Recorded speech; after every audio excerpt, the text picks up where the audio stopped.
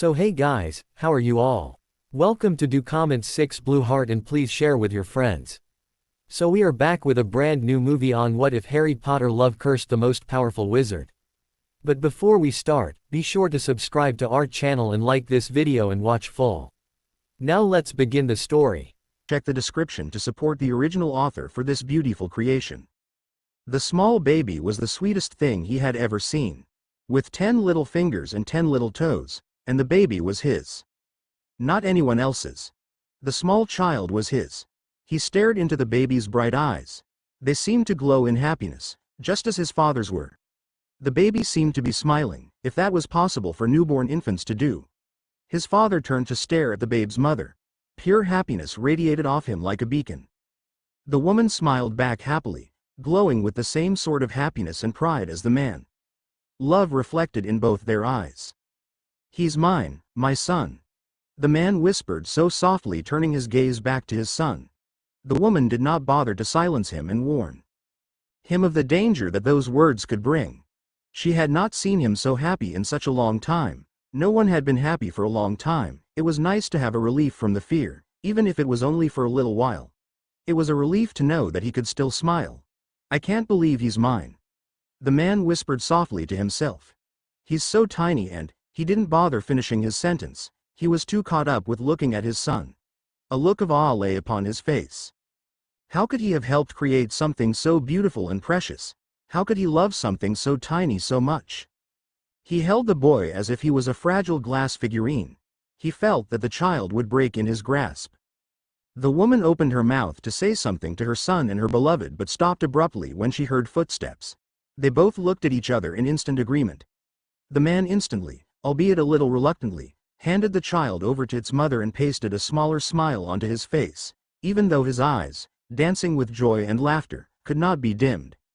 A tall, dark-haired man, much like the boy's father, entered the room and smiled at the couple. He laughed when he saw the almost guilty looks on the faces of the parents as they relaxed. "Don't get too comfortable," he said, his voice full of mirth. "Mooney's coming in soon. Well, as soon as he can convince the nurse that he is a friend. Peter still isn't here. I think he's still on that mission for Albus." He looked down at his godson with happiness. "Your parents are so funny sometimes." Lily scoffed at the man. "Be careful, we may just reconsider making you his godfather. You're a bad influence on him." She seemed to try to plaster a serious expression on her face but failed miserably and smiled at the man, passing her son over to his godfather. "Me?" the boy's godfather responded innocently. "What about his father? He's worse than I am." He looked down at the boy, brushing a lock of soft hair back from the infant's forehead. "Isn't that right?" "Harry, am not," the other dark-haired man replied in mock anger. "You're the one who always wanted to turn Snape's hair red. You wanted to raid McGonagall's office in second year, and then," the man wisely stopped as he saw the look on Lily's face. The boy's father kicked him softly in the leg, knowing it would get them both in trouble, which was not a good thing, especially since the other man had to live with her. He tried to think desperately of something to say to make her forget his companion's comments. He was usually good at charming women, especially her, but the small babe in his friend's arms kept his attention. He was about to open his mouth to say something that he probably would regret later, when the brown-haired man, called Mooney by his companions, entered the room, his ragged robes swirling around him. "Congratulations, Prongs, Lily, I'm so happy for you both," he said in a very professional, Mooney manner. The child's father was glad that Mooney's eyes were focused on his friends and not him, as he crept silently across the room to avoid notice by the newcomer. Before the newcomer could say anything more, the child's father playfully slinked up behind him and poked him in the back. Mooney jumped almost 3 feet in the air, sending the child's father into fits of laughter. The child's godfather and mother joined in as well when they saw the scowl on the man's face. He couldn't help but join them in their laughter. They had something to celebrate and they would not let this time go to waste. When everyone had gained enough breath to say anything, Mooney started to scowl at his friend. "That wasn't very nice. You shouldn't do that in a hospital. Harry could have been hurt."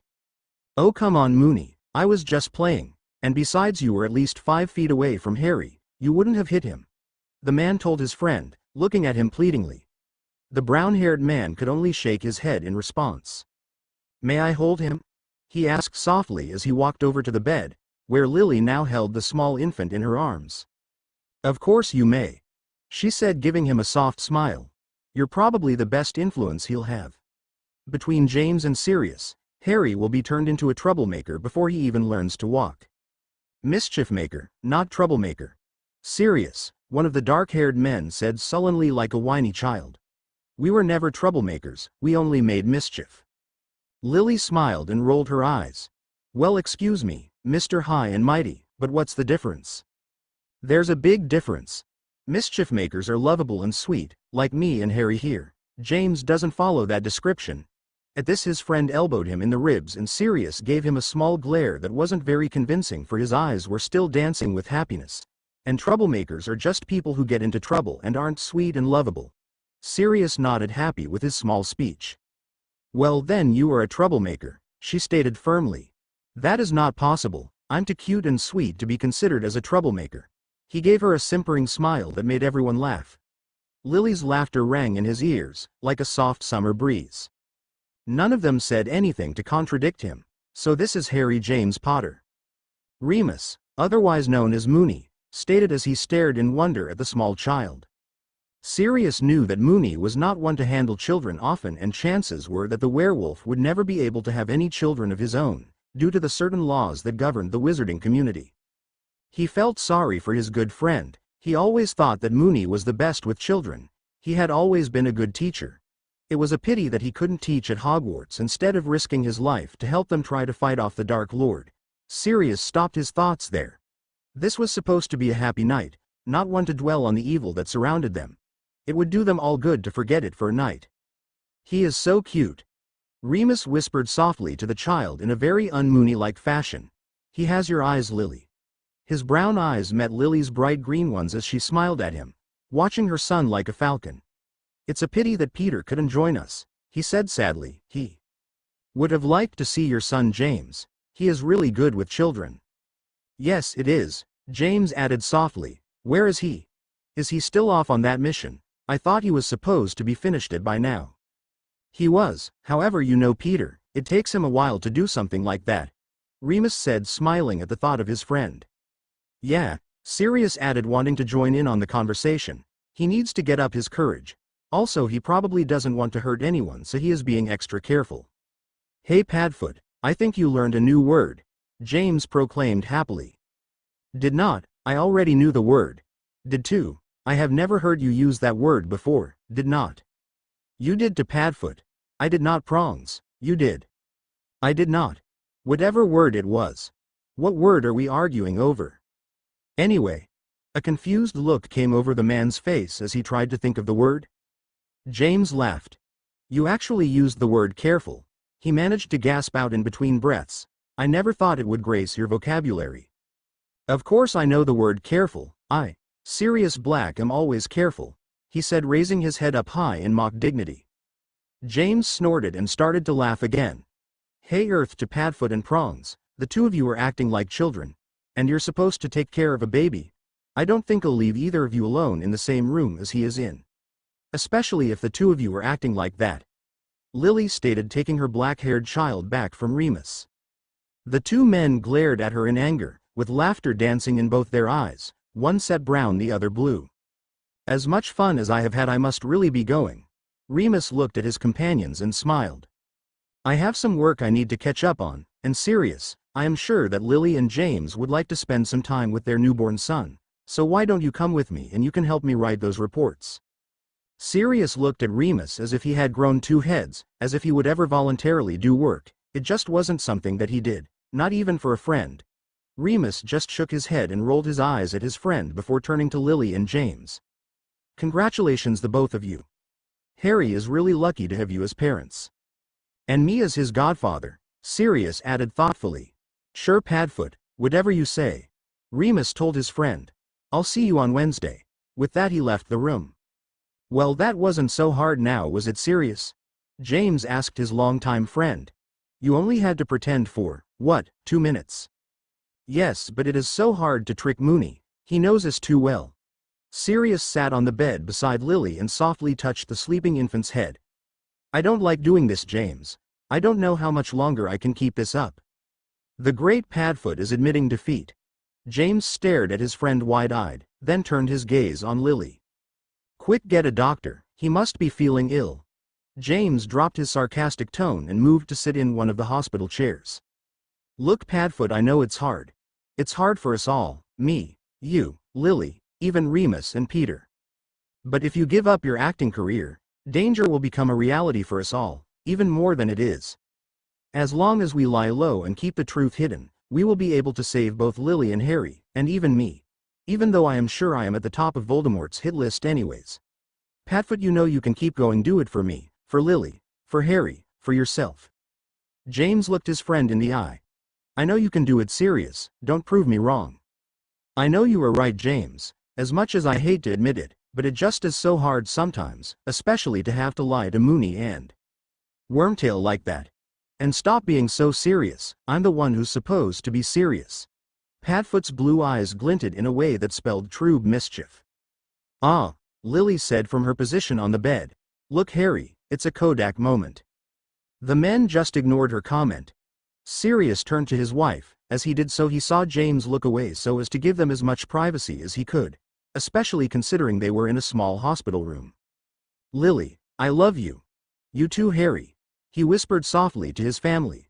I'll come see you as often as I can, I promise. We know, Sirius. But please don't put yourself in danger. Harry needs his father as well as his mother. Lily whispered back. Sirius smiled sadly at her and told her that he would try. He bent down and softly kissed her. She wrapped her free arm around him and held him close for a moment, their son squished comfortably between them. Sirius wished that the moment would never end. For once in his life he was content and happy. He would even give up the title of mischief maker to be able to stay with them, as a proper family. The handsome dark-haired man leaned down to tenderly kiss his son on the forehead. He smiled at his small family. With that, Sirius turned and walked out of the room without another word. He left his wife and child in James's care, knowing that for now they would be safe. Padfoot rolled over in his sleep, murmuring something that couldn't be heard by the outside world. He had somehow managed to finish his work early. He must have raced through all those reports on the Death Eaters recently caught, but he didn't remember doing a single one as he raced out of the office and apparated to a small town.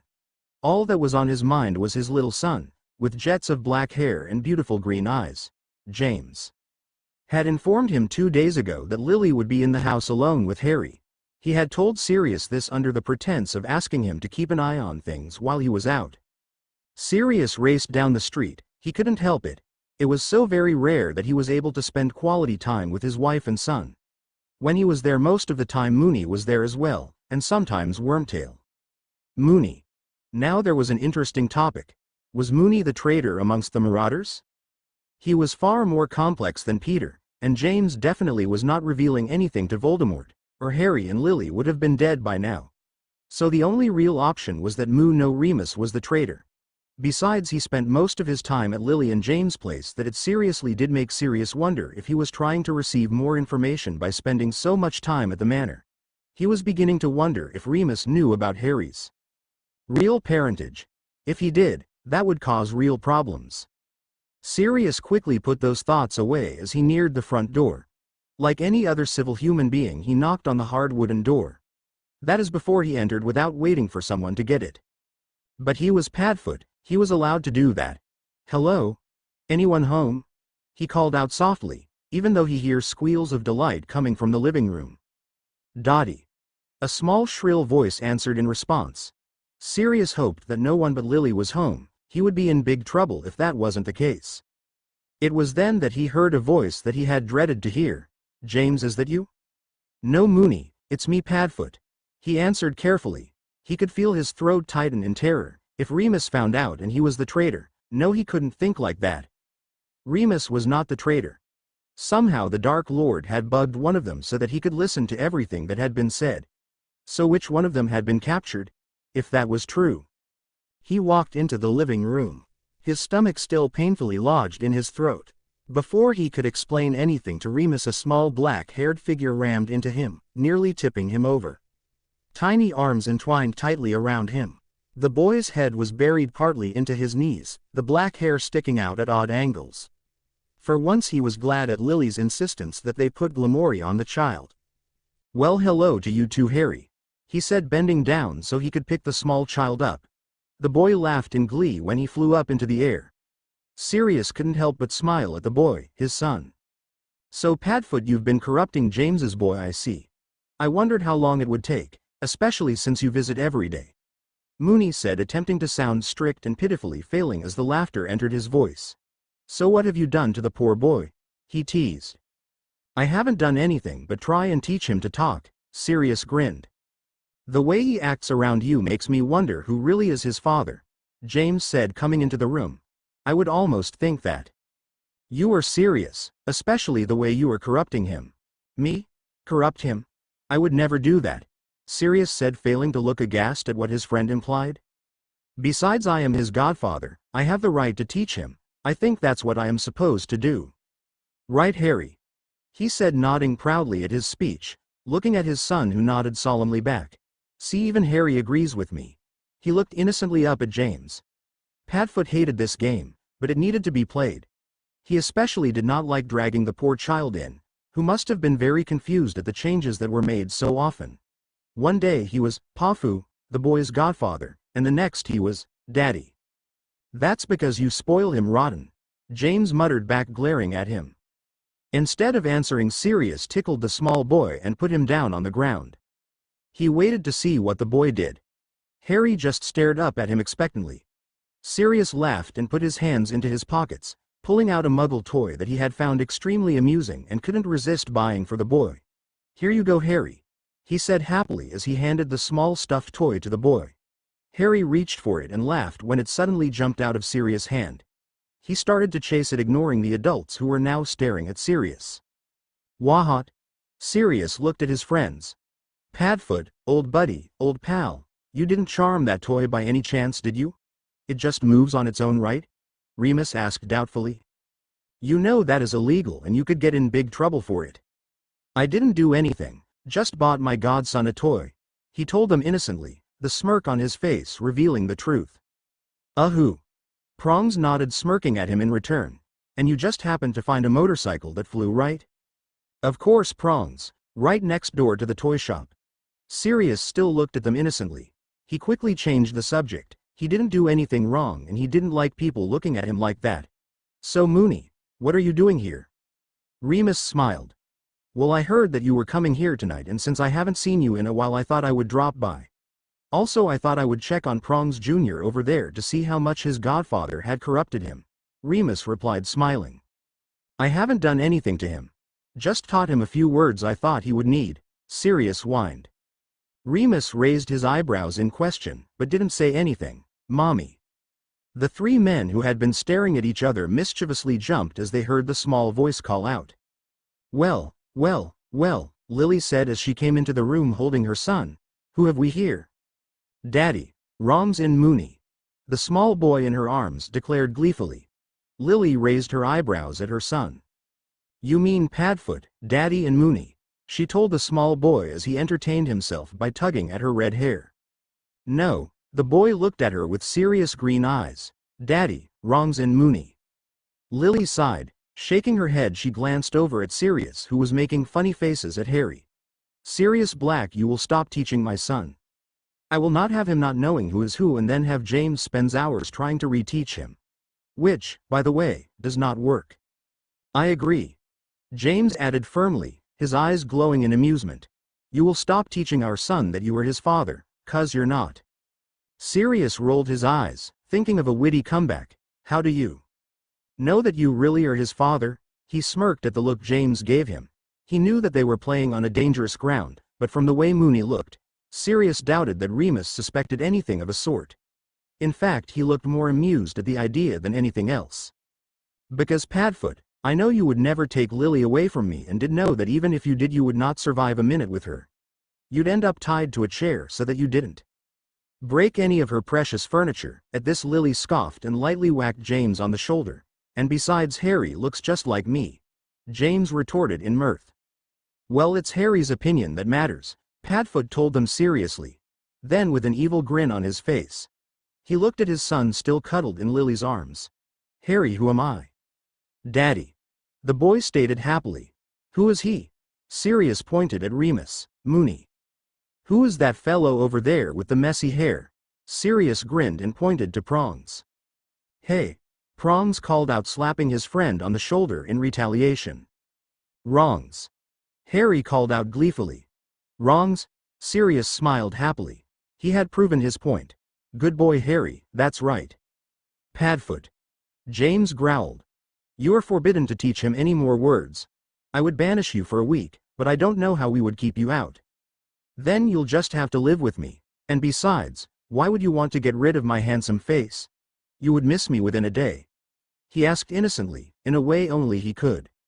All three of you mischief makers should move their handsome faces into the kitchen, or I'll let Harry play with your supper. Lily turned around and headed towards the kitchen with a knowing smile on her lips.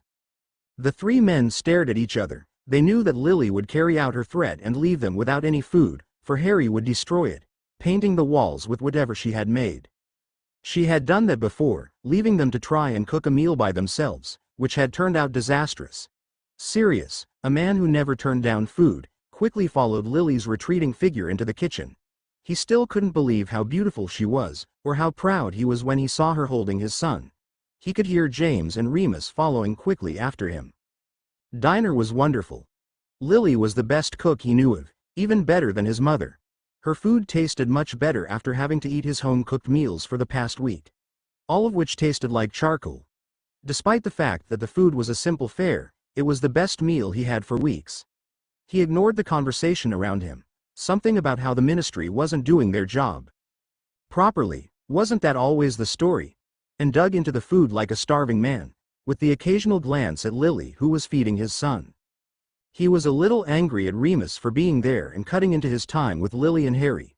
He rarely spent any time alone with them. If he did, it was usually only for a couple of hours and no more.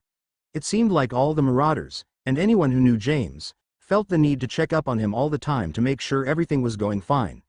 Sirius scowled into his food. As much as he liked the fact that Harry had people constantly watching him, he wished they would stop coming all the time. But wishes never came true. He had so many more wishes. He wished that the Dark Lord would disappear or die, then he could stay with Lily forever and watch his son grow up. He missed not being able to watch his son grow up. At least he had been there for his son's first word, which had been Daddy. But he hadn't been able to see his son's first steps. Or even get up at night, like every other normal parent, to calm his crying son.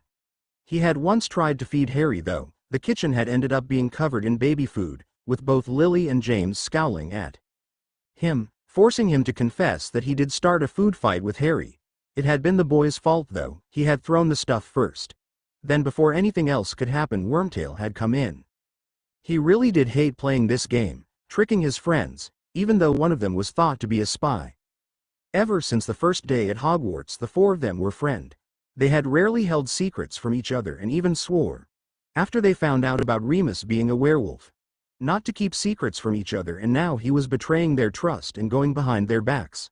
Oh, he knew well enough that James was right and telling them would send Lily and Harry right into danger, but that didn't mean he had to like it.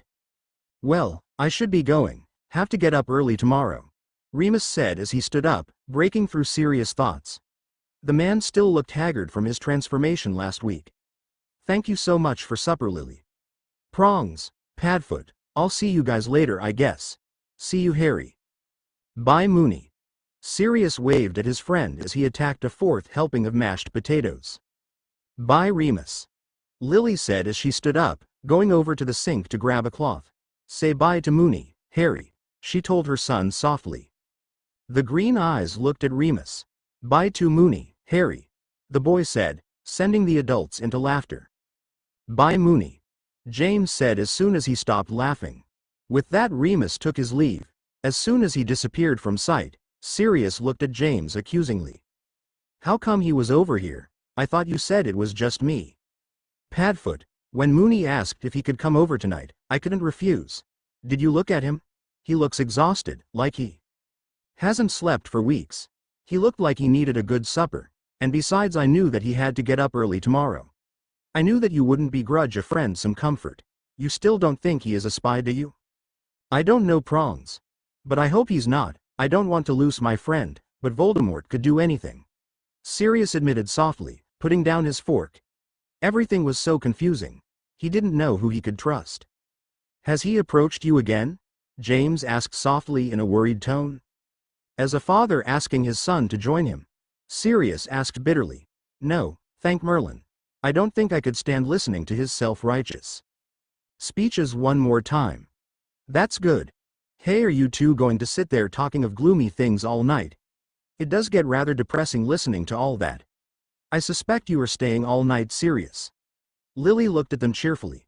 Sirius knew that she hated all that talk of Voldemort, even though before she had Harry she had been an orer like he and James were. Yep. Sirius said. All night with you and Harry. Well, and James too, of course.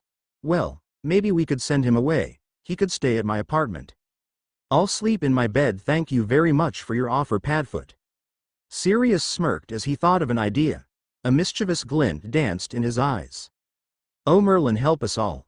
Lily said, rolling her eyes to the ceiling as she saw the familiar glint. Well, then I guess you can wake up with your son tomorrow morning at 5. Lily said, handing the child over to him so that she could clean up the high chair. You always said you wanted to do that, so here's your chance. Sirius groaned. He knew that Lily had said that on purpose. He was about to get up from the table when... Crash. Sirius jumped out of his bed, startled by the noise.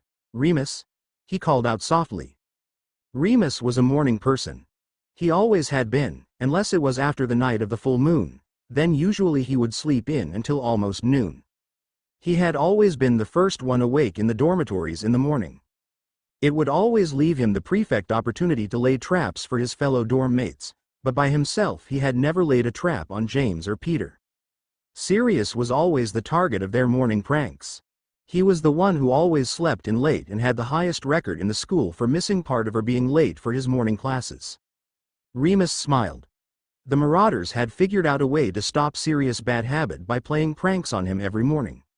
Once James even went so far as to transfigure his curtains into a rain cloud so that by the time he was out of bed there was a small puddle growing on his blankets.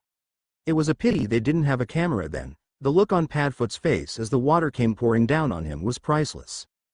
Silently he crept down the stairs, careful so as not to make a noise.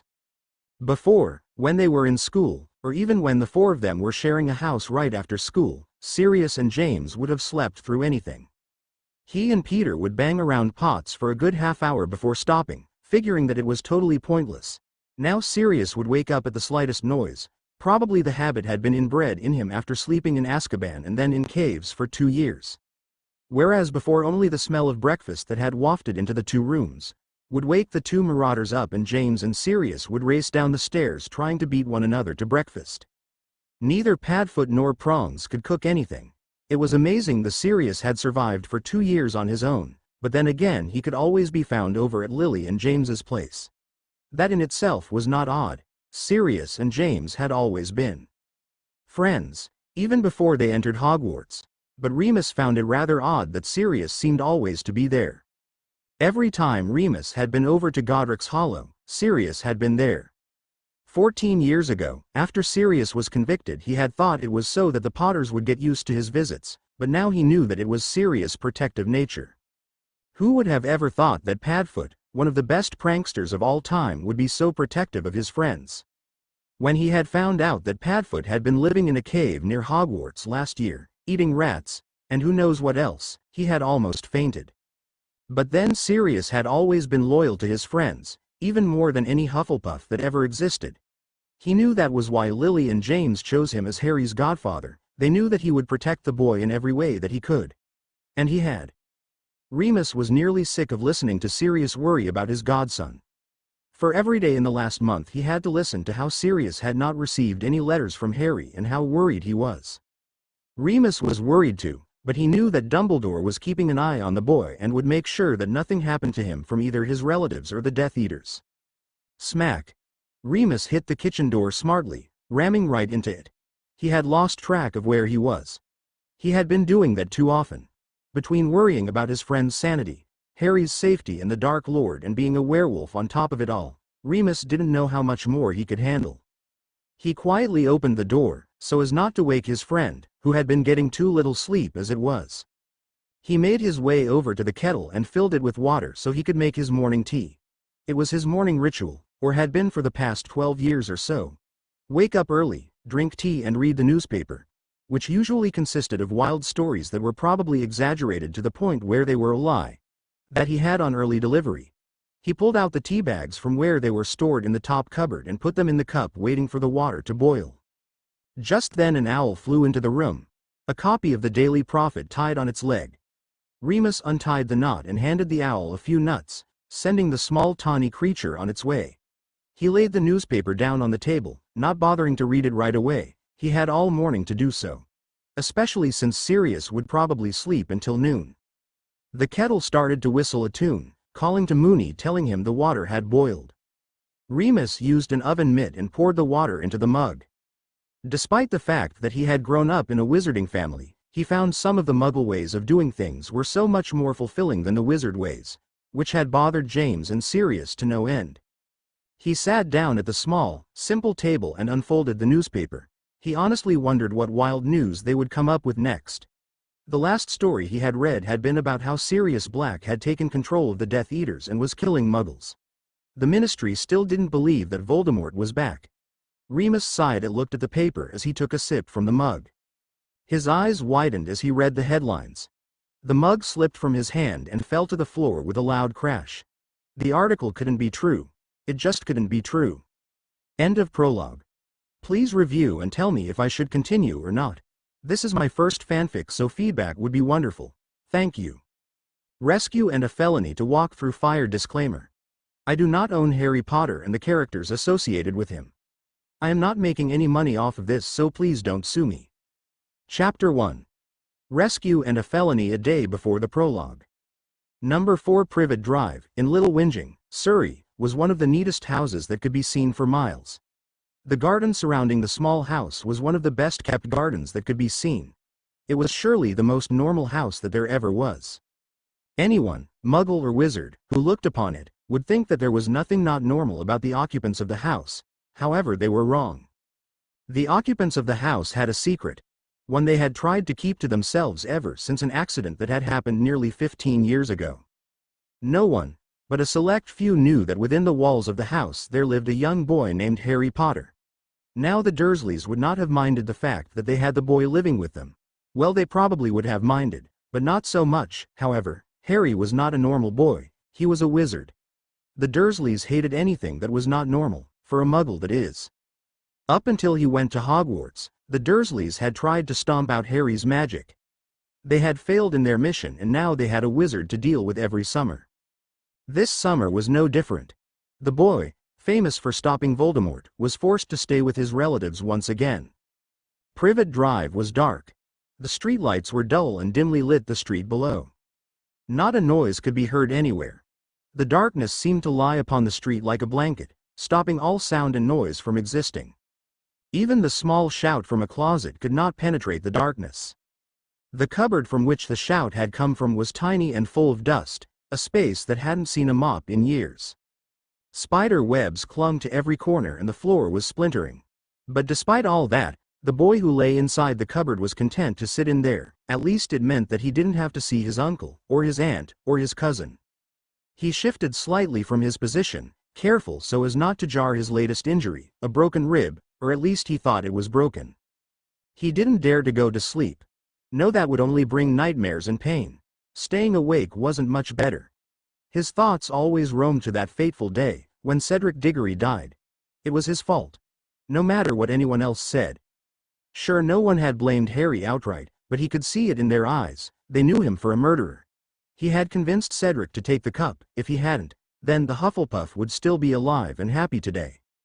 He had led Cedric to his death, just as he had caused his parents' death. He always caused bad things to happen to people. Sirius had been imprisoned because his parents had been killed. Hermione and Ron were always in constant danger because of him. He was always dragging them off on some dangerous mission that they would never have become involved in on their own. He just caused trouble and pain. Even his relatives agreed with him. He was just a burden. An affliction that hurt or caused pain to everyone he went near. If only he had disappeared with Voldemort all those years ago, then no one would have to suffer. Or maybe if he had never been born, then things would have turned out differently. But he knew better than to do anything drastic like killing himself. Even though he had killed Cedric Diggory, most of the wizarding world still saw him as their savior, and if he died then they would lose hope, meaning that Voldemort would win. Harry didn't want that. That would cause even more pain. Either way, he was doomed to cause pain. He deserved to go to the Dursleys every summer. Dumbledore knew that. That was why he was sent here every summer. He deserved all the beatings he had received this summer and to be locked in a tiny cupboard during the night. He didn't deserve to be comforted by Mrs. Weasley, or play with Ron. That was why Dumbledore would not let him stay with the Weasleys. If he did stay, then he would end up killing them. He didn't wish that on anyone. No, it was safer if he was hidden away at the Dursleys, where he would receive the proper punishment for his actions. No, he had to stop thinking of those things. He should think of other things, like Hogwarts and Quidditch. No, they didn't help. It was just another reminder of Cedric, which sent his thoughts spinning back to the beginning again. Weeks ago, the thought of Hogwarts was enough to bring a ghost of a smile onto his face, and he would think longingly of it and would anxiously wait for September when he could go back. Harry had even started a calendar again. But now, he wasn't even sure if he wanted to go back. He had even stopped counting down the days till he could go back to school. He did not deserve to go back to Hogwarts. That was a place for children to learn and play, not for murderers to lurk. A part of him wished that someone would come and tell him that his thoughts were wrong. That he didn't do anything wrong. That it was Voldemort's fault his parents were dead, and Cedric was dead. Maybe Sirius would come and curse his relatives into oblivion and rescue Harry from their clutches. Then he would tell Harry that it was not his fault, that it was Voldemort's fault. But no, that couldn't happen. Sirius could then be caught by the Ministry and then put in Azkaban again because of him. His wishes would never come true. No one would want to rescue a murderer, and someone who would burden them. After a week into his summer vacation, he would even have accepted Snape as his rescuer. He would have bent down and worshipped the potions professor if he had come and rescued him, but that hadn't happened. Harry was still living, if just barely, with his relatives. No one wanted him. No one loved him. Harry had not heard from his friends since they had departed from the Hogwarts Express. He had asked Hermione to look after Hedwig for him, since he didn't think that the owl would survive one more summer being malnourished. As much as he didn't want to lose her company, he knew that she would be safer with Hermione.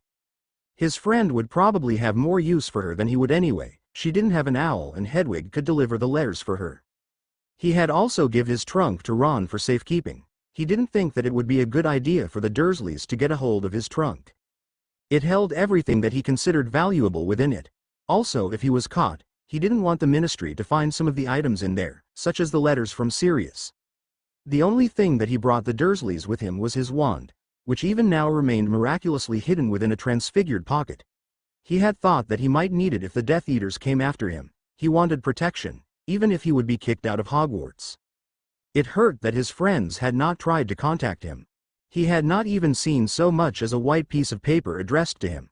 Not even his godfather had written him to tell him that all was well. Harry could understand why his godfather did not send him any letters, but he did not understand why his friends did not. Was it because they did not want him as a friend anymore? Of course it was. He knew that that had to be the reason. Who in their right mind would want to be friends with a murderer? He wrapped his arms around him as if to ward off the thoughts. He whimpered softly as he jarred his left arm. He was sure that it was broken. He could not move his fingers and it hurt every time he shifted it into a new position. Aunt Petunia had not let him bandage it in a sling, saying that he deserved it for teasing Dudley. Harry had accepted her punishment, but not for that reason, but because he did deserve it. It had been his fault that Dudley had to put up with him. It was his fault that his parents were dead. The cycle had started all over again. He sighed, and regretted it. His broken rib dug sharply in his lungs. Maybe it was better to sleep. He had several hours left until Petunia would unlock the cupboard and expect him to make breakfast for the family. He had gotten precious few hours of sleep over the past week. He sighed and closed his eyes, laying his feverish skin against the wall. He had not slept all night ever since he had returned to the Dursleys. The first few nights had been terrible, with Vernon attacking him every time he woke his uncle up. He had learned since then to not make a sound even as Voldemort mercilessly held one of his followers, and Harry, under the Cruciatus curse for what seemed hours. He was tired. So very tired, and sore. His scar had started to become a constant ache, along with his ribs. At first he had thought it was due to the number of times his head was banged against the wall, but the burning feeling in his head wasn't from Vernon's attacks, it was from his connection with Voldemort. He turned his head, trying to find a cooler spot on the wall that would help cool down his burning face. He was sure though that his stomach hurt worse than his head. The constant hunger that had plagued him since coming to Privet Drive had been driven away by a different sort of pain, as if his stomach was churning around. He had tried to eat what little his aunt gave him, but he could barely keep it down. He had hardly kept any food down since last week. He knew that he was losing weight that he could not afford to lose, and very rapidly. Harry knew that he would not last much longer. He would not be able to live to see Hogwarts again unless someone came and rescued him. Harry would rather have faced Voldemort than stay with the Dursleys for much longer. He knew that he deserved it, but he could not stand being there for much longer.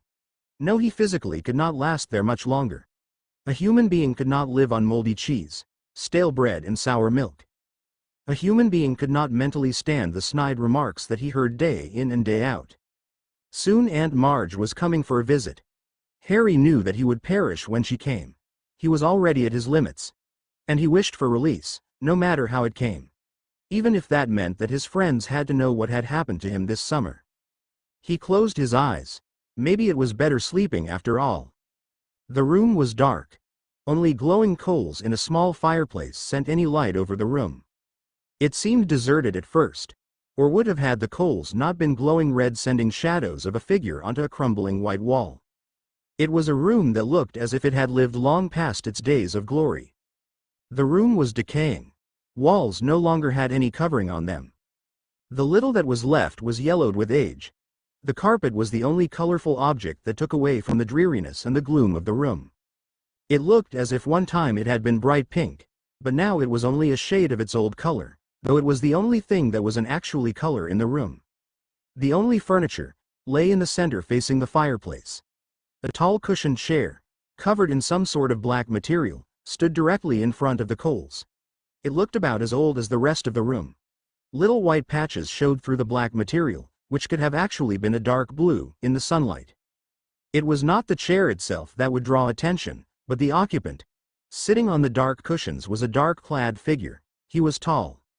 There was no doubt about that. Standing he would have stood taller than most men. But it was not his height that drew the fear of his men. It was the anger, the hate, that encircled him, that radiated off of him. The blood-red eyes that glared through the hood of the cloak sent chills down their backs. A power that seemed to glow around him, sent them scurrying around him, hoping not to disturb him. Currently though, no one was around the man, but his attendant. A short balding man, no older than 40, who looked as if he should have been more plump than he was, stood in front of his master. Sweat dripped down the man's head and neck. He was quivering with fear in front of the man he had given his soul to almost 15 years ago. He did not look into the eyes of his master, but keep his once kind brown eyes on the floor in front. Wormtail. The black figure hissed softly, but dangerously. Is everything set up as planned? His red eyes pierced into Wormtail. Why yes master. The man stuttered. Are you sure of that? A dangerous glint entered the red eyes, as if he knew that Wormtail, as he was called, had lied to him. No master. The man cringed even as he spoke. What are you not telling me, Wormtail? The red-eyed figure hissed angrily. The WW wards Master A are causing SS some trouble, he managed to stutter out. Malfoy H had trouble putting the C. Charm you up. We don't know if it W will work. He had some Muggle P place it inside. But everything still worked out. The explosion will still take place when Potter leaves the house. Voldemort hissed. Why yes master. Wormtail replied meekly. The Ministry is alerted that Potter may try to attack his relatives. The man asked again. Why yes master. Good. Lord Voldemort muttered under his breath. A strange glint appeared in his eyes. One that promised death and pain. One that would have sent his followers running to obey his orders. Wormtail, I would have expected better reporting from you. Master? Wormtail asked cautiously. One could never be too careful around this man. Next time you will report everything before I have to drag it out of you. Dismissed. The dark figure hissed, sounding bored. The balding man turned to leave. Wormtail. Crucio. The balding man fell to the floor screaming. Harry Potter woke up with a sudden start. Fire ran through his veins, searing his body.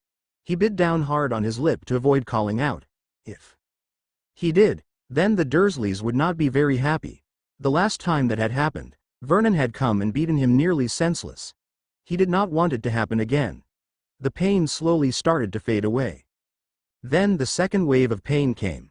His jarred ribs screamed in agony as he gasped for breath. His forehead was on fire. His stomach was a mass of burning pain. Harry clenched his teeth together tightly, waiting for the pain to pass, trying to calm his rasping breath. Slowly the pain started to dull. This always happened after he felt the Cruciatus curse. All his other injuries would burn with the rest of his nerves. After a few minutes, Harry was able to think rationally once again, despite the fact that his body was still throbbing in pain. He was used to that. It was the pain that he lived with every day since he came back from Hogwarts. He thought back to his vision. So the Dark Lord had finally decided to create a plan to attack him, one that would remove him from the Dursleys. He did not know if he should be happy that someone finally wanted to take him away from the Dursleys, or cry because of the hopelessness of his situation. But what was it? What did Voldemort have planned? Something about an explosion. He couldn't remember any more than that. There was also something about the Ministry and them being alerted to something.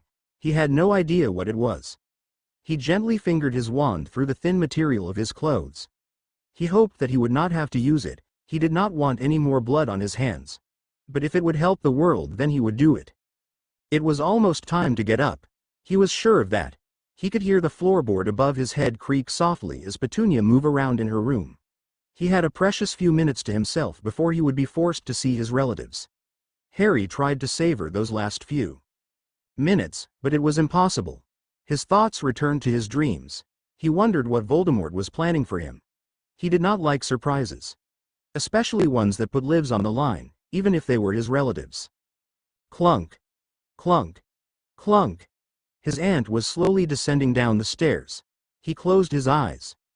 The nightmare had started again. It had happened every day. His aunt would slowly descend down the stairs, giving him time to figure out what was coming. Then she would open the cupboard and kick him until he crawled out. He would then have to go cook breakfast for the family. And then he would be given a list of chores that he was expected to do without question. Harry quickly stopped his line of thoughts before they reached the point that he dreaded the most. His punishments. He quickly stopped thinking. He was not brave enough to think about that. He did not think he could face one more day of punishments, as much as he deserved them. His Gryffindor courage failed him during those times, and despite his resolution not to cry out, he always did. Maybe he didn't deserve to be a Gryffindor either. He heard the door unlocking. It opened with a creak and his aunt's horse-like face appeared. Up! She screeched silently as she possibly could so that she would not wake her Duddykins. Harry groaned softly to himself and forced himself to crawl out of the cupboard before she started to kick him, bruising his ribs even more. It was a miracle that he could actually stand up. He closed his eyes as the world twisted and tilted in strange angles. He waited a few seconds and opened his eyes to find that the world had once more righted itself up. He strode. Well, actually he limped painfully, into the kitchen. Petunia had taken her usual seat at the table and was reading one of the many Martha Stewart magazines. Harry winced. Most of the decorating ideas at the Dursleys were from those magazines. Harry couldn't imagine who would actually want to use the horrible ideas in them. No offense meant to anyone who likes Martha Stewart. He quickly brought out a pan from the cupboard, trying to not allow it to hit any of the other metal objects. The last time he had pulled out the pan carelessly, it had banged on a pot, which had supposedly caused his cousin to wake up from his precious beauty sleep. He had been punished that time before he had even started his chores. Moving as quietly as possible, he opened the fridge door, which happened to creak if it was not opened properly. He pulled out the bacon and eggs. It was what Dudley had requested for this morning's breakfast. Well, that was what he had requested last night. Knowing Dudley, he would probably change his mind this morning, so that Harry had to do more work. He was sure that was the reason why Dudley changed his mind every day. He quickly opened the package of bacon and laid them out on the frying pan. The bacon sizzled as it hit the hot pan. Harry was glad there was no oil in there, or he would have been splashed. Not that he didn't deserve it, quite the opposite, but Harry would rather not be burnt by large globules of bacon. It made it especially difficult to concentrate with burning hands. With the bacon frying, Harry went to scramble the eggs. He kept a careful watch over breakfast, despite the constant ache in his right ankle from standing on it. He thought that the limb had been sprained when his uncle had thrown him down the stairs last week. His burning ribs did not help either. Just as the bacon and eggs were almost done, Dudley came in the kitchen, his smelting stick clutched tightly in his grasp. He avoided Harry as much as he possibly could. When Harry had first come back from Hogwarts, Dudley had stayed in his room all day, just so that he could avoid his cousin. Harry thought it was because of the trick Fred and George had played on him last year. What Harry had been most surprised at when he had first seen his cousin, on the second day he had been at the Dursleys', was that he was no longer an enormous pig. He was thinner than, Harry was sure, he had ever been his entire life. Aunt Petunia had complained that her Dudley was starving because of the diet he was forced to live with. Harry, however, suspected that it had something more to do with Fred and George's trick. As a matter of fact, he was positive.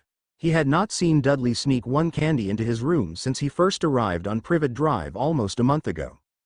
Dudley also must have stopped eating so much, for now he did not eat as much during meals. He actually ate less than Petunia did, which was saying a lot. Harry suspected that Dudley liked being thinner, since he seemed to have so much more energy now. He had actually started to invite his friends over so that they could play their favorite sport, Harry hunting. Actually now it was more like Harry teasing, since Dudley did not want to lose his slave. They would sit there and insult his parents, trying to see how far they could go before he blew up. At first that had bothered Harry, but he was too tired and sore to care anymore. His parents did not deserve him defending their memory either, he was unworthy of it. Harry set the dishes on the table. He did not begrudge his relatives the meal. He did not think he could swallow one bite. Just the smell of it was making his stomach churn uncomfortable, almost sending him to the bathroom, to heave out anything that he had managed to eat. Yesterday. Or was it the day before? He wasn't sure. "Boy, get my Duddykins some chocolate milk," Petunia demanded, bringing Harry out of his reverie. He quickly poured Dudley the chocolate milk and handed it to him before a hand could come and smack his already sore face. He had to place it in front of Dudley, for his cousin would not take it out of Harry's hand. Just then a squeak announced that Vernon was coming down the stairs. Harry quickly poured the coffee into a cup and set it at his uncle's place before the man could punish him for being tardy. "Good morning," he said brightly to his wife and child, scowling in Harry's direction to tell him that comment was not for him. The large man, who seemed to have grown larger since Harry last saw him, sat across from his son. Harry went and retrieved the mail for his uncle before he was asked. If he could please his relatives, maybe then they would let him have one day of peace. One day without punishments. He picked up the mail and looked through it. Ever since the accident when he was 11, Harry had always looked through the mail first before he brought it near his uncle, just in case he received a note. There was nothing for him.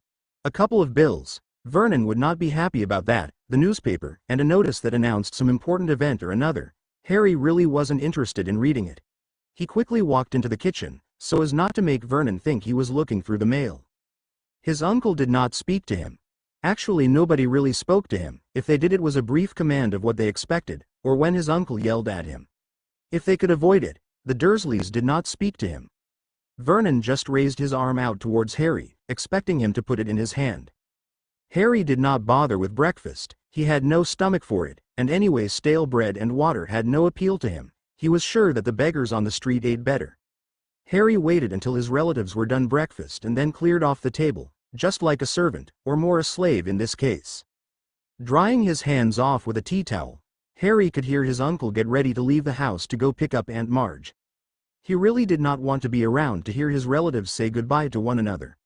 He quickly picked up the chore list that his relatives had written. They did not think he was capable of thinking of chores himself, and looked through it. Clean the windows inside and out. Weed the garden. Water the garden. Twice, once in the morning and once at night. Vacuum the house and tidy it up. Clean Dudley's bathroom. Gross. Sweep the driveway. Clean out the fridge. Clean the garage. Clean out the shed. Clean out the eaves troughs. Mow the lawn. Paint the fence. Repaint the garage. It was messy the last time. Do it properly. All chores must be done before Aunt Marge comes home at 6 p.m., or more punishments will ensue. Harry groaned. He knew that he could not finish this by 6. It was already 10. A really healthy person, who was full of energy, would be hard-pressed to complete these chores. For Harry to finish them, it would be impossible. No, he couldn't think that way. He deserved to do all this, to be a slave to the Dursleys. That was why Professor Dumbledore had sent him here. He could not complain. Vernon was right. He was ungrateful and did not deserve to stay there. He had to finish all this for the Dursleys, for all they had done for him. Harry sighed and left out the back door to do the gardening. Just as he was about to take a spade out of the shed, he saw the house explode. Wooden boards and bricks flew everywhere. There was a loud noise that echoed throughout the neighborhood. Harry stood there in absolute shock. What was left of the house shifted in an unnatural angle, sending more debris flying. Flames licked at the ruin, happily consuming everything in its path. A brick flew towards Harry. He could see the flying object head straight towards him. Maybe, had he not been in shock and fully capable of movement, he would have dodged it. But shock held him still. The brick rammed into his head. The last thing he saw before he fell unconscious was the dark mark flying above the roof of the Dursleys' now burning house. Then blackness came over him, dragging him into the depths of its sea. A.N. Thank you so much to everyone who reviewed. 11 reviews in one day, and this is my first FIC. Thank you. Bows her head to you all. You guys are the greatest. Of course I will continue the story, so don't worry. However, it may not be updated until a little later, since school is starting again and I don't know how much time I will have to write. I will try to update as often as possible. The reason this chapter was out is because I had already written it before I started to post the story. The reason why I decided to post this was because of all your reviews. Thank you.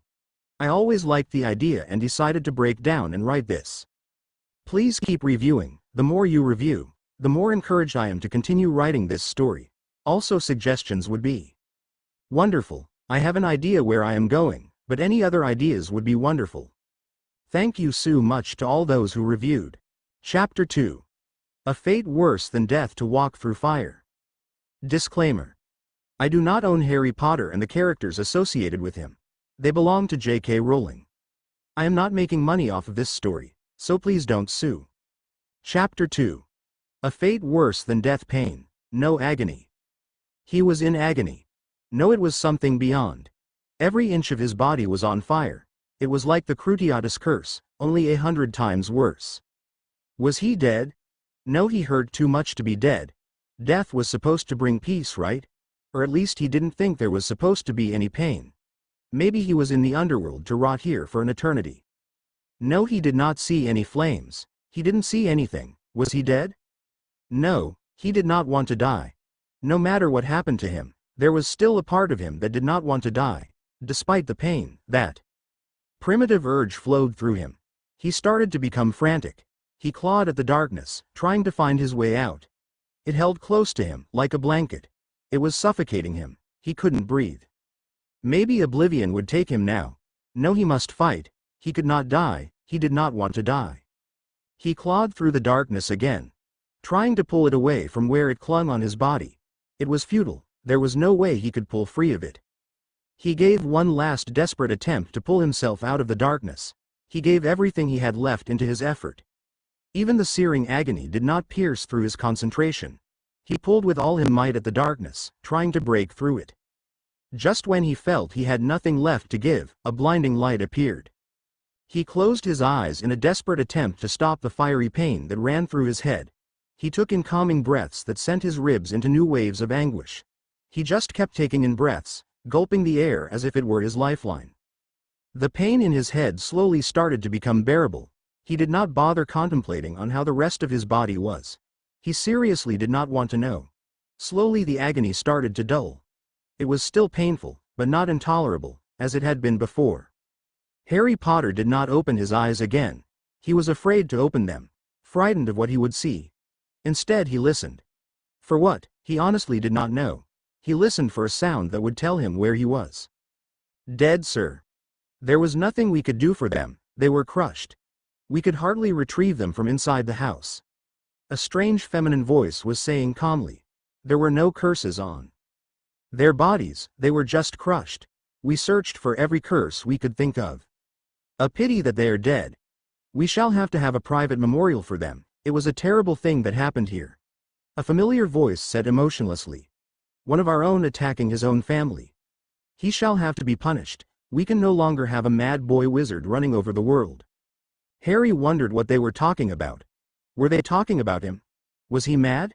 He knew that he was seriously injured and a little insecure. But mad?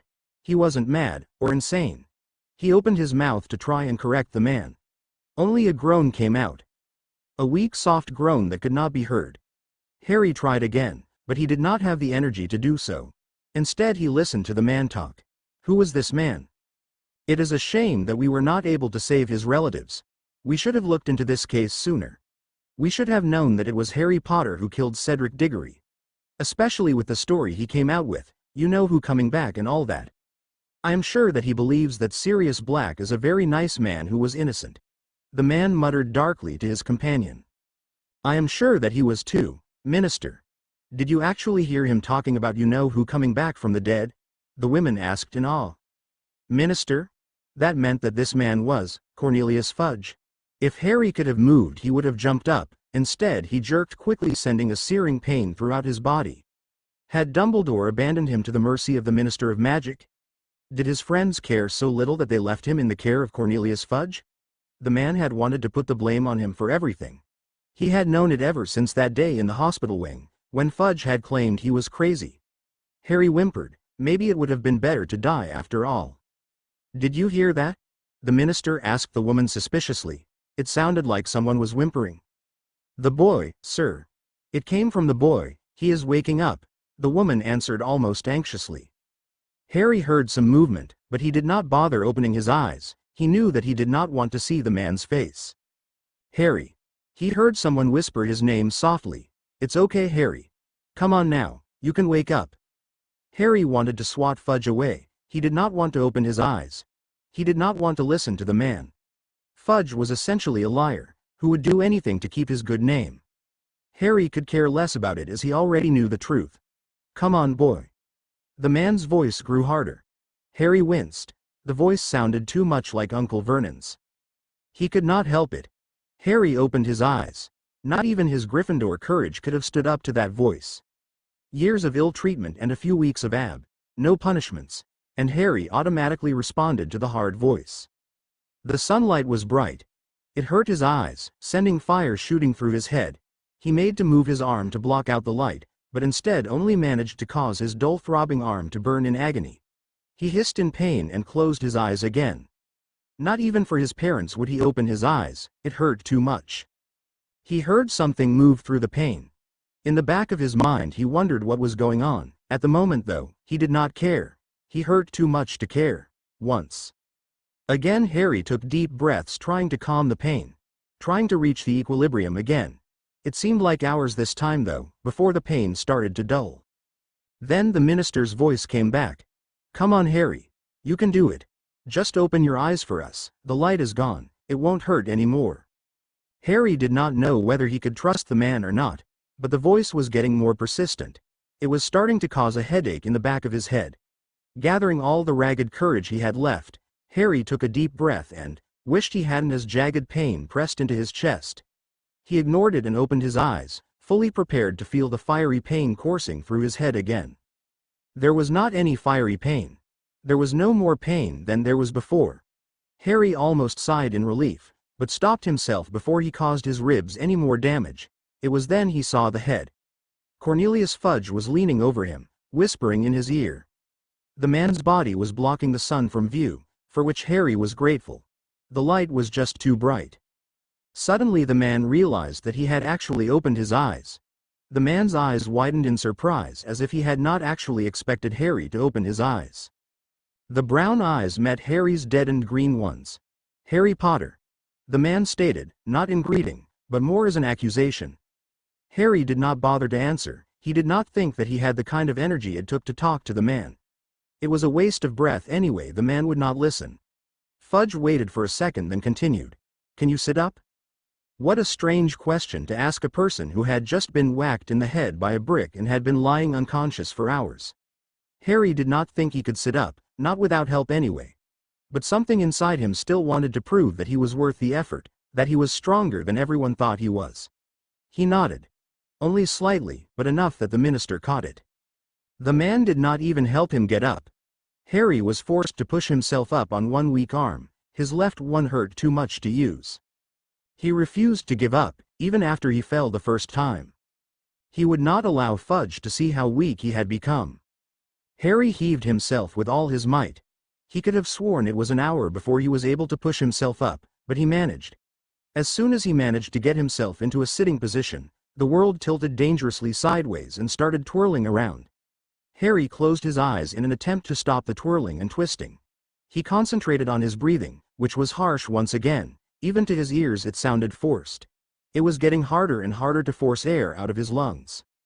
It felt as if his ribs were crushing his chest.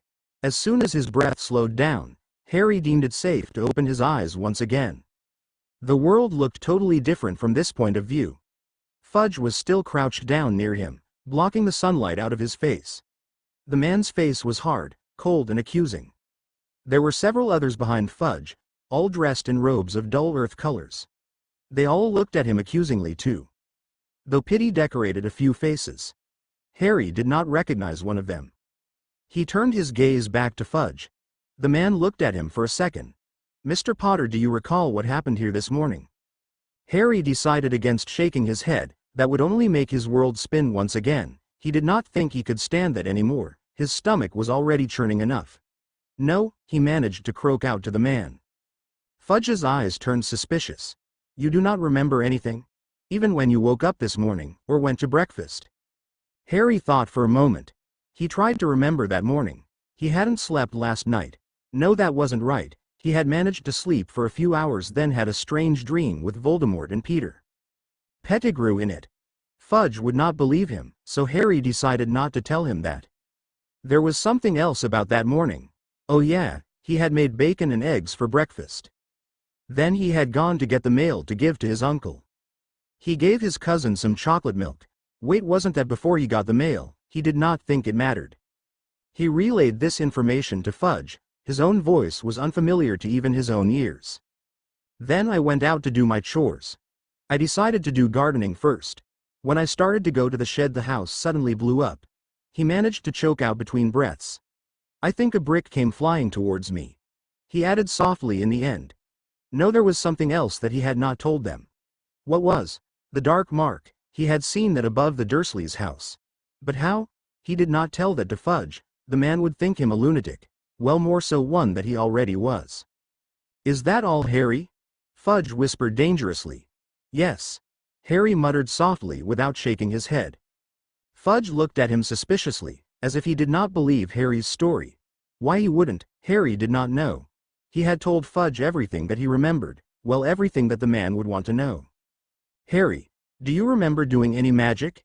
We found traces of your magical signature all over the house. Then there was the death mark above the Dursleys' house. Your signature is all over that too," the man asked, almost viciously. "No, I didn't," Harry pleaded. "Please sir, I did not do anything wrong. I was just going outside. I swear I did not do anything wrong." It hurt to talk, but Harry had to relay this information to the man. It was important. He was guilty for many things, including Cedric's death, but he refused to be accused of something he did not do. "Harry, are you sure you do not remember anything else?" The man leered closer towards him, as if to intimidate him. "No," Harry whispered softly. "That's all that happened." Fudge stared at him for a second. He then turned around, allowing the sun to shine past him. Harry was glad that he was now sitting up, even with the effort it took to stay in that position. The sun did not glare into his eyes this way, it just passed right by him instead. "Ladies and gentlemen, what is the verdict?"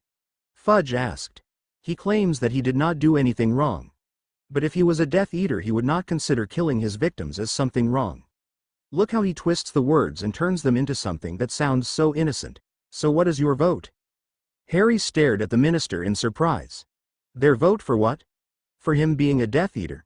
Now that was outrageous. Why on earth would he want to be a Death Eater? He wanted to tell him that he wasn't guilty, that he did not destroy the Dursleys' house, that he had not done anything wrong. He wanted to beg them not to take him to Azkaban. He knew, beyond a doubt, that he would not be able to stand the prison for more than a few weeks, even without the Dementors looming over him. Please no. Guilty. Guilty. Guilty. The voices all called out. Not a single one thought him not guilty. He wanted to beg them that he did not do it. He was not guilty for destroying the Dursleys' home. He had not used any magic. He hadn't touched his wand since early this morning, or was it last night? Harry Potter. Fudge said, still standing. The man was now looming over him, glaring at him coldly, as if he was a dirty mutt found on the streets. You are guilty on 3 counts of murder. The murder of Cedric Diggory, the murder of Mrs. Petunia Dursley, and the murder of Mr. Vernon Dursley. You are accused of attempted murder on a Mr. Dudley Dursley. We have reviewed the evidence and it all leads directly to you. You are accused of the use of dark magic, and the use of 2 of the unforgivables, the Cruciatus Curse and the Imperious Curse, used during the Tri-Wizard Tournament. We have taken into account the charges. Mr. Harry Potter, due to your age we were not able to sentence the Dementor's kiss. Harry almost begged him to reconsider, at least then he would be taken into oblivion. This was a nightmare, even worse than one of Vernon's beatings. Mr. Potter, you are sentenced for life to Azkaban. Harry felt any hope of rescue fade. He was done for, his life was over. He would die in Azkaban, with no one to rescue him. Sirius was not going to come rescue him. He had no hidden family relations that would come take him away from the Dursleys. Every dream, hope and wish he had ever had was shattered. He felt something break inside of him right then, something that even Vernon Dursley, with all his punishment, had been unable to break. Something that may never be able to be fixed again. The man stared at the small boy clutched in his arms. The boy was too small to be 15 years old.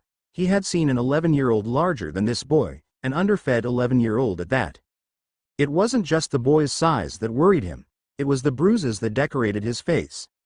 Minister Fudge had said it was because of the explosion, but the man thought, knew, that it was something else. Those bruises were too old to be just given to the boy. He knew that. He had always been getting in fights with others. Those bruises were days old. But Minister Fudge was usually right. The man sighed.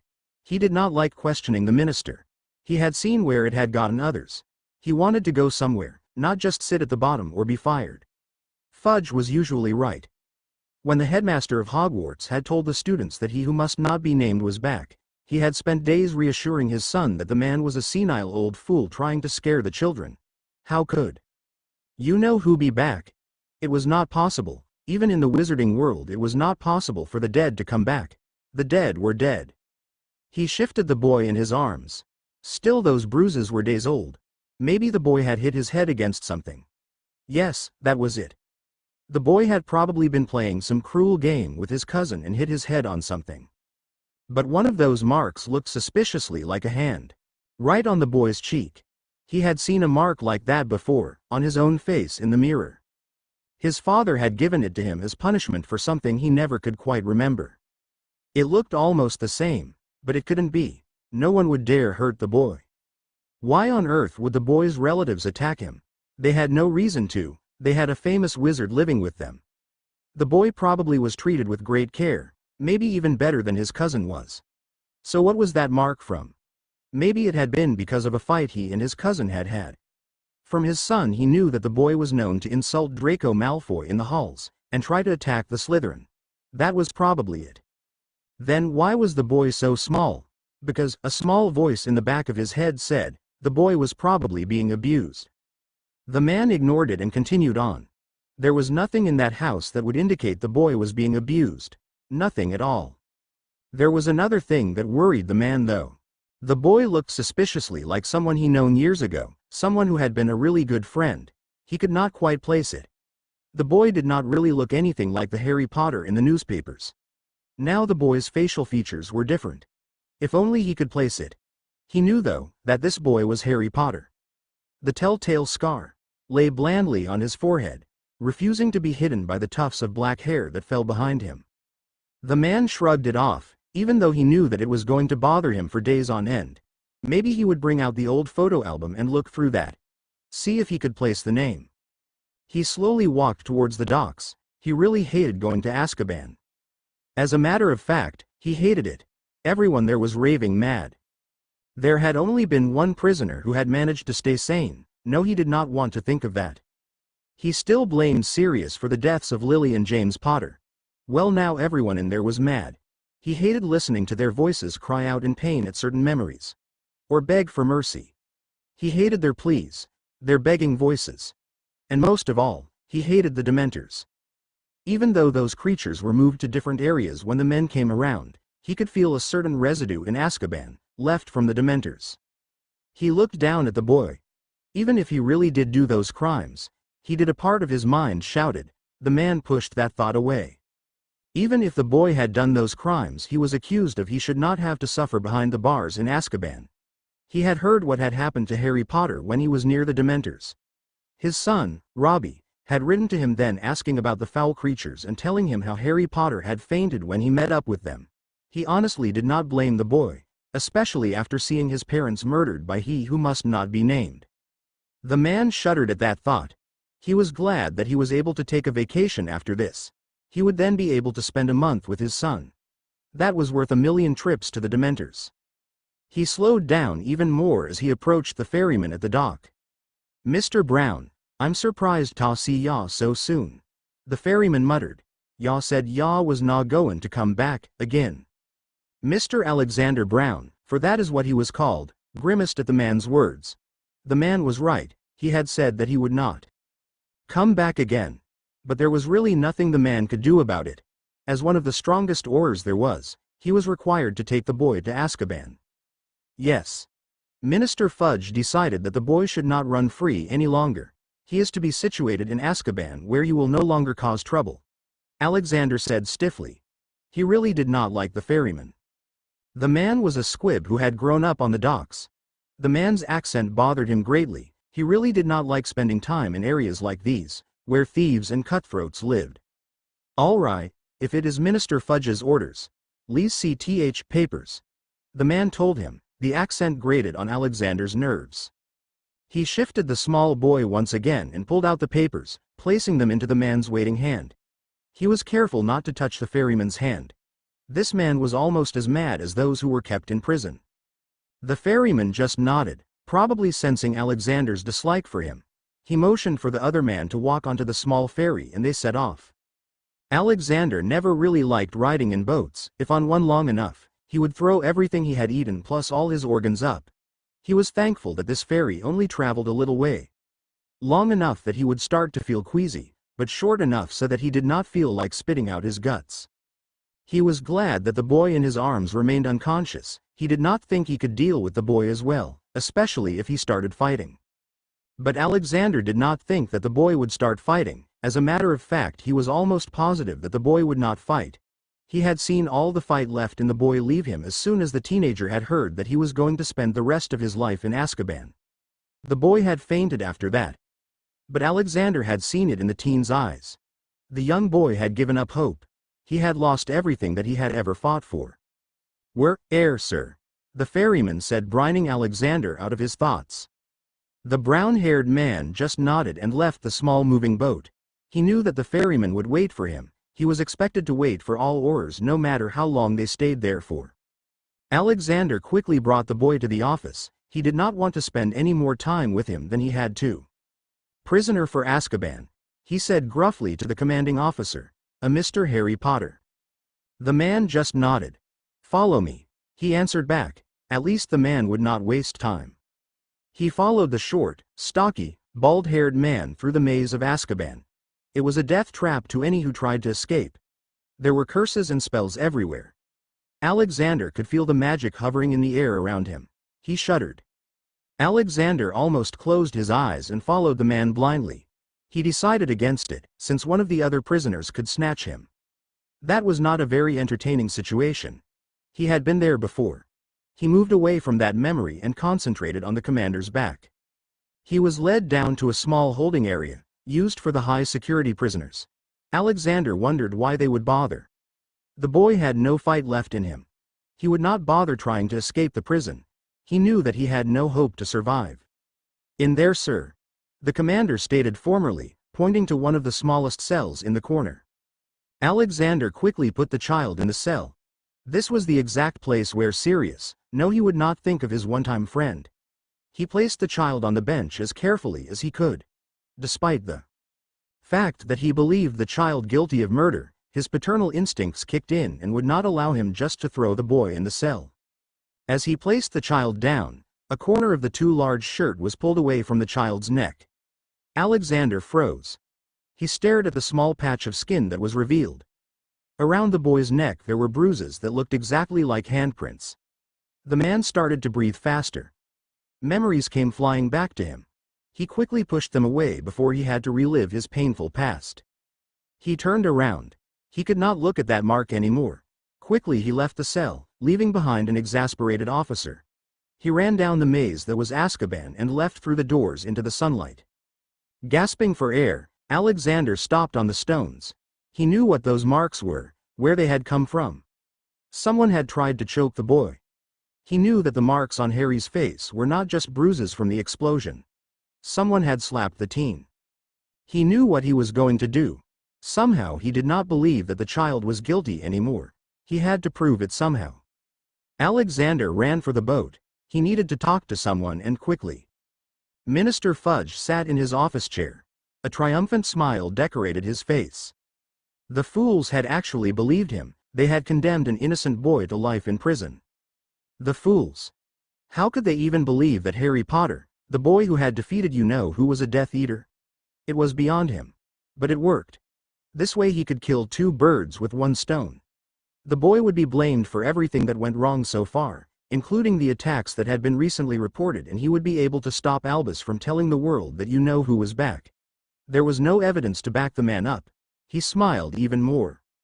Now he would be able to keep his reputation from being destroyed. He liked the power of being able to control the wizarding community.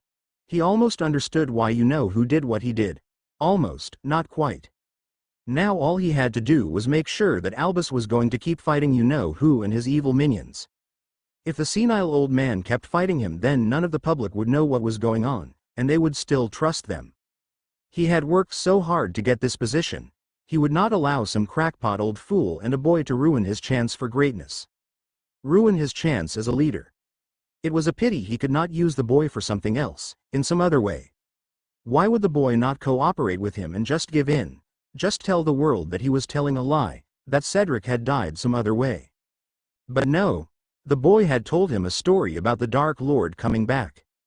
Oh well, at least the boy had been of some use, just as his godfather had. Fudge grinned. The boy's godfather had conveniently been right where Fudge had wanted him. Oh, he knew that Sirius Black would never kill James and Lily Potter. The man was too loyal to his friends than that. He knew that what Black had said had truth to it. He had used the fear people had against Black. He would make sure he thanked the man just before he was given the Dementor's kiss. That was when they caught him. Fudge scowled again. That good-for-nothing innocent convict still escaped his clutches. True, he was working on other things, but still, Fudge grinned. The man was loyal to those he loved, and if Fudge had any idea, he knew that the convict cared more about the boy than he did about himself. The boy would lure Black out of hiding. That was 3 birds with 1 stone. This was just getting better and better. Now if only he could find some way to discredit Arthur Weasley. That man was gaining too much power. Too many wizards were starting to believe him. Alexander passed another nurse. He really did not like hospitals any more than he did Azkaban, but something about the story was not adding up. He needed information. He needed to know if he had just put an innocent boy into Azkaban. He did not think he could live with that. He quickly strode down the halls of St. Mungo's. Luckily he was an orer, so no one questioned his authority. Room 112. That was the one he was looking for. That was the one that held Dudley, Harry's cousin. It had been decided by the minister that the boy would be sent to the hospital until he was well enough. Then his memories would be erased. Alexander hoped that it would not be too late.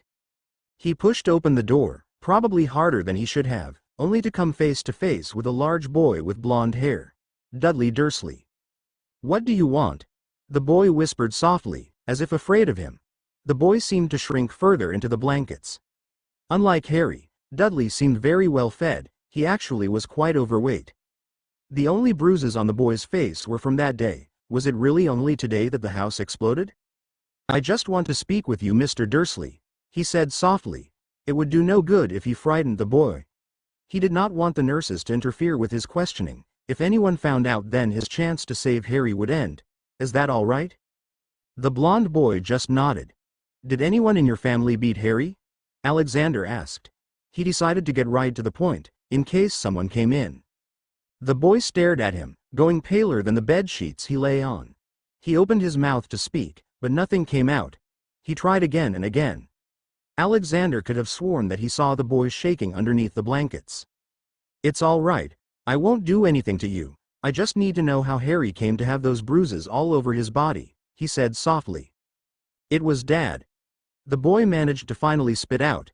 He was fed up with having a freak in the house. He wanted the freak to do his share of the work instead of being lazy. So he started to give him lots of chores to do, and as a punishment he would punch Harry and beat him. Alexander felt his face become pale. So it was true. Harry had been abused. How long has this been going on for? He asked softly, almost afraid of the answer. Dad just started to beat him this summer. The large boy mumbled under his breath, trying to dig deeper into the blankets. Alexander almost sighed in relief. That was until he realized that the boy had lived there for more than a year. What happened to Harry before that? He was starting to fall back on his old habit. That was not good. We ignored him mostly, the teenager said almost arrogantly. Except 1 year Dad locked him in his room and we barely fed him anything. And before he went to that school, we used to lock him in the cupboard. Even as the boy spoke, Alexander felt his face grow paler and paler. The boy seemed to believe that the wizard was becoming frightened, for he started to almost brag about what happened to his cousin. It was then that Alexander realized that the boy was starting to reflect his true colors. The boy hated his cousin. He seemed to enjoy the fact that Harry had received the kind of treatment he did. This summer he got what he deserved. The chubby boy announced daringly. Alexander felt anger grow inside him. How dare this boy believe that another human being deserved to be beaten? How could a human be so cruel? Was this what Harry had to live with? Alexander feared it was probably much worse for the boy. He remembered the pictures in the Daily Prophet of Harry. The boy had been trying to leave the picture. He had never really thought about it before, but it made sense. The boy had been ignored for most of his life, told he was freak, as his cousin put it, a no-good creature, who had been thrown on that family. The poor boy probably just wanted to be left alone. And Alexander Brown, orer, had taken him to Azkaban. One of the worst places he could have possibly gone to. Guilt sudden ran through him, as if in his bloodstream. He had sent an abused boy to Azkaban. A boy who had spent his entire life being put down. He highly doubted that Harry had created that explosion. It would take years of study to be able to do that, and from what the blond boy had just told him, Harry was probably not allowed to do any homework, or read any books about magic. They were abnormal to muggles. There were spells that could be used to cover one magical signature with another. Whoever had blown up the Dursleys' house had probably done that. He had just sent an abused, innocent boy to prison. He glared at the boy who lay in the hospital bed. It looked as if the boy had been given the lap of luxury, while his cousin slaved away doing chores that would have made even an adult sweat. He gave the boy his best glare, one that stopped his colleagues from asking more questions. The boy turned away, frightened. Alexander knew he would be back, if only to tell the boy off. He quickly walked out of the room. He wanted to check out his second suspicion. Who was it the boy reminded him of? As soon as he was out of the brightly lit, whitewashed hospital, he apparated home. Alexander pushed the box away. It was the 5th box he had gone through. There had been old photographs, but not what he had been looking through. He pulled the 6th box towards him. He would have to clean that attic soon. His wife would not. She was busy with her work. He slowly searched through the box. It seemed almost pointless, especially since the other 5 boxes had shown nothing but family photos. He pulled out the first few pictures out of the box. They were old. He stared in amazement at them. They were his old Hogwarts photos, the ones he had taken during school. He grinned. He had thought that his wife had thrown them out along with the rest of his junk. One innocent-looking photo caught his eye. A photo with 5 boys standing around in graduation robes waving at the camera. There he was with the famous Gryffindor quartet, the Marauders, his friends. He looked at James, studying the man, whose son he had just condemned. The boy looked nothing like his father, despite what everyone said. So why did the boy look so familiar? He studied Peter Pettigrew, the smallest of them, who stood timidly waving beside him. His eyes moved to the straight figure beside Peter. Remus Lupin, a werewolf, who stood straight and tall, as if prepared for anything the world could throw at him. He skipped over the picture of himself. He knew what he looked like, and besides, he did not want to feel old. His eyes fell upon Sirius Black. The man was grinning mischievously at the camera. Alexander gasped. Harry Potter did not look like James Potter. Harry looked like Sirius Black. So was Harry, Sirius' son. Did Black betray James before that fatal day? No, it was not possible. He had seen Black and James together after Harry was born. There was not even a little bit of guilt in Sirius' twinkling eyes. The man looked proud, even more so than James. So what was the true story? Did James know of it all along? Did Sirius really betray James and Lily? Alexander felt even more guilt flush through him. He knew the answer to that question. He had seen Sirius in Azkaban. The man was innocent. He was not the one to betray Lily and James. The orer stared at the picture in fear. The more he learned, the more frightened he became. And somehow he knew that this was not the end of the tangled web of lies and intrigues. He had only begun to unravel it. Beware of the tangled web you weave, when you learn to deceive. Anonymous. End of Chapter 2a. N. Thank you so much for your reviews. Thank you, thank you, thank you. They're just so encouraging, and it makes me want to keep writing more and more. I even managed to finish this chapter quickly. Death Eater. You really think that the story is that good? I didn't think it was. I noticed that I was put on your favorite story page. I can't believe it. Thank you so much. You do not know how much of a compliment that is. Thank you so much. Lady of Arundel. You actually reviewed my work. You think it is amazing? Thank you so much. Don't worry. Harry will be saved, eventually. I read your story, Color of Crimson. It's excellent. I loved it. I hope you update soon, as I can't wait to see what is going to happen next. I don't like waiting for the next part. What happens to Harry? Is he saved? Please update your story soon. Evian. You really liked it. Thank you. Don't worry, there will be another chapter, soon I hope. I don't know how long I will have to write with homework, so I'll try my best to update at least every week. Sirius B. Padfoot. Actually, the last chapter was supposed to be a part of this chapter, but I decided that since I received so many reviews on the prologue, I would be nice and let everyone read the next part. I know what it is like waiting for another chapter of a story. So since I wasn't done the last part, one decided to post anyways, and it ended up being a cliffhanger. I don't like cliffhangers either. I'll try not to make too many, but no promises. It's just so easy to make them. Thank you so much for reviewing. I'm glad you liked my story. The Serious One. You think it is intriguing? Really? I'm speechless. Thank you so much for your compliment. As I have written before, I will try to update as soon as possible. Dark Phoenix. You really like where I am taking this story. I hope I didn't ruin it with this chapter. I hope it's still good. I wrote this chapter almost in one sitting, so I don't know how well it will turn out. Ratgirl. Thanks for the review. I'm sorry I confused you with the broken arm. I myself have never actually broken my arm, only badly bruised it, so I don't know how someone would fare with that. I will try to fix it as best I can. What happens though is that Harry just keeps it still as much as possible and uses his other arm to do everything. Thanks for catching that. I never realized it before. Cat Sitar. I'm on your favorite story page too. I can't believe it. Do you really like the story that much? Is it that good? Thank you so much. Thank you, thank you, thank you. You don't know how much that means to me. Thank you so very much. A.N. Thank you so much, again, for reviewing. You guys are great. The more reviews I have, the more that I want to write, so please keep on reviewing. Tell me what you think, suggestions, comments, anything. I'll even accept flames. Please note that Alexander will make an appearance again. He is important to the plot, however it shall only be for a little while. I'm not too fond of other characters myself, but he is necessary to the plot. Oh, and please feel free to correct me on any mistakes, especially with words from the Harry Potter books. I do not own any copies, so in order to look it up I have to borrow my brother's copies, which won't happen too often. Thank you again. Up next, Sirius and Remus return. Chapter 3. Reactions and plans to walk through fire. Disclaimer. Once again, I do not own Harry Potter and the characters associated with him. They belong to J.K. Rowling. I am not making money off of this story. So please don't sue.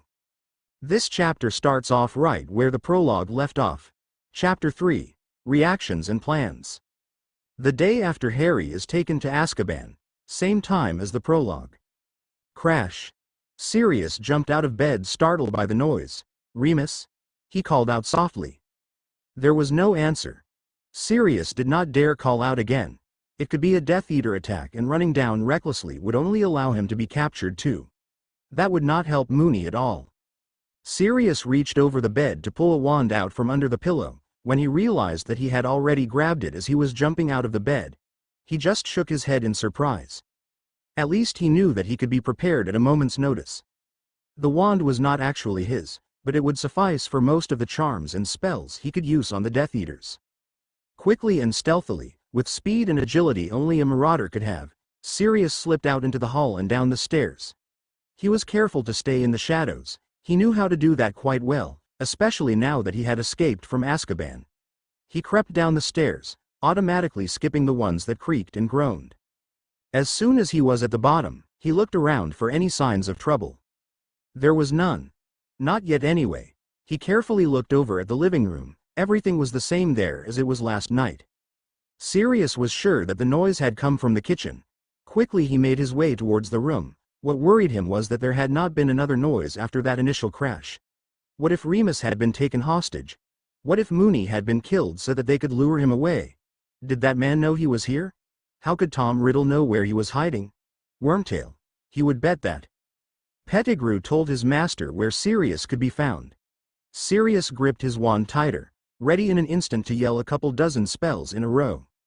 He moved away from the kitchen door and slammed it open, staying to the side of it. If any curses were to be thrown through the door, he would not stand in the way of them. This had been how the Aurors would search a house many years ago.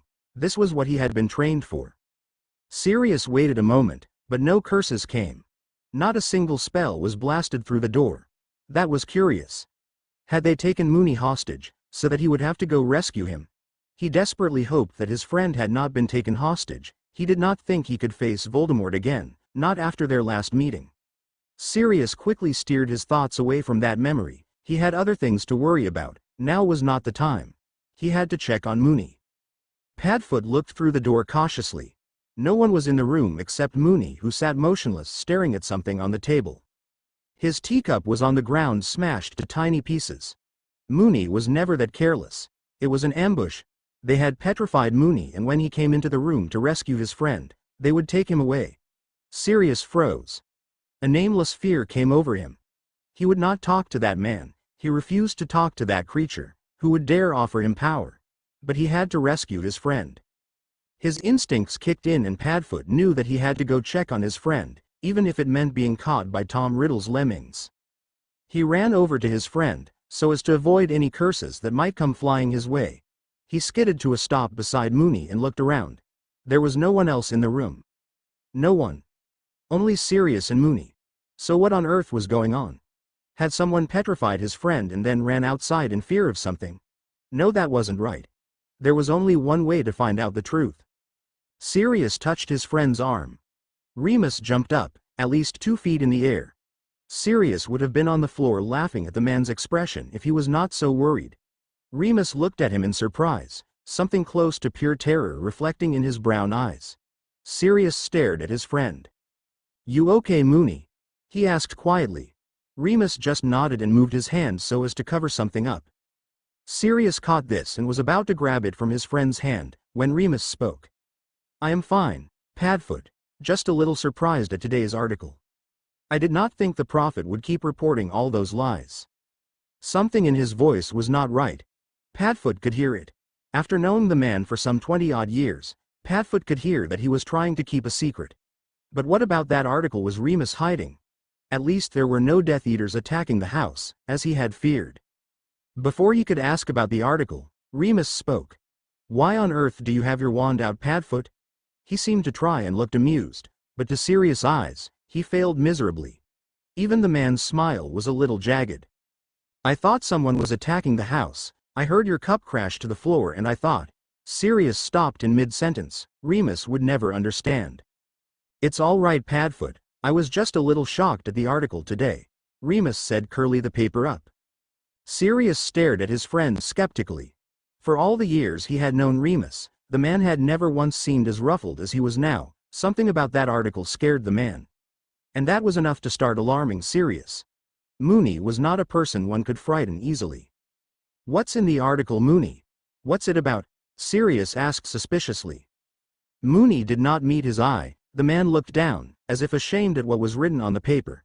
He looked at the pages crumpled in his hands, then at Sirius, who stood waiting on the balls of his feet. Nothing, Padfoot, nothing for you to worry about. Sirius knew something was wrong.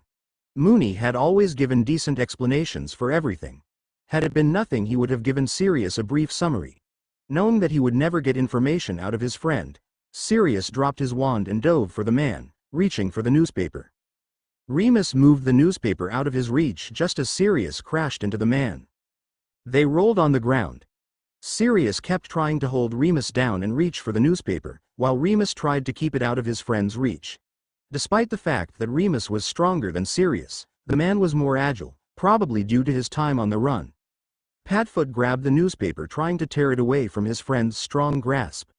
Moony held tight. Sirius jerked in Remus' arms and pulled away, taking the newspaper with him. Remus tried to wrap his arms around his friend in desperation. Sirius felt his ankle being pulled and he fell with a crash onto the floor. His prize still clutched tightly in his hands. He tried to roll out of the way so that he could run upstairs into his room long enough to lock the door. But Remus held him tightly. Sirius tried to find some way to dislodge his friend's hand. It was then his eye caught the headline of the article. He froze. Remus seemed to realize that he had read the headline of the article, for he stopped tugging his friend's leg. All Sirius could do was sit and stare at the headline of the article. He did not hear his friend's worried pleas not to read it. Sirius read the headline once again, continuing on with the article. The boy who lived murders relatives and sent to Azkaban by Wanda Knight. It has been discovered by the Daily Prophet that Harry Potter has been accused of murder and sent to Azkaban. Yesterday morning, ministry officials felt large amounts of magic being used at the Dursleys, Mr. Potter's relatives' home. Since Mr. Potter is the only wizard in that house, they were sent to investigate. Upon nearing the house, the officials realized that it was no longer there. Only a pile of ruins remained of the house. A dark mark decorated the sky above. A quick search revealed the bodies of both a Mr. Vernon Dursley and a Mrs. Petunia Dursley. A Mr. Dudley Dursley was found just barely alive. Harry Potter was found in the backyard relatively unharmed. Rescue crews were called in. Upon quick investigation, it was discovered that Mr. Potter's magical signature was all over the house. It was Harry Potter who did blow up his relative's house. He also created the dark mark that decorated the sky for nearly 12 hours before disappearing. Minister of Magic, Cornelius Fudge, appeared on the scene later that day. It appears he has been watching the boy recently and believed that Harry Potter was truly a Death Eater. He questioned the boy about what happened. Harry Potter, the boy who lived, claimed to have murdered his own relatives, even claimed to have fun doing it. Upon further investigation, it was discovered that he was indeed a Death Eater. Minister Fudge is saddened by this news. He wished that his suspicions last year at the Tri-Wizard tournament were false. Ever since the tournament, private court sessions have been going on looking into the death of Cedric Diggory, a Hogwarts student. Just a day before the house was destroyed, the judge announced that Harry Potter is the one who murdered Cedric Diggory. With the evidence coming out of his mouth and his signature, the minister wasted no time in sending the boy to Azkaban for life. The boy is guilty of the murders of 3 people and with attempted murder. Mr. Potter will not be seen anytime soon, for he is to spend a lifetime in Azkaban for his crimes. This Daily Prophet reporter only hopes that it is enough to stop more murders and attacks from happening. Sirius stared at the page. No, this was not happening. This could not happen. It was not possible. Fudge would never go so far. How could someone send a 15-year-old boy to prison? To Azkaban nonetheless? Especially when they knew the boy was innocent? Sirius read it again, and again, and again, hoping that the next time he read it the article would change, but it didn't. The words remained the same. Remus stared at his friend. Sirius did not look good. He had gone completely pale, almost white. He could see his friend's hands shake as he held the article in front of him. Sirius remained on the floor, where he had fallen when Remus had grabbed his foot. He had tried to keep it from his friend. He knew that the article could drive Sirius over the brink. "Sirius," he pleaded softly, even though he knew that his friend had already read the article, probably several times over. He did not know what he would do if his friend decided to go insane at that moment. If this man was anything like the Sirius he knew, then he would fly out the door ready to rescue the boy in an instant, even braving the halls of Azkaban. He locked the door with a soft whispered spell that his companion would not hear, if he was even listening, though Remus highly doubted it. Remus had a feeling that he should not wait for his friend to pull out of his reverie. He himself had been contemplating the article for quite a while before Sirius had come in. Moving quickly, he knelt beside his friend and shook the man's shoulders. Sirius jumped up from his place and looked around, a mad glint in his eye. That worried Remus. He hoped that the article did not push his friend, his last best friend, over the edge. "Padfoot?" he asked softly as he stood up to come face to face with the man. Sirius' blue eyes met his for a minute. The man stared at him silently, though Moony doubted that Sirius saw him. His friend was probably miles away in a prison, reliving memories that were best left alone. "Sirius Black," he called out, ready to shake life back into the man.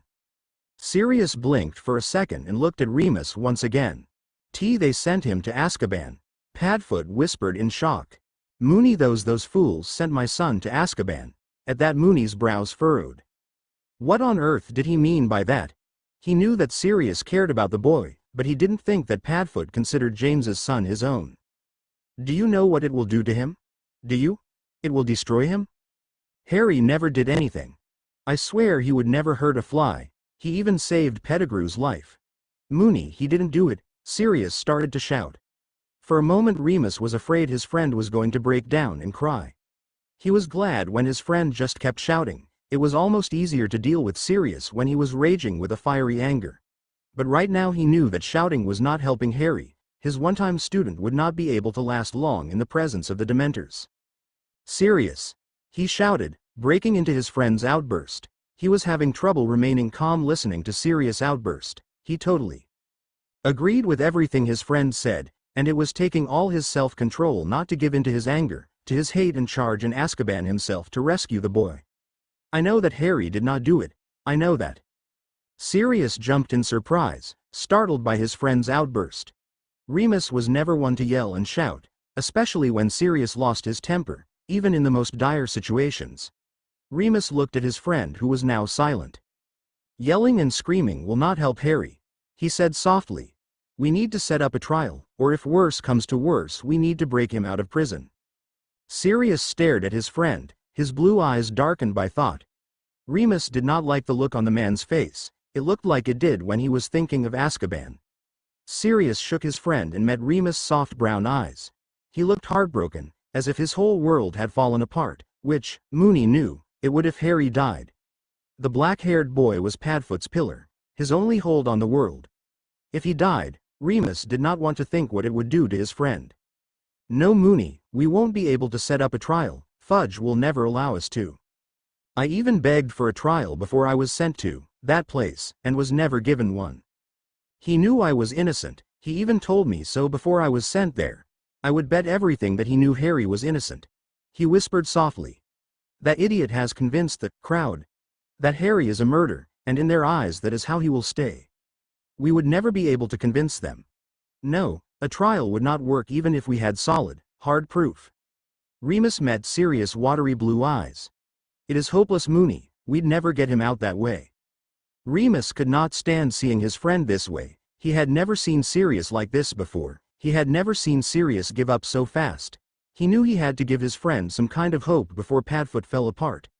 Was it his memories that caused him to give up so fast? Or was it that he doubted himself? He opened his mouth to say something reassuring when Sirius spoke again, his eyes to the floor. "And to break into Azkaban is impossible too. Did you not read the papers after I escaped?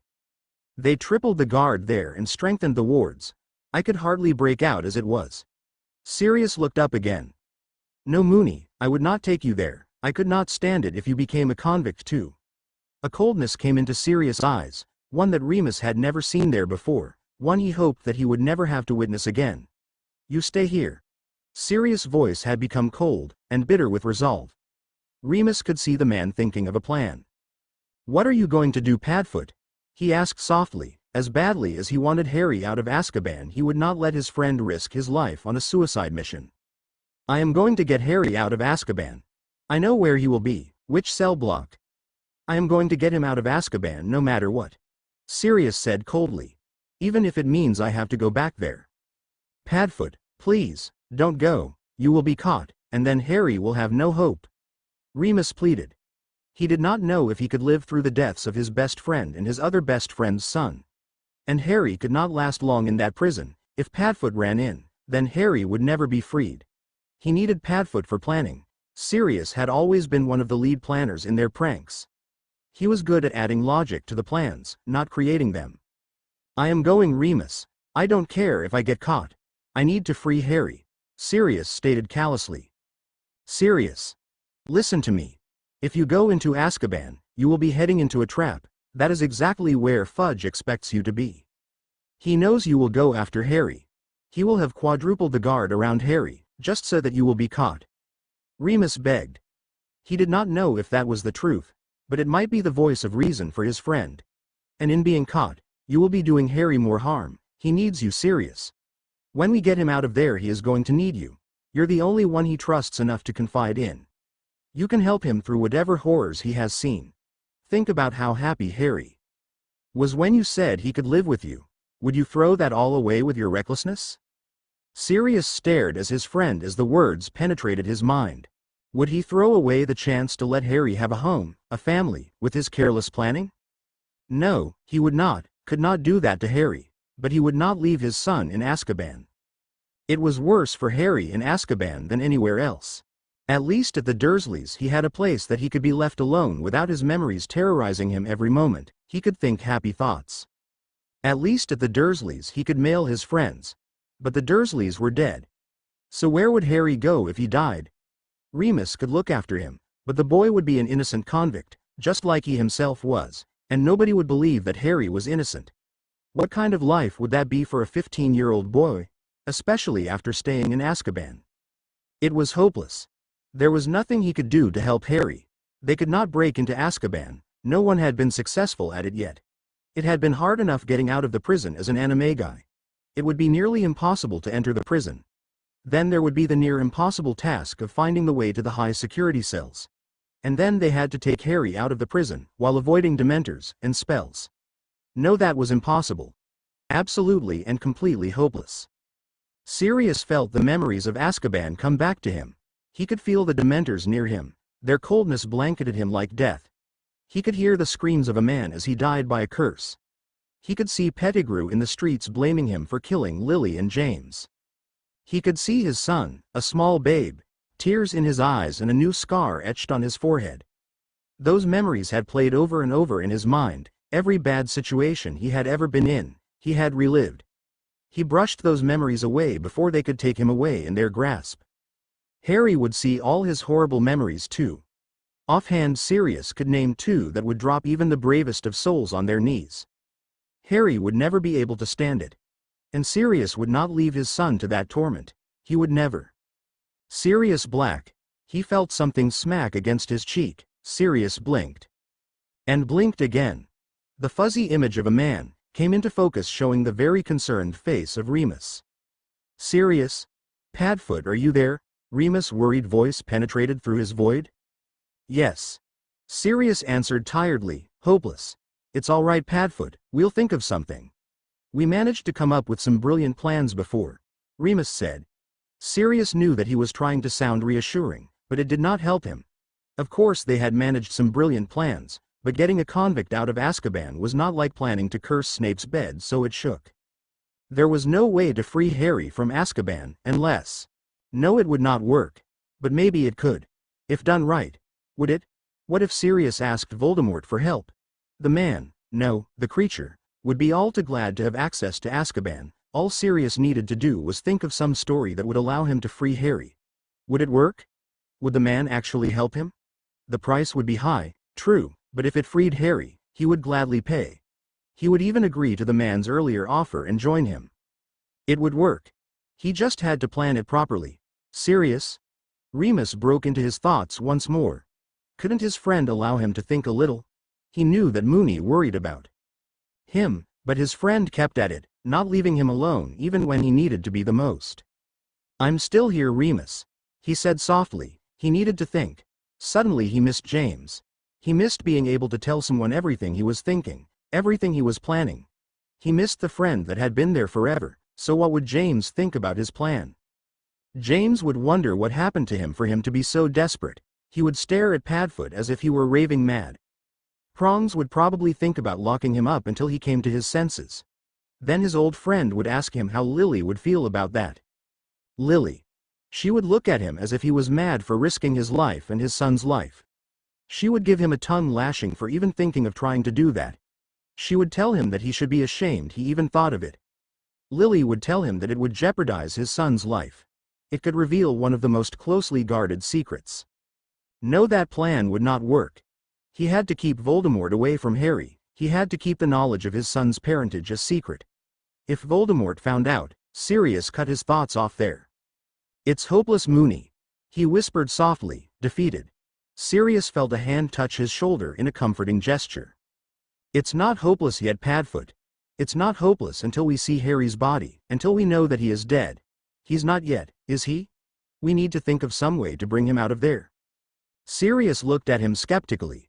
We shall go see Albus and see what he has to say about this.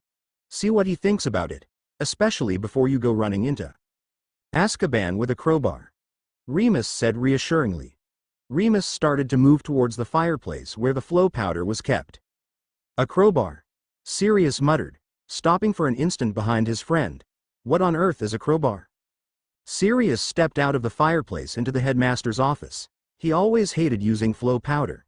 He honestly did not blame Harry for complaining about it. The boy had told him in one of his letters over last summer about it. It was about just as bad as using a portkey, but it was one of the only quick ways into the headmaster's office. He studied his surroundings. The room had not changed since he had last been there 2 weeks ago. Everything was in its proper place. Sirius' eyes traveled over to the desk where an older man sat, his normally twinkling eyes dim. All three of them stood there staring at one another in a silent contest. Sirius glared at the tall man. He had let this happen to Harry. Albus Dumbledore had left Harry with those good-for-nothing relatives. Dumbledore lowered his eyes to Sirius, as if to say that he was sorry. Sirius, Remus, Albus said as the two men walked silently across the room and took their seats. I did not expect you so soon. I didn't think you would be up until later, Sirius, he said, looking at the two men, both of which looked ruffled from their battle over the newspaper. Sirius did not bother responding. It was unimportant that he had gotten so little sleep, especially since his son, his little baby boy, was in Azkaban. He shuddered. Oh, how he hated that place. To think about it brought chills down his spine. Before his thoughts could go any further, Sirius fixed his eyes on Albus and gave him the best glare he could. It was best to be direct. He did not think he could stand listening to pleasantries anyway. How do we get Harry out?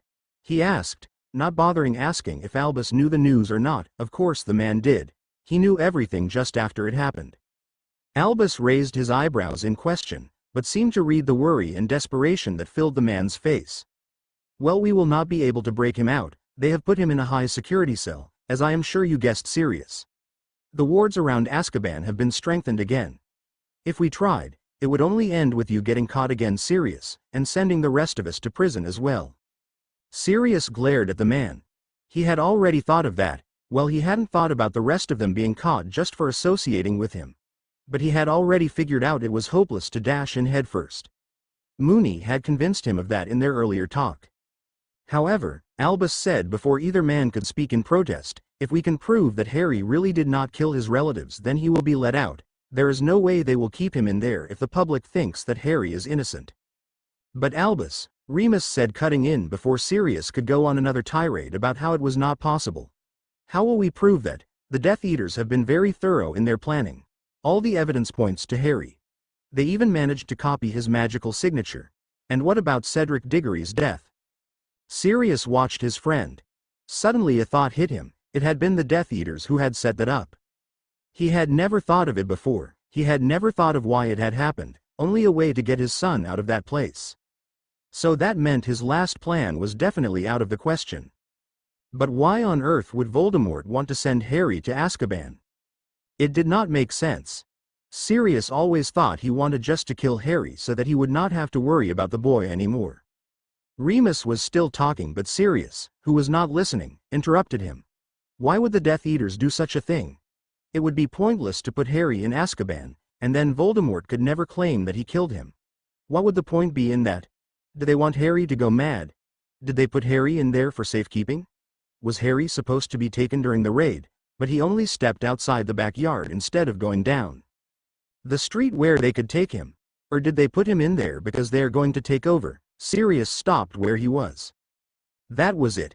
He knew the creature well enough to know what he was going to do. Voldemort wanted the Dementors on his side, and he wanted to free those in Azkaban. To make everything easier for himself, the monster had put Harry in there as well. He could feel the blood draining from his face. Remus had gone deathly pale, and any twinkle that had been in Albus' eyes had winked out. I had thought of that possibility, however I believe we still have time on our side. Voldemort, Remus winced at the usage of that name, still does not have the power to attack Azkaban yet. If we work quickly, we will be able to free Harry before Voldemort has a strong enough force against Azkaban. We just can't give him time to suspect anything during the next little while. If he knows what we are doing, he will try to jump-start his plans. Albus Dumbledore told the two men. Now Remus is right, and the Death Eaters were very thorough in their planning. However, they forgot one little thing. They forgot to allow the object they placed the spells on to self-destruct. Sirius wondered how Albus Dumbledore had figured that out. If we could find that object, then Harry would be freed. Sirius stared at the man incredulously. It was nearly impossible to find one of those objects. But the headmaster did have a point. It would prove that the Death Eaters were coming back into power, that they were starting to raid. It would prove that Voldemort was back. And that would prove Harry's story is truth. Sirius could feel the small bubble of hope, that had been slowly shrinking, rise a little. They could have used a pebble as their object. Remus muttered, earning a reproving glare from Sirius. He was starting to gain a little hope. He did not want Remus to destroy it. As silly as the idea was, it just might work. It was more of a hope than they had before. The headmaster seemed to have heard Remus' comment, for he gave them a small, secretive smile. You are forgetting, Mr. Lupin. In order for the spell to go off, Harry had to touch it.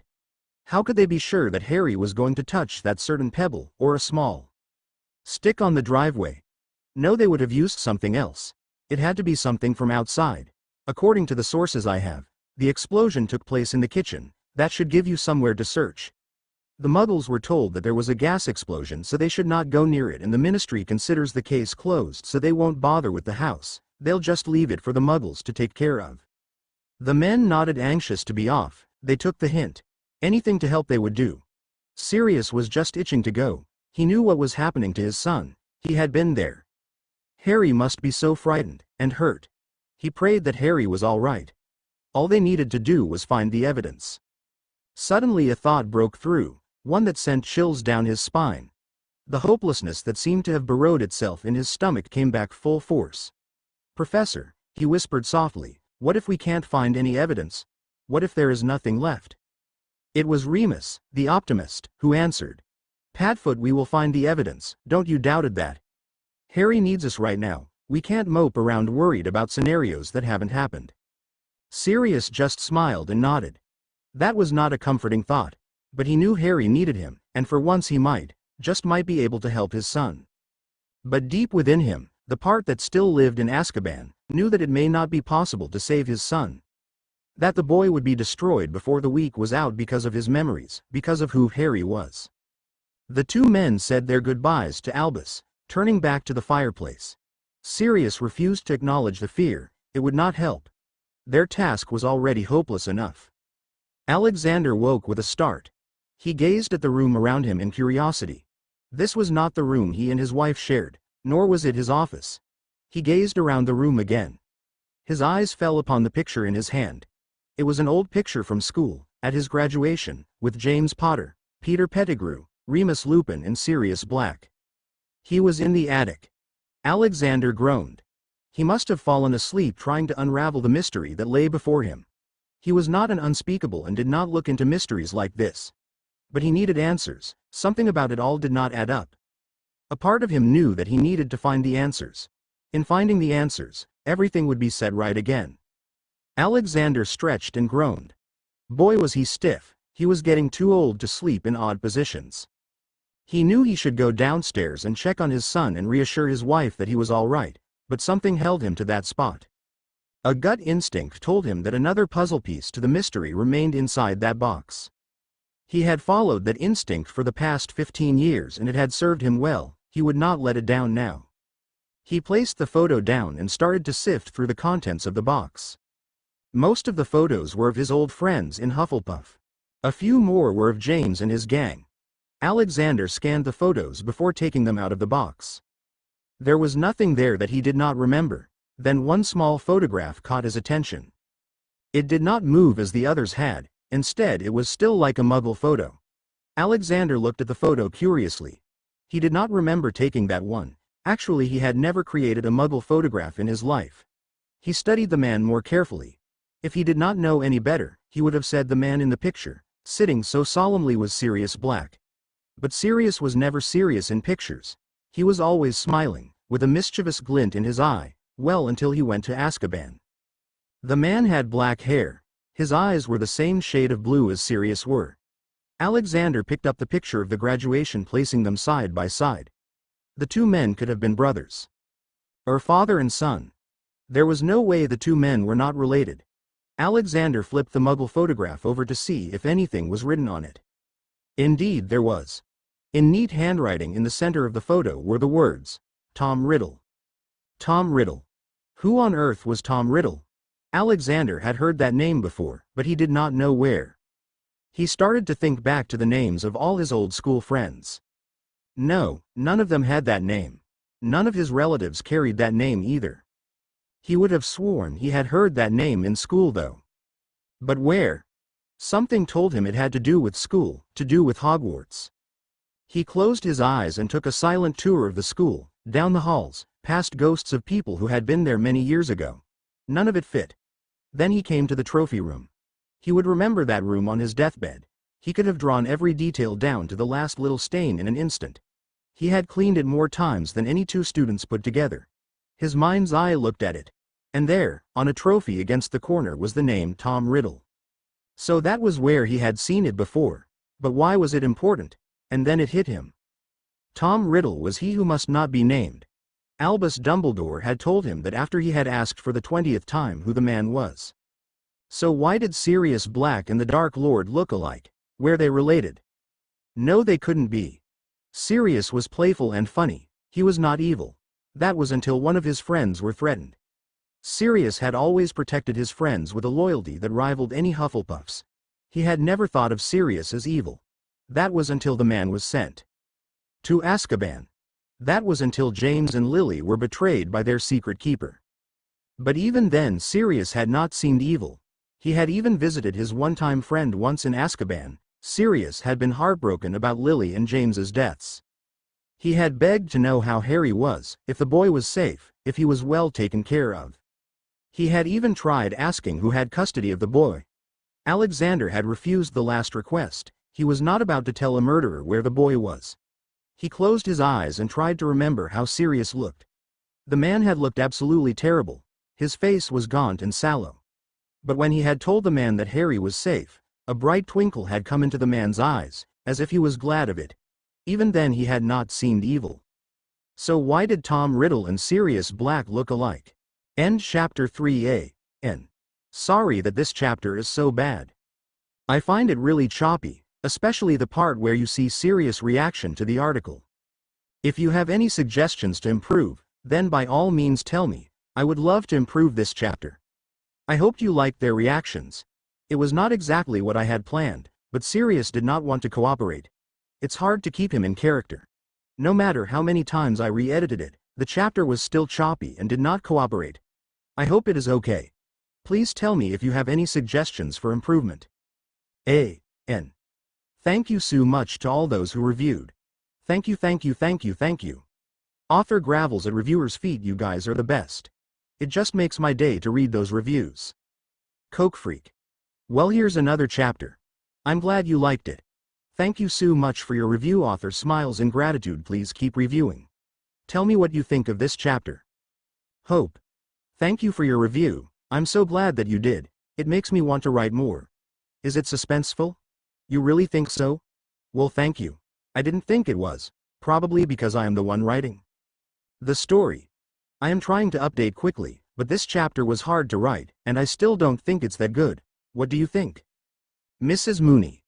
I am glad that you like my story. I will keep writing, no matter how long it takes, till the end of the story. I want to finish it. This is the longest story I have ever written so far, almost 30 pages. Death Eater. Thank you so much for your review. Thank you. Bows down low to reviewer. When I read it, it made me feel giddy that someone actually felt that way while reading TWTF.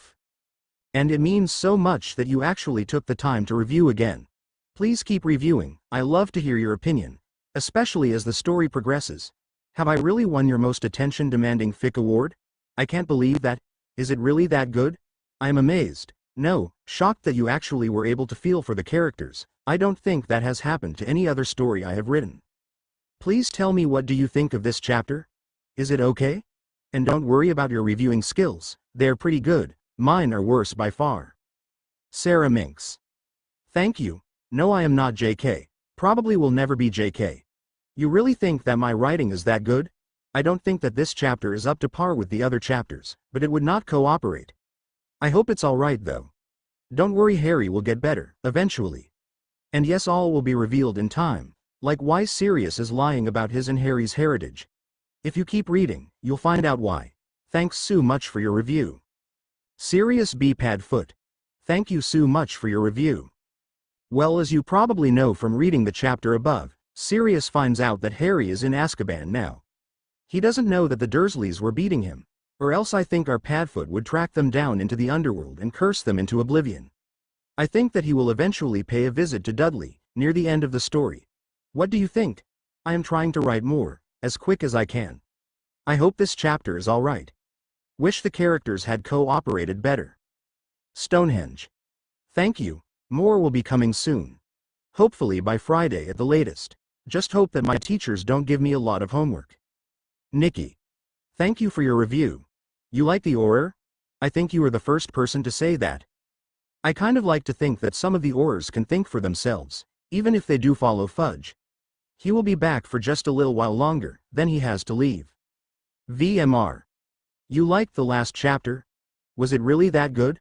I thought it was okay. Better than the prologue, definitely. Thank you so much for your review. I will keep writing as long as you guys keep reviewing. Harry's twin. Thank you for your review. Was this chapter okay? Were Sirius and Remus reactions alright? I won't be offended if you say no. Feedback would be really good, and I would like to fix this chapter up a bit when I have a little more time. Please keep reviewing. USA 32. Thank you so much for your review. As I have said before, I will keep uploading as long as you guys keep reviewing. The more reviews the better. Links. Brilliant. My story is brilliant. I'm speechless. Thank you so much for your review. How were Sirius and Remus reactions? Were they that out of character? Please review and tell me. Lady Python. Thank you for your review. I am glad that you think my writing is okay. And you actually added me to your favorite stories list? I'm absolutely shocked. I can't believe it. Thank you. Myth Try. Thank you so much for your review. Harry will get out of Azkaban, eventually. He should come out before the 6th chapter is written, I hope. Nagini. Thank you for your review. More will be coming. Please keep reviewing. A.N. Thank you so much. Mucho gracias. Merci beaucoup. Wish there was a way I could show you guys my gratitude for the reviews. I was going to say that the next chapter wouldn't come out until 20 more reviews had been written, but I decided to be nice and I won't put that restriction on. The next chapter will come out whenever it is ready. I have only begun to write it. What's in it was not initially part of what I had planned, but I decided that it would be a good idea to add. Please keep reviewing, everyone. I don't care what you write, theories, suggestions, comments, questions, anything. Please review. A.N. Please tell me if I spell anything wrong for spells and stuff like that. I don't have the books. Must buy books, check, it's just that they are expensive where I live. Well, they cost more than a 1,000-page novel, so please tell me, that would really be appreciated, thanks. Chapter 4. Friends and Foes to Walk Through Fire. Disclaimer. Once again, I do not own Harry Potter and the characters associated with him. They belong to J.K. Rowling. I am not making money off of this story, so please don't sue. This chapter is set during the same day the article came out. Chapter 4. Friends and Foes. It was an old book. An ancient book that had been passed down through many generations of people. Its yellowed pages smelled of dust and age. How she had found it, she had no idea. It could have been a worthless piece of junk according to its cover, which was a faded black, almost gray color, with no words to tell the book's title. But what it held inside was worth more than its weight in gold. Hermione slowly flipped the page, staring intently at the handwritten words. She had found it in flourish and blots when she had convinced her parents to take her to Diagon Alley at the beginning of summer. The little book had been stashed away, hidden between books on Quidditch. She had just been snooping around, seeing if they had any new books on Quidditch that Harry might like for his birthday. Instead, she had found this. The plain cover and the faded spine had intrigued her. Most of the books in flourish and blots were new, unless you went to the used section. She had wondered how the book had been placed there. In opening the book, she had found a single name written on the inside of the cover. Sirius Black. That had mystified her even more. She had flipped the yellowed page. And upon the next page lay the simple title. Animagus. Hermione had bothered investigating the book further. She bought the book without a second thought. And now, days later, she had finally found time to look at the book. She did not bother reading it word for word. She would have plenty of time for that later. For now, she just flipped through it slowly, scanning the contents of each page. It had everything about an animagus transformation that a wizard or witch would ever need to know if they wanted to become one. This must have been what the Marauders used to become animagi. Every once in a while she would read little comments written in black ink in the margin, most of them correcting an assumption that the book made. She smiled. Now Harry would be able to follow in his father's footsteps and learn how to be animagus too. Along with Ron and herself. Of course they would become legal animagi, unlike the Marauders. Well, eventually they would. She wondered what animal she would be when she became an animagus. And she wondered what Harry and Ron would become. Would Harry be a stag like his father? It would be really interesting to find out. She wondered if there was anything in the library at school about animagus. Maybe she could owl Sirius later and ask him about it. Yes, she would do that. He would. Hermione. Her father broke into her thoughts. There's an owl here for you. Coming. She called, quickly stashing the book away under her blankets. She had told her parents about animagus one night over supper, and they knew that it was illegal and dangerous. They would be astounded that she would actually think of becoming one, much less reading a book whose last owner was supposedly a dangerous murderer. Hermione ran down the stairs to the kitchen, where an owl clung firmly to a wooden chair that stood before a simple wooden table. A newspaper was tied to its foot. She untied its burden, and scratched it on the head before it leaped into flight out the window. She had renewed her subscription to the Daily Prophet, telling her parents that it would help her studies if she knew the current issues going on the wizarding world. Well, it did in an odd sort of way, and her parents liked the fact that she also read something other than textbooks. And it was the only way she could know how bad things actually were, even with Ron owling her with confidential information about the ministry. However, the articles seemed to have become wilder than she had ever seen them before. One journalist even dared to write, in yesterday's newspaper, that Sirius Black was gathering the Death Eaters together and was Voldemort's place as the Dark Lord. The journalist had then even dared to go far enough to blame Sirius for the deaths of several Muggles and the disappearance of a few wizards. They had not even founded this on any evidence, just suspicions. She unrolled the paper, curious what she would read today. Her hands shook a little as she unrolled it. A strange feeling told her that what was contained within this newspaper was something to dread. That it was something terrible, something sinister. But it really couldn't be worse than anything else she had read, could it? She was wrong. She read the headline on the first page. It was worse. Definitely worse than anything that she had read. Her best friend was in Azkaban. Hermione started to shake as she read the article further. It was the Death Eater who had killed Harry's relatives, she was certain of that. Harry would never hurt anything, not even his relatives, no matter how mean they were to him. She had seen him torn up over Cedric's death. Poor Harry. There had to be some way to get him out of that place. There had to be, but how? She knew what she needed to do. She needed to find out exactly what happened, and the only way to do that was to owl Ron. Hermione ran up to her room, ignoring her parents as she raced up the stairs.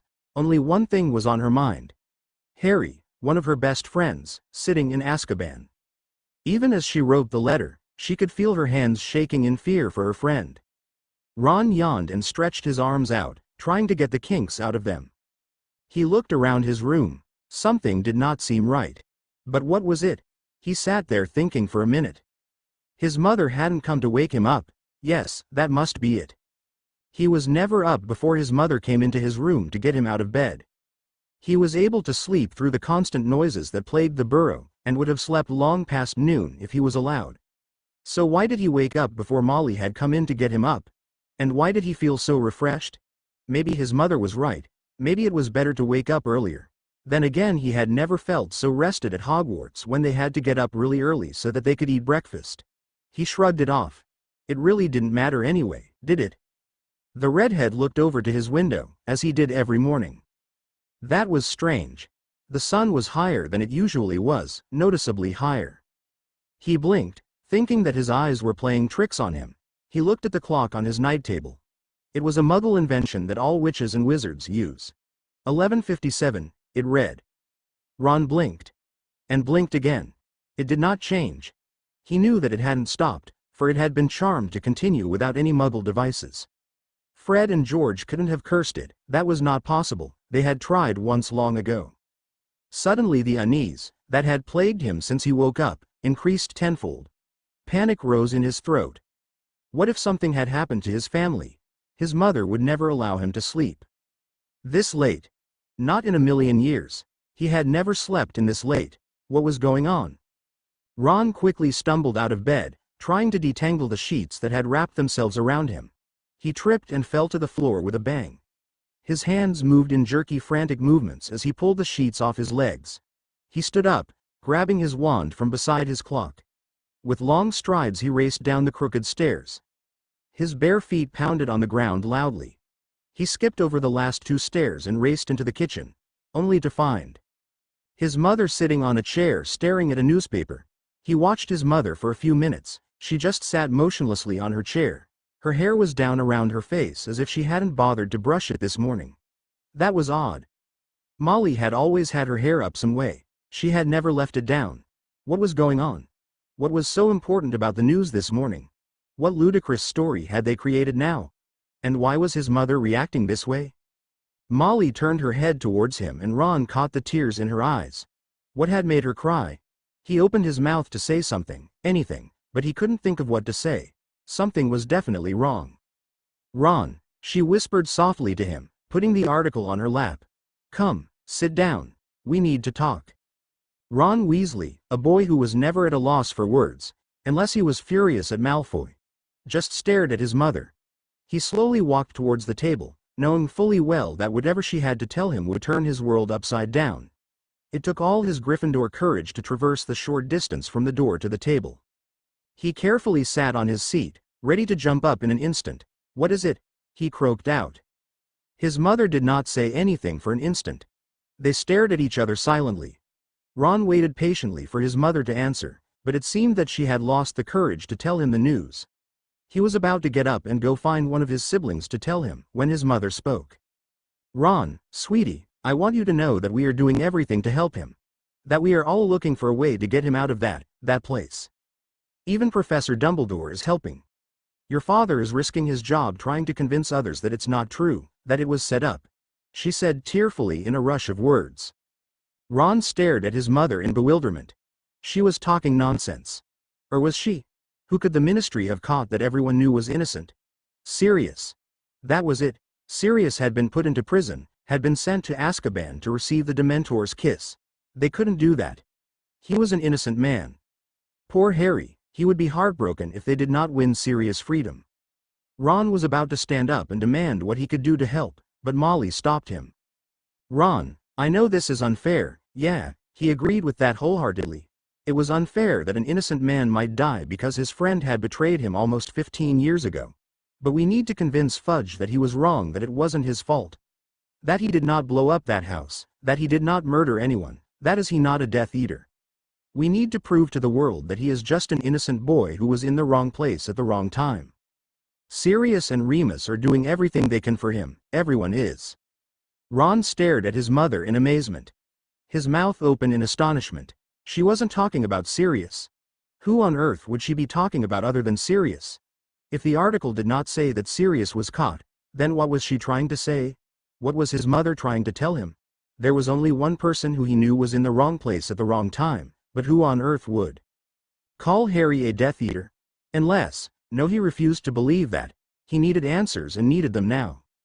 What on earth are you talking about, Mom? He exclaimed in exasperation, unable to stand the suspense anymore. Despite his desperation, his voice came out in hoarsely. He winced at the sound of it, but he didn't care. He needed to know who she was talking about, what she was talking about. Harry, she sniffed, blinking her eyes as if she was trying not to cry, was sent to Azkaban. Ron stared at his mother in amazement. How was such a thing possible? He felt his mouth go dry and his hands shake in both fear and anger. How? No. He yelled at his mother, jumping out of the chair. That's not true. Harry couldn't be sent to Azkaban. He's the boy who lived. He evaded her grasp, shaking his head in denial. It was not possible. It was another ludicrous story that some part-time journalist had created for extra cash. Ron, it's true, even Dumbledore agrees with that piece of information, she said, pushing the newspaper farther under the table. Ron stared at it. That had something about Harry on it, and he wanted to read it. He wanted to know what they had written there. He needed to know what was happening to his friend. If what his mother said was really true. That it was not just some ludicrous story made for the enjoyment of the wizarding world. Can I read the newspaper? He asked softly in a sad voice, one he knew his mother could not resist saying no to. Molly handed her son the newspaper slowly, as if she did not want him to read it. Ron took it out of his mother's hands slowly and froze as he read the headline. The boy who lived murders relatives and sent to Azkaban. No, that was not true. Harry would never murder his relatives, never in a million years. His friend was one of the nicest people he knew. Harry would not hurt a single creature, not even one of Hagrid's many friends. Harry had been so torn over Cedric's death. And the young Gryffindor did not even know Cedric that well. How could anyone believe that Harry would hurt his relatives? He had even lived through their torment for 15 years without much complaint. Ron read the article and stared at the paper in disbelief. He felt anger and hate quickly growing inside him. His face turned bright red and his hands shook harder. He would not allow anyone to do that to his friend. Harry deserved a family who loved him, not a life sentence in Azkaban. Ron, his mother asked tentatively. Ron just glared, fury blazing in his eyes. And hidden behind the fury was desperation. A part of him knew that his friend would not survive a week in Azkaban. Harry had hardly been able to stand being near Dementors. Their constant attention would kill him. Severus Snape stalked down the empty hallways. His feet made no noise as they hit the smooth stone. The only sound that could be heard was the gentle swish of his robes. His mouth was set in a scowl, and his eyes stared forward coldly. Had any student seen him like that, they would have run the other way. But to be honest, Severus Snape was not annoyed, nor mad. He just felt cold inside, especially after the raid 3 nights ago. He could still hear the happy young couple's screams as they were tortured. The young boy had been trying to protect his young wife from whatever damage he could. But he had failed miserably, and in the end both had died. Their voices would haunt him for the rest of his life, screaming in disharmony with the many others he had been unable to save. It was all his fault they died. He should have known about it earlier, should have been able to warn Albus about Voldemort's plan. However, he did not, and so the young couple had lost their lives. It reminded him of Lily and James. The two of them had been so young, so naive. Lily had been a saint. She had become friends with him, even though her other friends had laughed at her for it. She had helped him through his charms class, as he had helped her with potions. They had been good friends, even after their graduation from Hogwarts. He had never been friends with James though. Maybe they could have been once, long ago, had the man not known Sirius Black. But the dice had fallen differently, and in the end he and James had been on different sides of the board. And James had become the prefect role model for everyone, especially after his death. He had done everything right, no one remembered anything he did wrong. That bothered Severus. For James had never been a hero, in fact, as loath as he was to admit it, Sirius had dragged in more Death Eaters than James had. And Lily had been the one who had saved Harry. Harry Potter. Now there was an interesting topic. The boy could have been James's identical twin, if it wasn't for his age. He was smart, or would be if he bothered to actually study, and he had a charisma that made people want to follow him, just like he had seen in James, and in Albus. The boy also had an excellent knack for finding trouble, and dabbling in situations that were not meant to be interfered with by a child. That is what he was, a child. And Severus found it enough work keeping the boy out of trouble. He had promised Lily that he would, long ago. Swore to her that he would watch over her son no matter what happened. Now he had to keep the boy, who reminded him of James, his archenemy, safe. He did not hate the boy. Severus actually respected him for his courage, his loyalty, and his dislike of fame. He actually felt empathy for the child. Potter had grown up without knowing the love of a parent, just as he had. Nevertheless, Potter was James's child first and foremost, and for that Snape could never forgive the boy for being that. Even though, years ago, he had heard otherwise, and he could not tell anyone about his role as a protector, or he would lose his life. What a thin line he walked. With one wrong move he could end it all. Fudge hung on one side of the balance and Voldemort on the other. Any error and he would be dead. But now was not the time to think about that. Albus had arranged for Severus to have lunch in his office that day. He had agreed, if hesitantly. Usually the headmaster would never arrange a lunch with one of the professors unless something important was going on. And usually that something was not good. So Severus was going, if hesitantly, to see what the man wanted. Severus stopped at the stone gargoyle, which would open to a passageway into the headmaster's office. He muttered the password under his breath and watched coldly as the stone gargoyle slowly swung forward, revealing a set of ancient stairs. As quietly as ever he slowly ascended. All too soon he arrived at the door into the office. He closed his eyes and took a deep breath. He really did not want to listen to any more bad news. Things were bad enough as it were. Voldemort was gaining power more quickly than anyone could have anticipated, and they were unable to stop him. Especially when no one knew the truth. Severus knocked before more thoughts could assail him. "Come in," a voice called. Severus walked into the warm room, looking straight at the older man who sat behind the desk. Albus had become old. That was without doubt the first thing he noticed when he looked at the man. It seemed as if his age had suddenly caught up on the old man. He was half slumped over in his chair, as if he could no longer hold himself up, and wrinkle lines covered his face. The second thing he noticed was that the old man's eyes were barely twinkling. That worried him more than anything else. What had happened that could put Albus Dumbledore in a state like this? What could take the merriment out of the man's eyes? "It's nice to see you, Severus. Please have seat, there is much that needs to be discussed." Dumbledore motioned to one of the two formal chairs standing before his ancient desk. Severus quickly took a seat in the chair, which despite all appearances was comfortable. "A terrible, terrible event has happened yesterday. We have only recently heard of it today in the Daily Prophet." Albus began. He did not even ask Severus if he wanted a candy, and this bothered the potions professor greatly. Whatever the man had to tell him, it was bad. The headmaster pulled out a crinkled newspaper and silently handed it to Severus.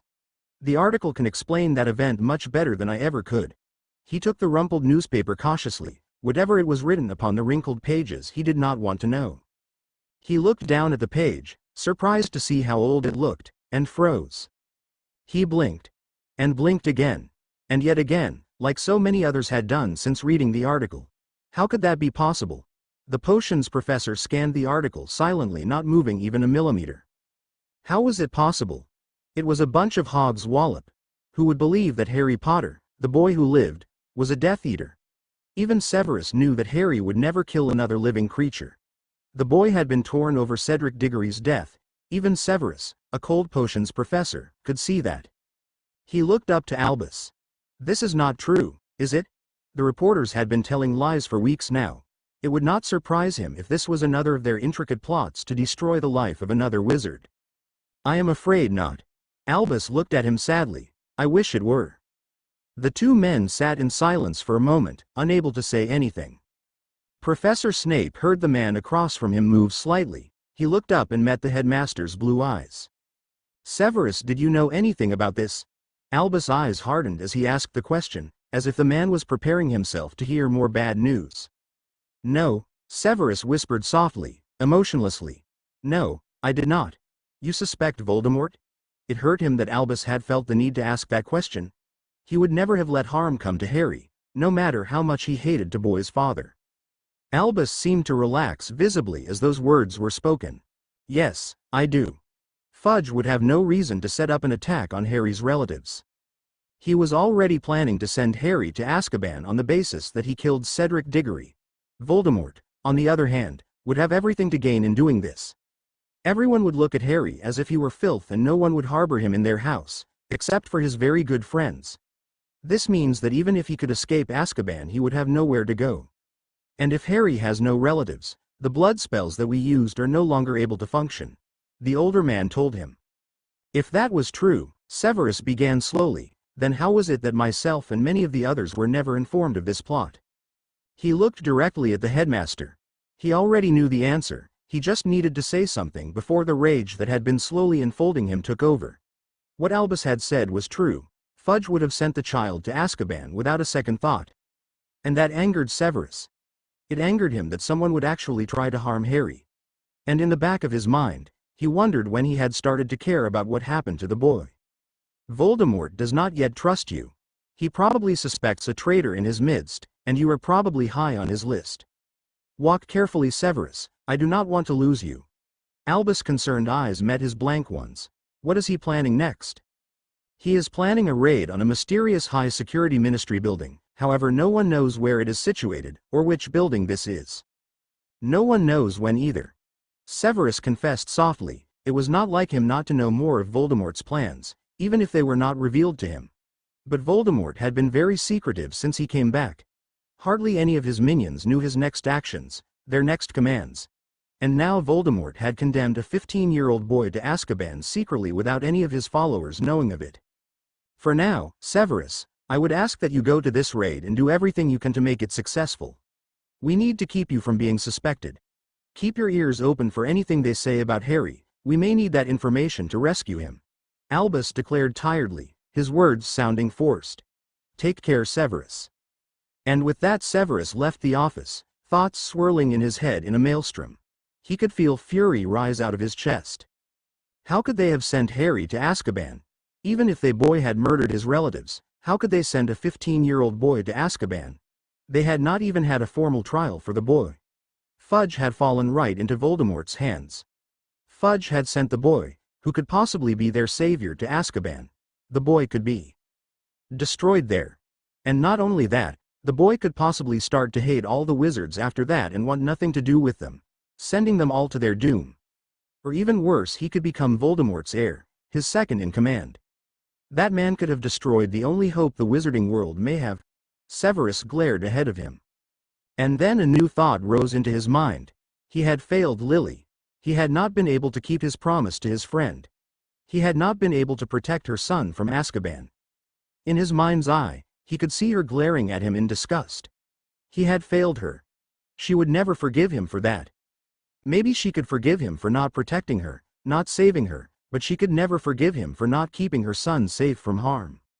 But that was not the true reason he was so upset by this whole situation.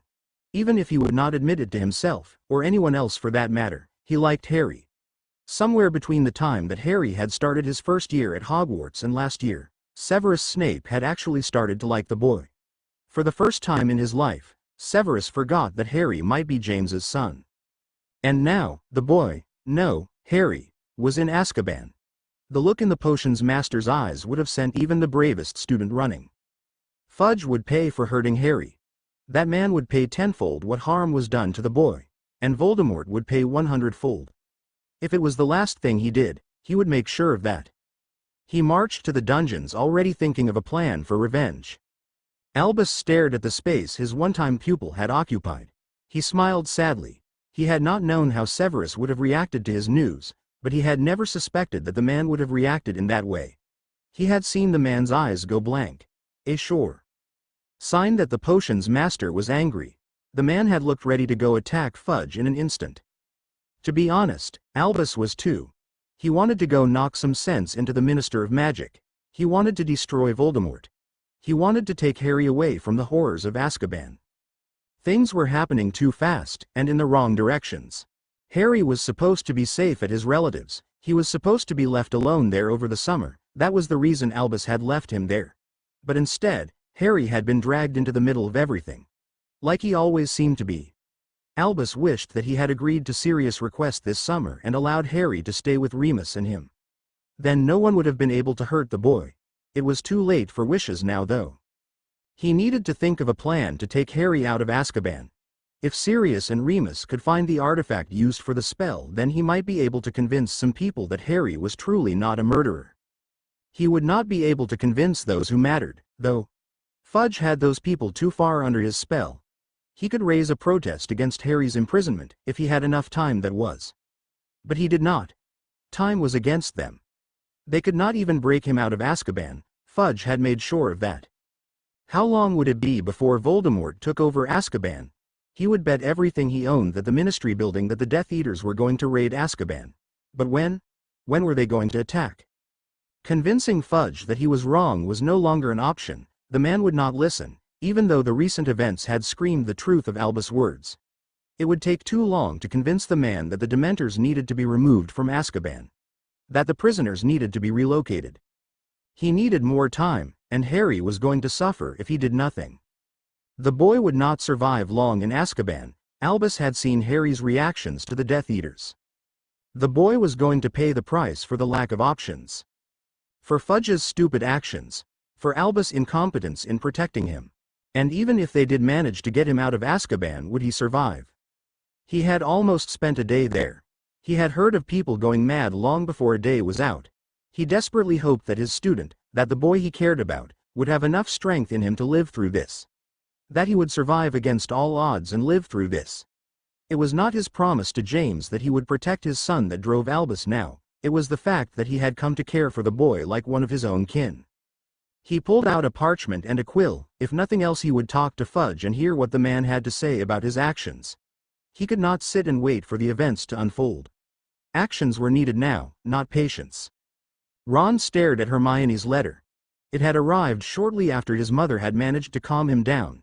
Hedwig had delivered it to him, arriving at his house in record time. The letter had been written hurriedly, not in Hermione's small, neat scrawl, but in hurried, messy writing that looked as if the writer's hand had been shaking. He read it once more. Ron, I need to know more about what happened at the Dursleys. If we can piece the story together, maybe we can free Harry. I think I have an idea, but I need more information. Send a reply as soon as you know more. Don't get mad. We need to free Harry before any revenge is taken. You know how he is with Dementors. Hermione. That was it. He did not know any more than she did. No one did. Not even his father. He was sure that not even Professor Dumbledore knew any more of what had happened.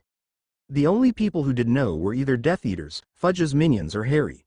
And none of them could tell them what had happened. He wondered what idea Hermione had.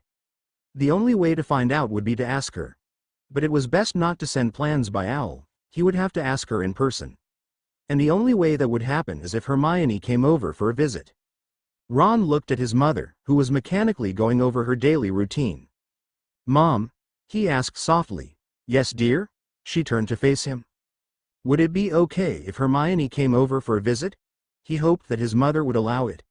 Normally she would be thrilled to have Hermione over. She liked having another girl in the house. But now, he did not know if his mother would want the company. They stood there in silence looking at one another. Ron hoping that Hermione would be able to come over, that his mother would allow it. Together the two of them would be able to think up something to free Harry. And if not, they could think of something that would help Professor Dumbledore. Somewhere, in the back of his mind, he knew that he needed his friend's support now more than ever. Harry was his best friend, whose life was in danger at this very moment, and he was helpless to help his friend. Yes. His mother's voice brought him out of his reverie. Yes, I think it would be a good idea for her to come here, if her parents agree. Ron gave her a small smile. Now he would have a friend to talk to. It was nice having brothers to talk to, but they did not understand him, not like his friends did. And Hermione would be able to think of some way to free Harry. He knew it. He ran upstairs to his room. He started to search for a quill and parchment. After a few minutes of searching, he wished he had listened to his mother's advice and cleaned his room last night. It was a disaster. He could not find anything. He scanned the room. It would take hours to find a quill and parchment in that mess. Unless he had some hidden in his trunk. He quickly skipped over some dirty clothes and knelt down beside his trunk. Quickly he flung the parchments, books and clothes off of his trunk. He pushed it open. His trunk was a disaster too. He quickly stirred it around and came up with a quill and a ripped parchment. It was not what he was hoping for, but it would do. He slammed the lid of his trunk down and quickly scrawled a note to Hermione, only dipping the quill in ink once. Hermione, can you come over to my house? We can discuss everything better here. Right back as soon as possible. Ron. He ran down the stairs. His bare feet slammed down on the wood. The message he held in one hand and a string in the other. He would not use Pig for this errand. Hedwig was more reliable and probably faster too. He raced into the kitchen, which was currently empty, and found Hedwig eating a small bit of food Molly had left for her. Hedwig, I have an errand for you, he told the bird, feeling a little foolish for talking to her, even though Harry did it all the time. I want you to take this to Hermione. He did not know if it was his imagination or not, but it seemed as if the bird had nodded. He tied the letter onto her leg and watched her fly through the kitchen window. End chapter 4a. N. I hope that you guys liked this chapter. I'm sorry that it's not that interesting. I just thought that it would be a good idea to show what is happening to everyone else and not ignore them. In the next chapter Harry will come back and Sirius does too. I hope this chapter isn't that bad, even though it is a little choppy. I'm sorry about that. I tried to fix it, but it didn't work. N. I'm sorry that this chapter was out a little late. I never expected for the week to go as it did. I'm not sure when the next one will be out. I have several tests next week, so I am not sure if it will be out by Friday. But I will try anyways since next week shouldn't be as busy. N. Thank you so much to all who reviewed, and since you guys waited so patiently for this chapter, I decided to make it another 1,000 words longer than I usually make my chapters. I was planning to stop after Albus wrote his letter, but I decided to be nice and make the chapter longer. That is my reward for all those reviews. Thank you guys so much for all those reviews. Thank you, thank you, thank you. I never thought that I would ever receive 59 reviews. It's astounding. No, it's shocking. Author bows to all the reviewers. You guys all deserve awards for reviewing. Thank you again. N. I'm sorry if I miss anyone. Death. You read all 4 chapters at once? Thank must have taken a while. It's almost 40 pages long, in Times New Roman 9-point font. I'm glad that you liked it. You'll find out what happens next soon. I don't want to ruin any surprises for you. But if you try to guess what happens, then maybe I'll tell you whether it might happen or not. Thank you so much for your review, and please keep reviewing. VMR. I am glad that you liked the last chapter. Thank you so much for your review. USA 32. You like Alexander Brown? I do too. It is kind of nice writing about another character because then I don't have to guess what his reactions would be to everything. Even though I like Sirius and Harry better. He will be returning in the next chapter hopefully, if I follow my storyline. Phoenix 353. It's getting better. Really? I thought it was getting worse. Something seems to be missing from the last chapter and this one too. I don't know what though. I hope you like this chapter alright. It really is more of a transition chapter than anything else, but I hope you like it alright. As to your questions, you will find out what Alexander does in the next chapter, so be patient. I don't think I can give you any hints without ruining what happens. Author smiles secretively. She will not tell Remus finds out about Sirius and Harry about the same time Dumbledore does, which is coming up soon. And as to your third question, I can answer completely. No, Albus does not know about Sirius and Harry. As to the reason why, you shall find out in later chapters.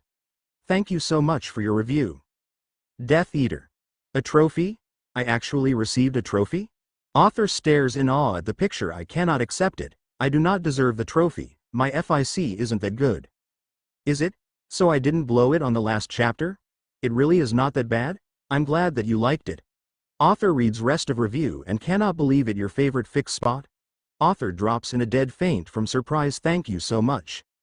You don't know how much that means to me. Author quickly starts writing next chapter, wondering what kind of reviews she'll receive on it. I hope that this chapter wasn't too bad. Mitchell de Quevedo. Well, whether Sirius is related to Voldemort, you'll find out. Author smiles. She does not wish to give away information and ruin the story. I am glad that you think this fic is interesting. I update as soon as I possibly can. Usually I update just after I finish looking through the chapter, which is just after I finish writing the story. Thank you so much for your review. Nikki. I am glad that you liked this chapter, and thank you for correcting me on that. I just thought it would be good to add that in, but apparently not. I will correct it later if I have time, probably after this story is done. Thank you for that. I'll remember so that in later chapters I won't mess that up. Sorry about that. I am planning to get the books this weekend if possible. I have been given advice on where I could find the books for less and will hopefully be able to get them. Thank you for your review, and I do try to update as much as possible. Would it be better if I made the chapters shorter and updated more often?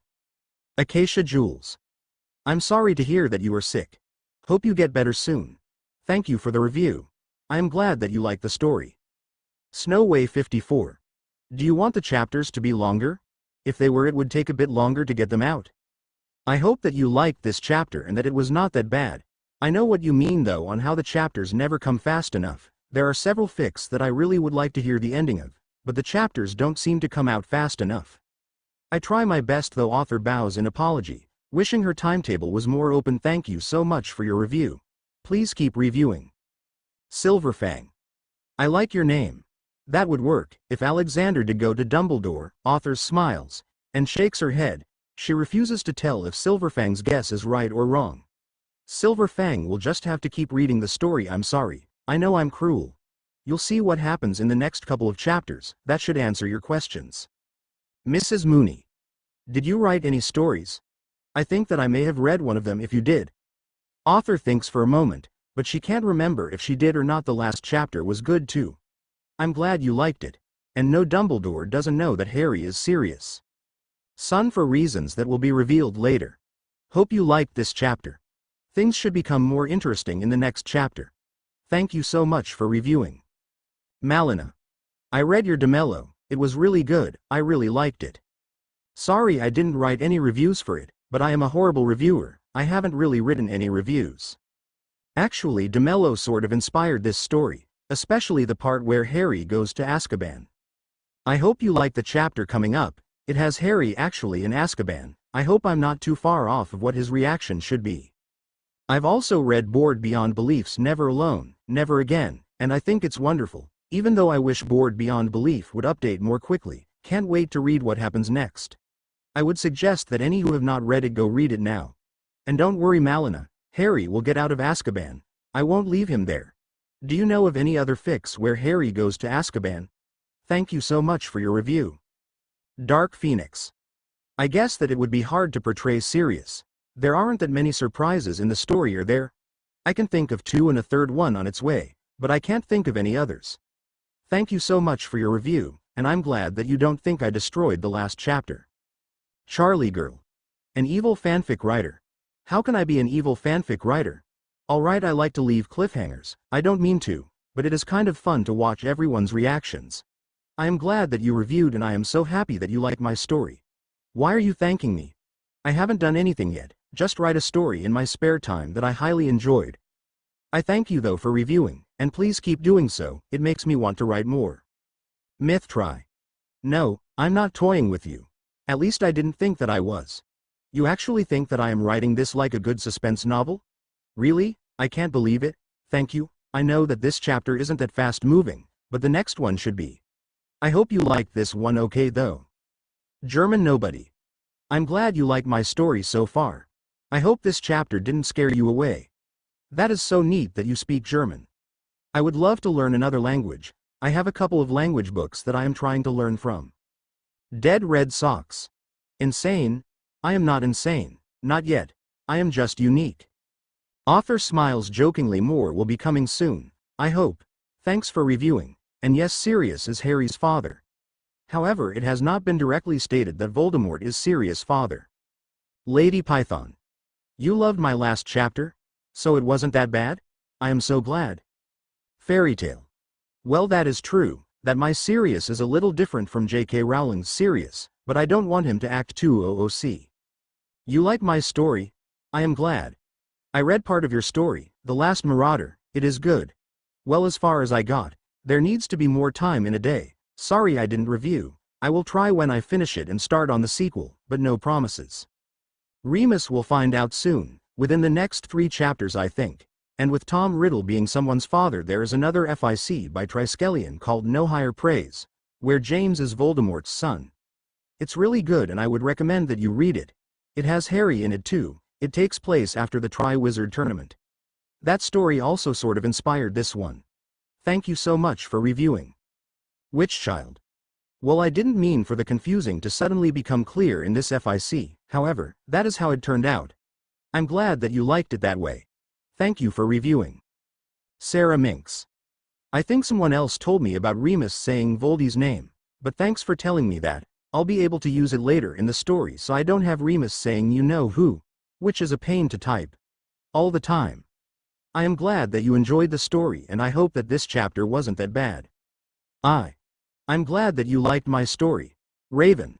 Thank you so much for reviewing. Kimmy. You'll see in the next chapter. Thank you for reviewing. A.N. Thank you to all those who reviewed. Thank you so much. Your reviews encourage me to continue writing this chapter. It was not the most interesting to write and the characters weren't cooperating again. I hope that it is alright. Please keep reviewing. The more you review, the quicker I try to get my chapters out.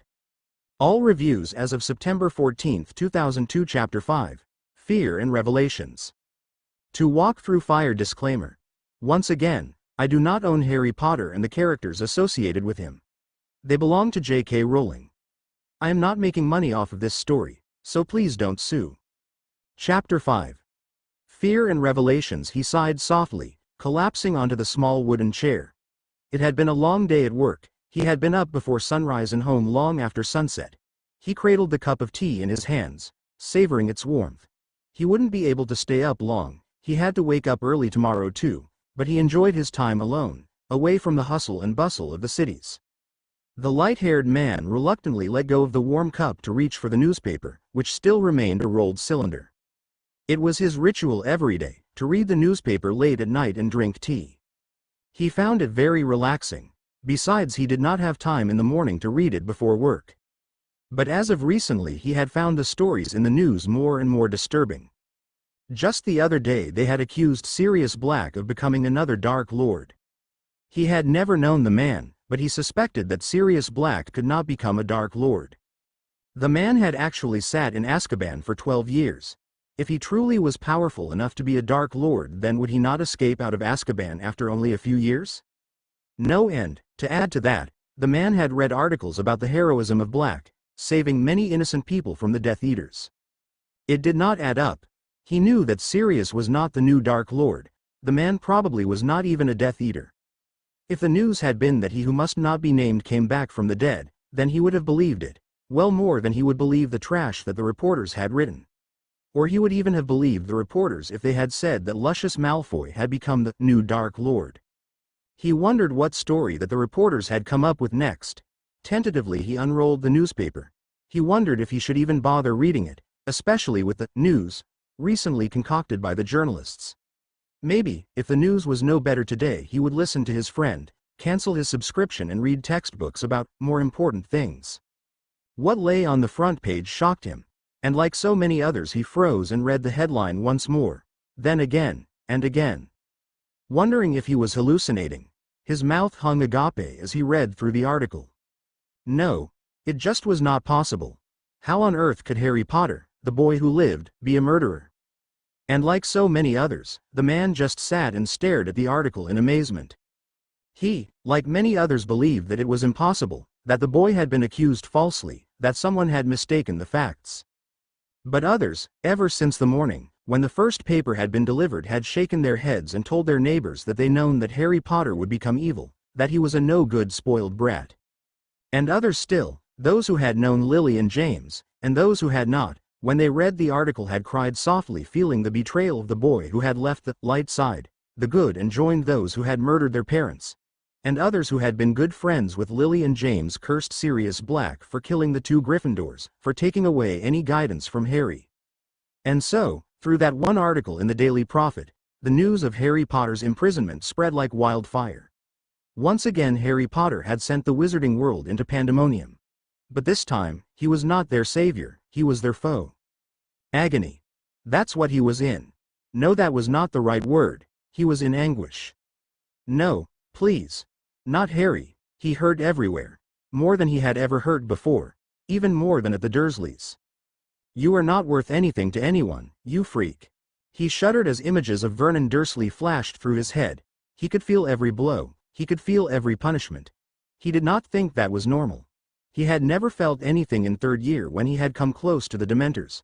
But maybe. He couldn't think. It was so hard to think with images bombarding his mind. He could feel coldness creeping into his skin. It was not the numbing kind of coldness, a coldness that would take the pain away. It was the kind of coldness that came with death, a death suffered in Hades. Take my body back for me. Sorry, I'm sorry, Cedric. He tried to call out, but nothing came but a hoarse whisper. It was his fault Cedric was dead. His and no one else's. He should have been the one who was killed, not Cedric. The Hufflepuff had people who loved him, he wasn't a burden on anyone. You've burdened us long enough. From now on you will help around the house. He winced as he saw Uncle Vernon come towards him, the big beefy fist held high. Sorry, he tried to call out, but this time nothing came out. He tried to push himself into oblivion. He knew that he did not deserve it, that he deserved to suffer like this, but one could only stand so much, and he had hit his breaking point. He heard a voice scream in agony and a flash of green light. No, not his mother. She should have given him up. She should have let him die. He deserved it. He was just a burden on everyone. He did not deserve to live. She was a good person, one who should have lived instead of him. If it wasn't for him, then she would have been able to spend the rest of her life with his father. No. Rihanna. Another flash of green light filled his vision. He watched as the young couple died again. Died because he was powerless to stop Voldemort. Powerless to help anyone. The only thing he was good for was burdening others. Leave her alone. She's a child. No, He gave a dry sob as he watched the young woman die, her daughter already dead on the floor. He hadn't been able to save them either. She had been just a child. He tried to curl tighter into a ball, tried to protect himself from the images. He hardly felt the agony as new images bombarded his mind. Ones that had been haunting him ever since summer began. He was reliving the worst moments of his life. Memories no 15-year-old should have to life with. Crucio. He cringed as he relived yet another one of his dreams. No, he howled hoarsely, please don't hurt them. It was useless. He knew it was useless. But he was losing himself. He could no longer establish the difference between the past and the present. It was all one and the same to him. He knew that he was losing his mind. He could hardly remember who he was anymore. Harry Potter. That was his name. The small boy held on to that knowledge with all his might. He knew that if he lost it in the whirlwind of memories he would lose himself. His mind. His identity. How had Sirius survived so long? Who was Sirius? No, please. Not Harry. Another dry sob racked his body. It was agony. He knew that he would not last much longer. How long had he been in here? A day? 2 weeks? Years? He could not tell. But he knew that no one was coming to save him. He was a burden, they did not want him around. The only question was which would give out first. Would his mind break first, or his body? He hoped it was his mind that went. Then he would no longer be able to feel the anguish tearing at his body. Master. Lucius bowed deeply towards his master. Lucius. What news have you today? The man hissed quietly, staring down at Malfoy, motioning for the man to stand. Many of the citizens of England, especially those who are very influential, believe that Harry Potter is guilty of murdering his relatives. Fudge has, very foolishly, accused Harry Potter of Cedric Diggory's death as well. There are several wizards and witches who refuse to believe that a 15-year-old boy could do such a thing. The minister is trying to stop these rebels before they can free Potter. Lucius lowered his head, pleased with his report. Excellent. The Dark Lord hissed softly. Those fools in the ministry are falling right where we need them. What of our other plans? Is everything ready? Yes, my lord. The traitor has agreed to lower the wards for us tomorrow evening. Azkaban will be ours. He has even planned for some trainees to stand guard instead of the regular trained guards. Lucius beamed as the cracked lips of his master curled into a cruel smile. His master was pleased with him. Good. My plan will work out wonderfully. Not only will we have Harry Potter, but those traitors as well. Yes, master, it is an excellent plan. The traitors will not suspect a thing until it is too late. Lucius grinned. It was perfect. They would attack Azkaban tomorrow, just as the moon was rising. They would be able to fight through the guards without any problems and take over the fortress, freeing bloodthirsty criminals. Then the traitors amongst the Death Eaters would pay. Anyone who was not loyal would be revealed with a certain charm Lucius had found in an ancient book. It was so obscure, he was sure that not even Albus Dumbledore had known about it. The best part, though, was that Potter would become theirs, all because of the Minister of Magic. And the beauty of it was that no one suspected a thing. Have you told them there is no mercy tomorrow, that they are to kill everyone? Lord Voldemort stared at Lucius, his red eyes blazing into the top of the blonde man's scalp. Yes, master. The Death Eaters were all given those exact orders. Even Crabbe and Goyle should understand them. Lucius nodded, not daring to look into the eyes of the Dark Lord. He may be the highest in the ranks of Death Eaters, and he was very proud, but he knew the cost of looking straight at Lord Voldemort. Wormtail had shown them what would happen time and time again. A knock from the door broke Lucius' thoughts. He glanced up at his master, who was staring intently at the door, as if debating whether or not to let whomever was outside in. Come in, Wormtail, he hissed dangerously moments later. The small balding man tentatively stepped into the room, as if it was a volcano about to explode. Well, he should be considering how he had once more interrupted Lord Voldemort when he had been told to specifically stay away until he was called. Sorry for interrupting, master. But I thought you would like to read the N-News PP paper today. Malfoy watched emotionlessly as a chubby hand gave the newspaper to the Dark Lord. Wormtail. Lord Voldemort hissed viciously, you know the rules, you are not to interrupt me unless I specifically ask for you to be here. Now drop the newspaper on the ground. The rat-faced man did so quickly. Malfoy grinned. He liked what was about to happen next. Before Wormtail could plead for forgiveness from his master, the rat fell to the floor screaming in agony. Severus stood frozen on the spot. He knew that he should move before Voldemort found out he was standing at the door eavesdropping, but he could not move. He did not even wince as Wormtail's screams increased in volume. They were going to hurt Harry, the last hope for the wizarding world. The boy who lived. The lost boy that Snape had promised to protect. He knew that attacking Azkaban with Harry in it had been their master plan, but he had never thought that they were going to move so fast. He had thought that Voldemort would wait a few days. He needed to get Harry out of Azkaban, and quickly. He could not go to Albus. No, the headmaster was out on business. Probably urging Fudge to free Harry. No, he had to get the boy out before Voldemort and the other Death Eaters could capture him. But how? He was not to join in on the raid. Voldemort had wanted him to work on the potion instead. Little did the Dark Lord know that Severus had already finished the potion with an antidote to the pain it would cause. He would not tell his master that now.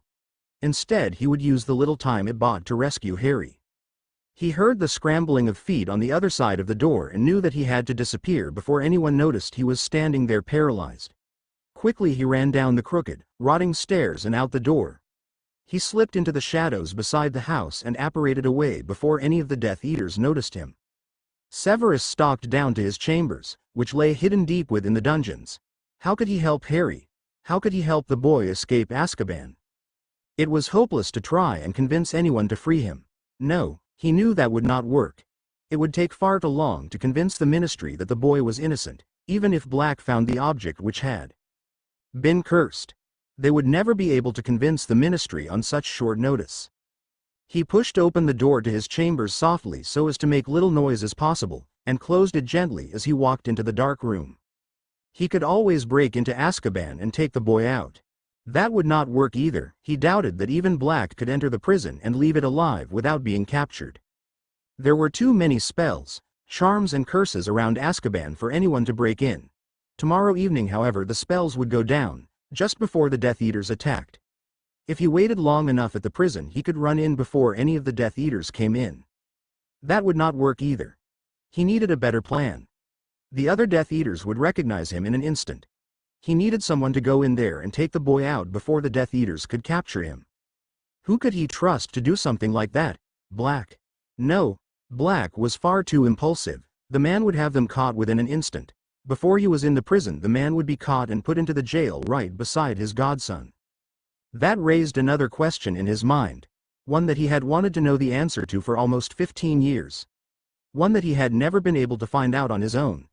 Who was truly Harry's father? The boy did look like James, almost a carbon copy of the man. He had the same hair, the same cheekbones and glasses. But something did not seem right about it. He had never met a child that looked so much like one parent and hardly like the other parent at all. Something about that did not seem right.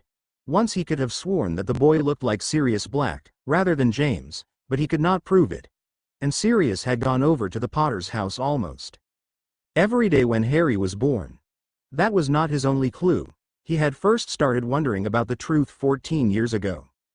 They had just had another meeting. It had been crowded in the tiny room and Severus had been dying to leave. It bothered him to watch the poor muggles suffer. As much as he did not like them, he did not think they deserved to be treated harshly. The meeting had lasted for almost 2 hours. 2 hours of watching Voldemort torturing some poor muggles and wizards who had been captured in the raid yesterday. He left the room and the building as quickly as he could without raising suspicion.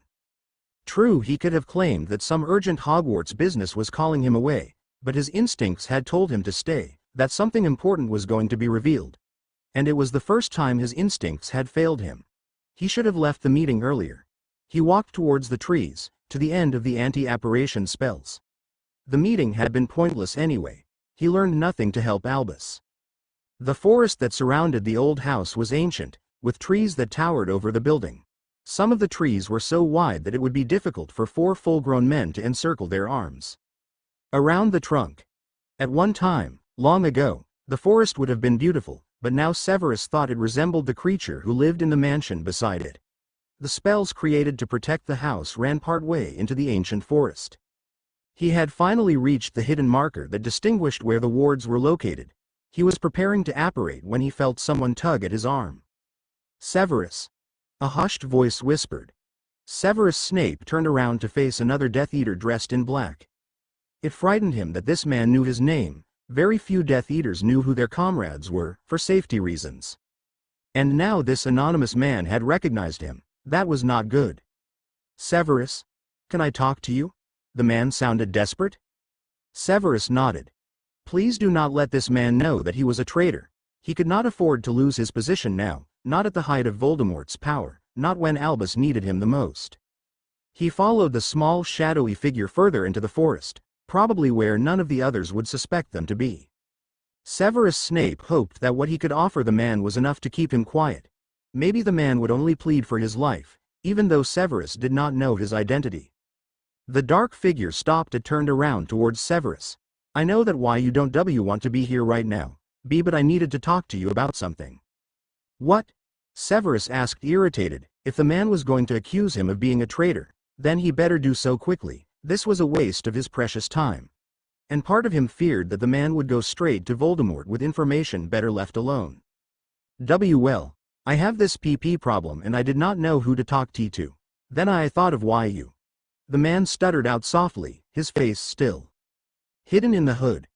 That voice sounded very familiar, but he could not tell whose it was.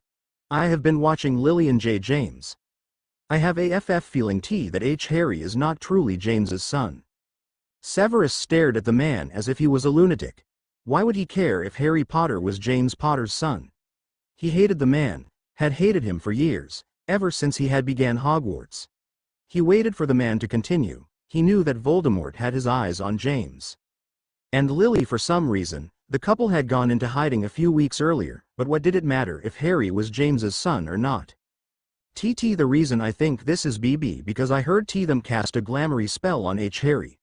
And I was eavesdropping on them one evening before they disappeared. Sirius Black was there too. Sirius called Harry his son. Severus was beginning to become very annoyed. He could honestly care less if Harry was James's son or Sirius' son. The two men could have been twins. And your point is? He drawled out slowly before the man could continue. Was wondering if I should tell T the DD Dark Lord. You think he would like it if I told him this? The man asked uncertainly, as if he finally figured out that it was an unwise choice to talk to Severus about this. I honestly do not think it matters if James or Sirius or even some strange dark-haired man is Harry's father. I do not think that the Dark Lord cares. He told the man emotionlessly. I would think that you would be wiser to leave your betters alone, unless they ask for that. Specific information. We have been told that Harry Potter is going to be a powerful wizard, and I do not think that it matters who his parents are. Why yes, you are right, Severus. It does not matter who they are. The man nodded in thanks and disapparated in front of Severus. He shook his head, angry that he had been asked about something to do with James. He could not even use that information to bother James if Voldemort fell. It would hurt Lily too much to be teased about Harry.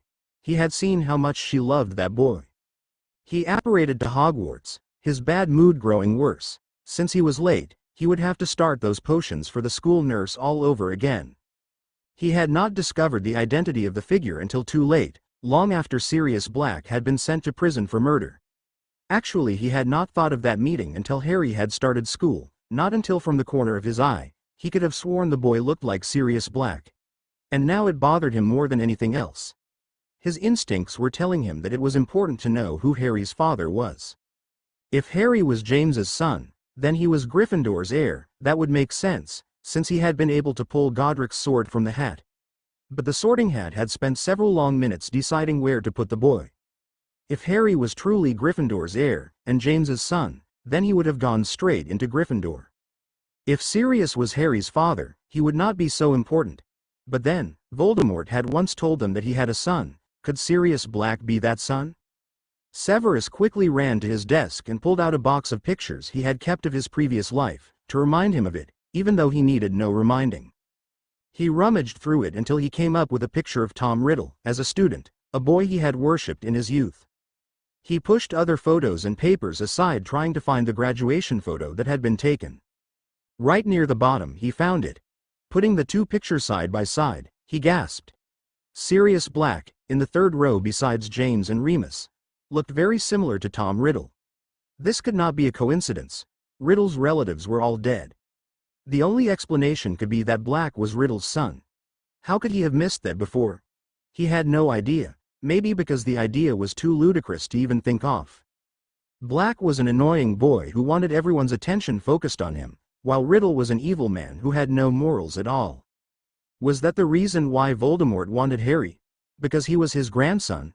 No, that could not be the reason. He would bet that Voldemort believed that Harry was James's son, that Wormtail had never told the Dark Lord his discovery, just as Severus had advised him. So how was he to save Harry now? Even if the boy was related to Voldemort or Black, he would rescue the child. But if there was any truth to his discovery, he needed to remove Harry away from Azkaban before Voldemort could find him. If Voldemort found out what he suspected was true, then chaos would ensue. Then Voldemort would have his heir. He pulled his thoughts together and seriously started to think of a plan to free Harry. His revenge on Fudge and Voldemort could wait till later. Harry needed to be rescued quickly. His plan thus far was to send someone in there just before the attack to remove the boy from the clutches of evil. Not a great plan, but it was better than anything else he could think of. But who could he trust to send in there? Remus? No. The werewolf was Black's best friend. He would drag Black in there too. It was best to leave them out of this. He rested his head on his hand, looking down at the desk. His eyes flashed to the pictures and he caught sight of a brown-haired man standing politely at the end of the line. Alexander Brown. The man was an orer now, wasn't he? Severus knew that once he believed the truth, Alexander would go to great lengths to save the boy. All he needed was to convince the orer that Harry was innocent. How could he do that? Severus groaned and started to glance through the rows of students.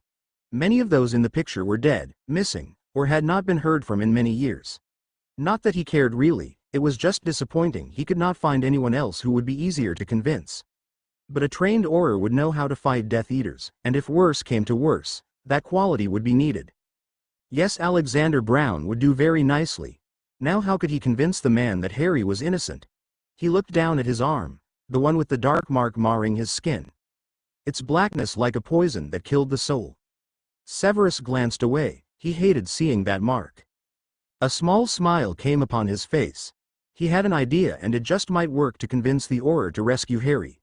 It would not work until tomorrow of course, but he could wait, he was a patient man. Severus pulled out a book from the bottom drawer. Now was the time to perfect his idea, as crazy as it was, he knew that it would work. Alexander watched his wife and son from the hallway. The small brown-haired child was talking animatedly to his mother about Quidditch.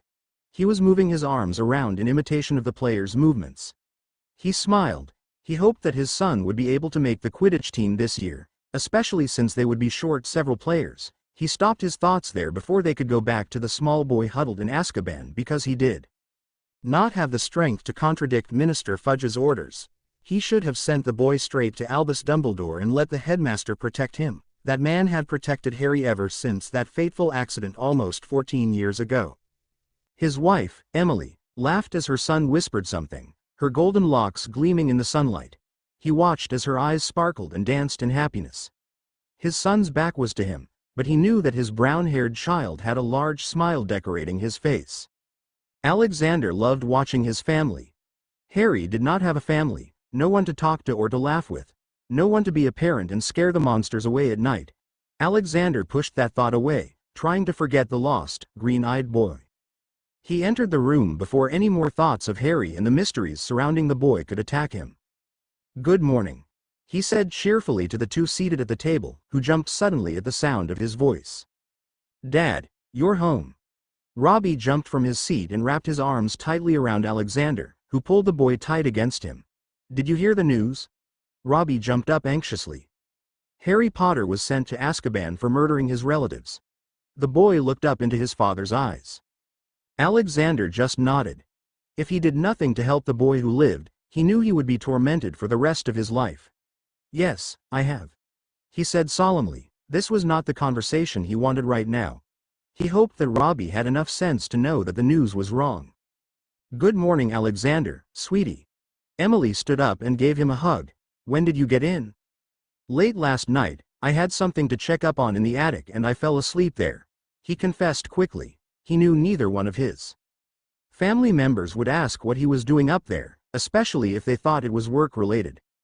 "Would you like some breakfast? Robbie and I were just about to have some." She sat in her chair again beside Robbie, who had already sat down and was watching his father curiously. "I would love some," he said graciously, taking his seat beside Robbie. "So how are the Chudley, SP.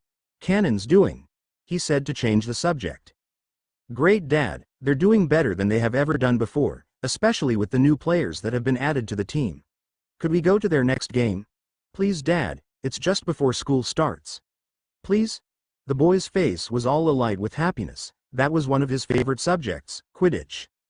"We shall see," he muttered.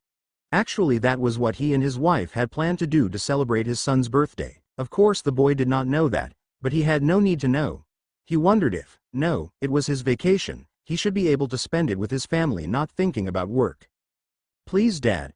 Pretty please with a cherry on top," the boy pleaded, almost falling out of his chair. "Robbie, as I told you, we shall see. Please, Dad, I'll do the laundry every day for a week, and I'll take out the garbage without having to be asked, and..." Alexander looked at his son firmly in the eye. "If you do not stop begging, then I will not even consider it," he told the child, and silently laughed as the boy immediately quieted. He caught Emily's eyes, which were laughing too. One of these days he would take the boy up on his offer and have him doing the laundry for a week. It would do the boy some good to do a little hard work. Harry probably had to do all of the Dursleys' laundry. Stop. He refused to think of that boy anymore. "So Robbie, do you have all your school books?" he asked as he sipped his coffee. "Yes, Dad, Mom took me yesterday. We have the strangest defense against the dark arts book. It is all about curses and hexes, nothing else. There is nothing in the book about dark creatures.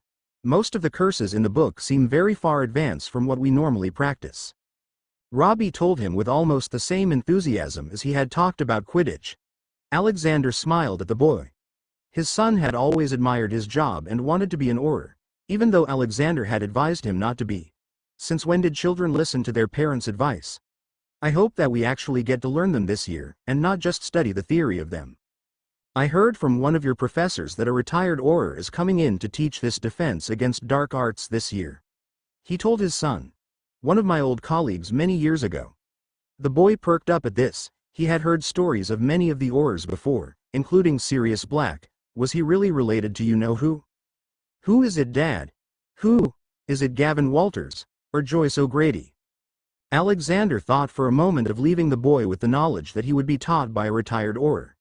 It would be highly entertaining to see what his son would come up with. He wondered if Robbie would start naming old orers who had lived thousands of years ago. No, he shook his head. It is. The boy slid closer to the table, curiously wanting to know who his next defense professor would be. Arabella Fig. Really? Robbie asked in amazement. His hazel eyes opened wide. The Arabella Fig who held off 10 Death Eaters while waiting for reinforcements to come to the building? The boy's voice was full of awe. Yes, that exact one. Alexander nodded, picking up his plate and washing it off in the sink. His family followed suit, cleaning off their dishes as well. Are you coming to Glasgow with us, Dad?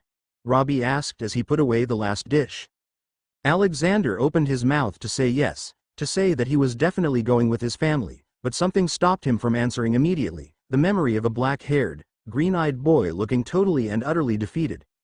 No, he could not go and enjoy himself in Glasgow with his family, not while the innocent boy remained in Azkaban. He would do anything for his son. He would walk through fire, or face he who must not be named alone. But his son was not in immediate danger. Harry Potter was. And he had no one to rescue him. The boy had no one to care for him. No father to take him to Quidditch games, or to teach him new spells. No one to help him with his summer essays when he could no longer continue because he had no ideas left. Even if Sirius Black was his father, the man could not properly care for the child. The man was in Azkaban for 12 years. No one could remain the same after that. And Harry had grown up with people who could care less what had happened to him. No, he could not abandon a child who had been abandoned all his life. The boy needed him. He was the only one who truly knew what the boy was going through, what had really happened to him. It would hurt, telling his son no, but he had to do it. If he did not, he would be forever haunted by those green eyes. No, I can't. He whispered hoarsely. He did not look at either his wife or his child. He did not want to see disappointment in their eyes. I have some very important work I need to finish before I can go to Glasgow. He studied the floor. There had never been so many scratches in it before. But Dad, I thought today was supposed to be your day off. Robbie asked tentatively. Alexander sighed. Robbie was growing too used to having him leave during his holidays on urgent business. That must be the price he paid for being an orer. And if it was, he did not think he could pay it much longer. It was. He looked at Robbie in the eye. It hurt, but he needed to make sure his family was all right before he left them.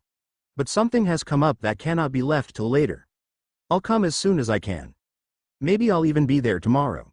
He forced a smile on his face. Yeah, sure. Tomorrow.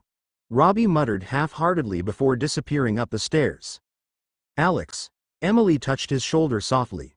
Are you sure you cannot leave this to one of the others? He shook his head. It hurt. He was being rejected by his son. But the life of another boy, not much older than his own son, hung on the line. And if it was his son, he hoped that another man would do the same thing for Robbie. No, he did not like the confused look on his wife's face. But he could not explain it now. She would not understand until she saw the boy. I cannot explain, not here, not right now. He apologized softly. She smiled softly at him. She understood. From the very beginning she had known that she had married someone who would not be around all the time. He was thankful that she at least understood. I'll talk to him now, and when you come to Glasgow you can talk to him then. He wrapped his arms around her, thankful that she was his. He did not deserve such a wonderful woman. Thank you. I love you, Alexander, be careful. She murmured in his ear. I love you, Emily, and don't worry about me, have fun. He took his leave, only stopping to take his cloak and hat with him. He needed to visit Harry before he decided the drastic measures that needed to be taken to release the boy from prison. Albus stared at the man in front of him. The portly man sat pinned straight, not even fidgeting under Albus' gaze. "So, Minister, what do you plan to do about this situation?" he asked the man politely. It had been tiring trying to convince the man the advantages to liberating Harry from Azkaban. In the end, he feared it had done nothing but more harm. "I plan to do nothing about this situation, Headmaster. It is really of no concern to you. You should deal with your school, not important political issues that have nothing to do with you," Fudge said primly. Sometimes Albus just wanted to knock some sense into that man. "You have a pupil of mine locked away in one of the most high-security prison that has ever existed. This situation does concern me," Albus said shortly. Neither man dared bring up the topic of how Albus had helped the minister in more situations than anyone had before. The minister knew it would cause more trouble and he would not listen to Albus if the man dared bring that topic up. "The boy is no longer a concern of yours, Albus, seeing as he is no longer your pupil. You may return to Hogwarts and deal with the affairs there," Fudge dismissed him. Albus did not go. He would make Fudge listen to him if he had to tie the man down and force potions down the man's throat. To reach this man he needed to make a different approach. How? He needed a second to think, that was it. "Minister, do you really think young Harry Potter is guilty of those crimes he has been convicted for?" "To be truthful with you, Albus, and if you are recording this down I will deny every word with my last breath. I believe that the boy did no such thing. He does not have the heart of a murderer. I doubt that he would hurt a fly unless it was killing someone he loved. No, he is innocent, just like his godfather," Fudge told him superiorly. Albus gaped at the minister. He had known that Sirius Black was innocent and he had not kept him from prison. He knew that Harry was innocent and he was sending the boy into Azkaban. "Why?" was all he managed to croak. Out of all the ridiculous things he had ever thought Fudge would say, he never could have predicted that Fudge would say that. Never. "Because, my dear sir, I needed a scapegoat. The public will believe anything as long as it is closely related with a few facts to support it. Harry was the only wizard at the Dursleys' house that morning, and so it would be logical for anyone to figure that Harry had somehow figured out a way to explode the house, killing the Dursleys. As for Sirius Black, it was easy enough to convince the public. The man could just have convicted himself. He was laughing like a maniac in the streets when we arrived on scene. But when his wand was looked at, there was no spells recently done that would have caused such havoc. So immediately I knew that Sirius could not have done such a thing. He would have to have been telling the truth. But he was the perfect scapegoat. So he was sent to prison. Ironic, isn't it, how both the godfather and the godson are sent to the same prison, to the same cell? I always thought it was. Fudge picked up a pile of papers and straightened them. "Now if you will please excuse me, I have work that needs to be done." For the first time in his life, Albus was speechless. Never in all his days had he ever heard anything like that.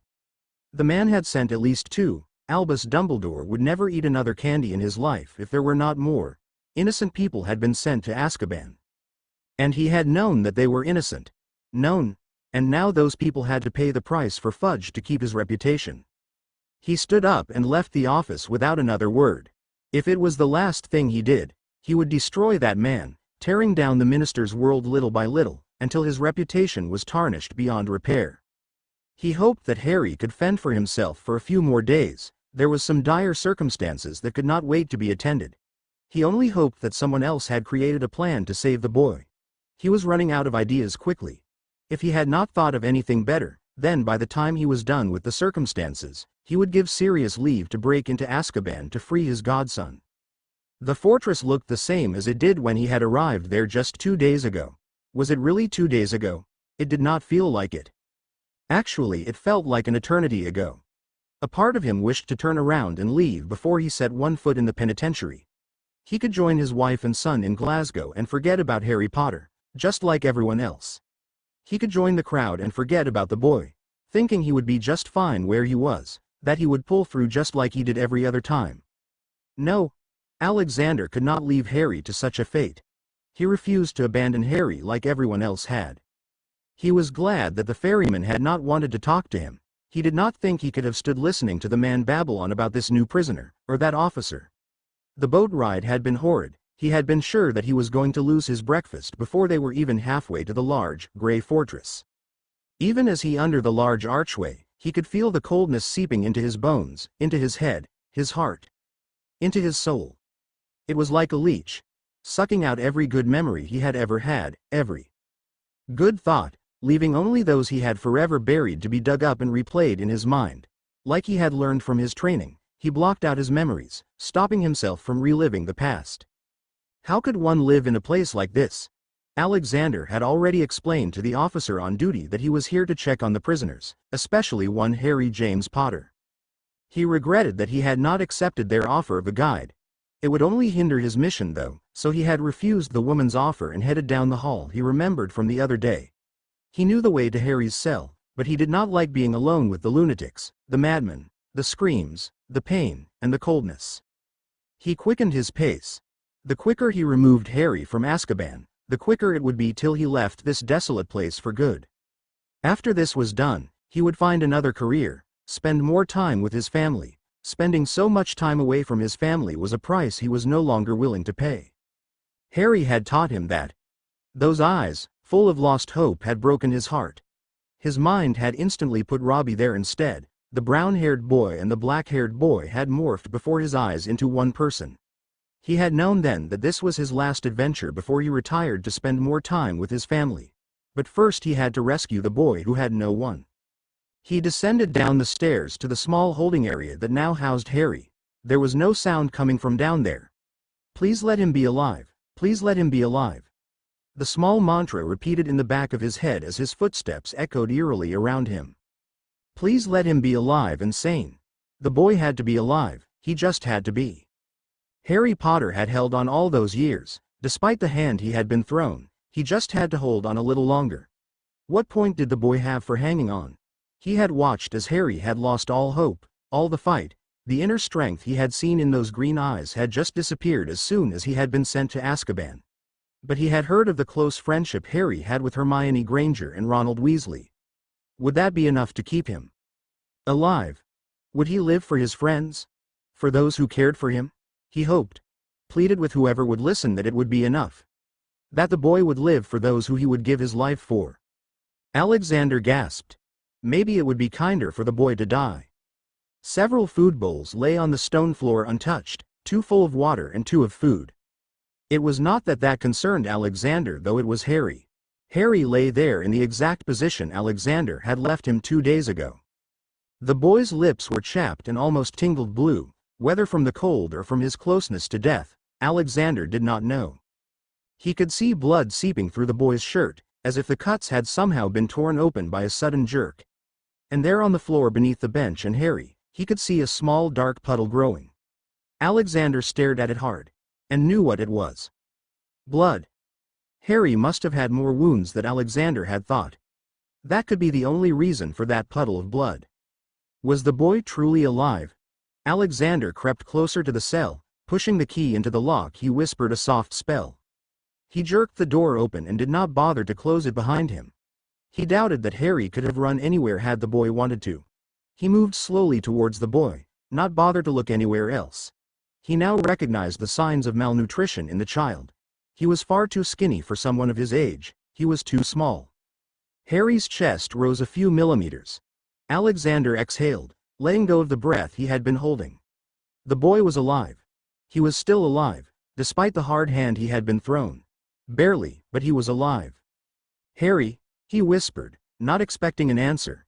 He pulled a bottle of general healing potion from his robes. It would help Harry, but it was not the kind of medical attention that he needed. Alexander skillfully avoided the blood as he knelt down beside the black-haired boy. He pushed open the stopper that held the vial closed and gently pressed it to the boy's mouth. Come on, Harry, it's all right. Just take a little sip, it will help. He gently lifted the boy up so that he would not choke on the liquid. Alexander poured a few drops of liquid on the boy's lips. It was a trick he had learned years ago during his training as an orer. He was able to coax the boy to open his mouth so he could dribble the potion down his throat. If nothing else, it would stop the cuts from bleeding. Alexander stood up. There was nothing he could do here. He was no doctor and did not know what exactly was wrong with the boy. Even what he noticed, he could do nothing for. Harry needed medical attention soon, or he would perish whether they helped him or not. The boy needed to leave the prison. It was the only way he would receive medical attention. It was the only way that he could be shown that he was cared for. Here he was abandoned, left alone in his worst nightmare. The only way to take a prisoner out of Azkaban was to have a note with the Ministry's seal on it saying that Harry was to be moved from the prison. He could write the letter easily. He had seen enough letters asking for prisoners to be moved. It was the Ministry's seal that was the problem. The Ministry's seal could not be duplicated. The only way he could put it on the letter would be to use the actual stamp. And the stamp was only in the Ministry in the major offices. He looked down at Harry. He would not leave the boy in here any longer than he had to. He could not. Alexander sighed. He would have to slip unnoticed into the Ministry's main building and borrow the seal from one of the offices. If he was caught, he could lose his job, maybe even become an inmate of Azkaban himself. Alexander looked down at the boy who remained unconscious. It was worth the risk, he decided. End chapter 5. N. Sorry this chapter is out so late. I was sick for part of last week, so I couldn't write anything. As an apology, this chapter is longer, by about 5 pages. It is not written very well. Alexander seemed out of sorts for this whole chapter. Not to mention the fact that the chapter jumps all over the place. Erg. I won't rewrite it again, that would take a while. N. I challenge everyone to write a review for this story to try and get the number of reviews up to 100. It doesn't matter what kind of review you give. Any feedback I get is good. And suggestions are very helpful, so please review. Don't worry, I won't keep the next chapter back if the number of reviews doesn't go up to 100, I'm not that mean. N. Thank you so much to everyone who reviewed. You guys are great, 82 reviews. I can't believe it. When I first started this story I only thought I would receive maybe 15 if I was lucky. Thank you so much. Sirius B. Padfoot. Thank you. Don't worry, I plan to finish this story. It's the longest story I have written so far, and with people reviewing, I'm encouraged to finish it, unlike all my other stories. Sorry there's no Sirius in this chapter. He'll be in the next one, I promise. You did get to see a little of Harry though. It's not very well written, I'm afraid, but it is there. I went to your website and I thought that it was wonderful. I especially loved the picture of Padfoot at the beginning and how the mouse was turned into a star. That is so neat. You have done a great job. Mrs. Mooney. You liked that chapter? I'm glad, at least some people liked it, even if I didn't find it that great. Butterfly Queen. My sister says hi. Thank you for the review, and no, my isn't that much better than yours. Raven. Thank you. JVMR. Thank you so much. J Fairytale. Thank you so much for your review. I enjoyed your stories very much, they were good. Snape will play more of a role in the story, as you can see from this chapter. However, I do not know how much more, depends on the reviewers, whether everyone wants him in the story or not. I had originally planned the story without him, but I like Snape so could not help but add him in. He will probably stay in the story, but not as a main character. Sirius' secret shall be revealed soon, I'm not telling when.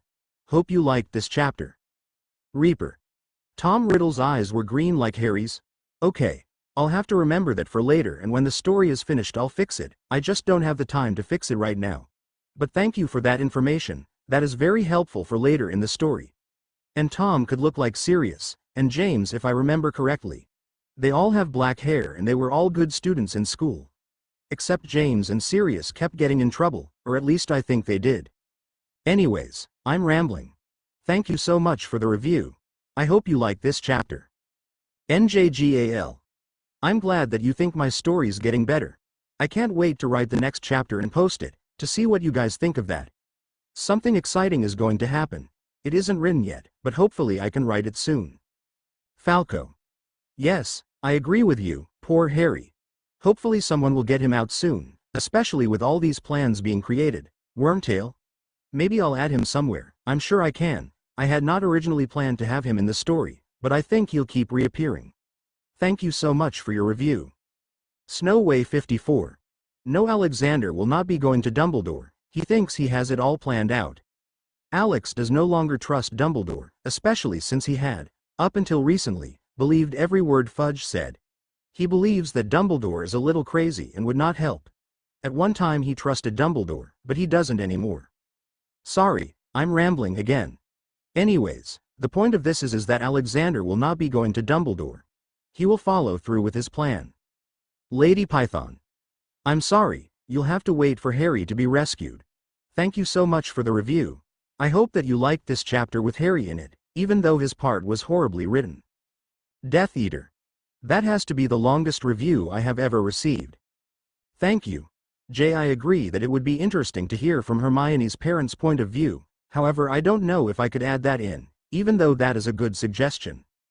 Well, I gave you a view of what Harry's going through. It's awful, but it's there. I managed to get my hands on the third book with the Dementors only after I had written it, and it doesn't match up, erg. I tried. Any suggestions to improve that?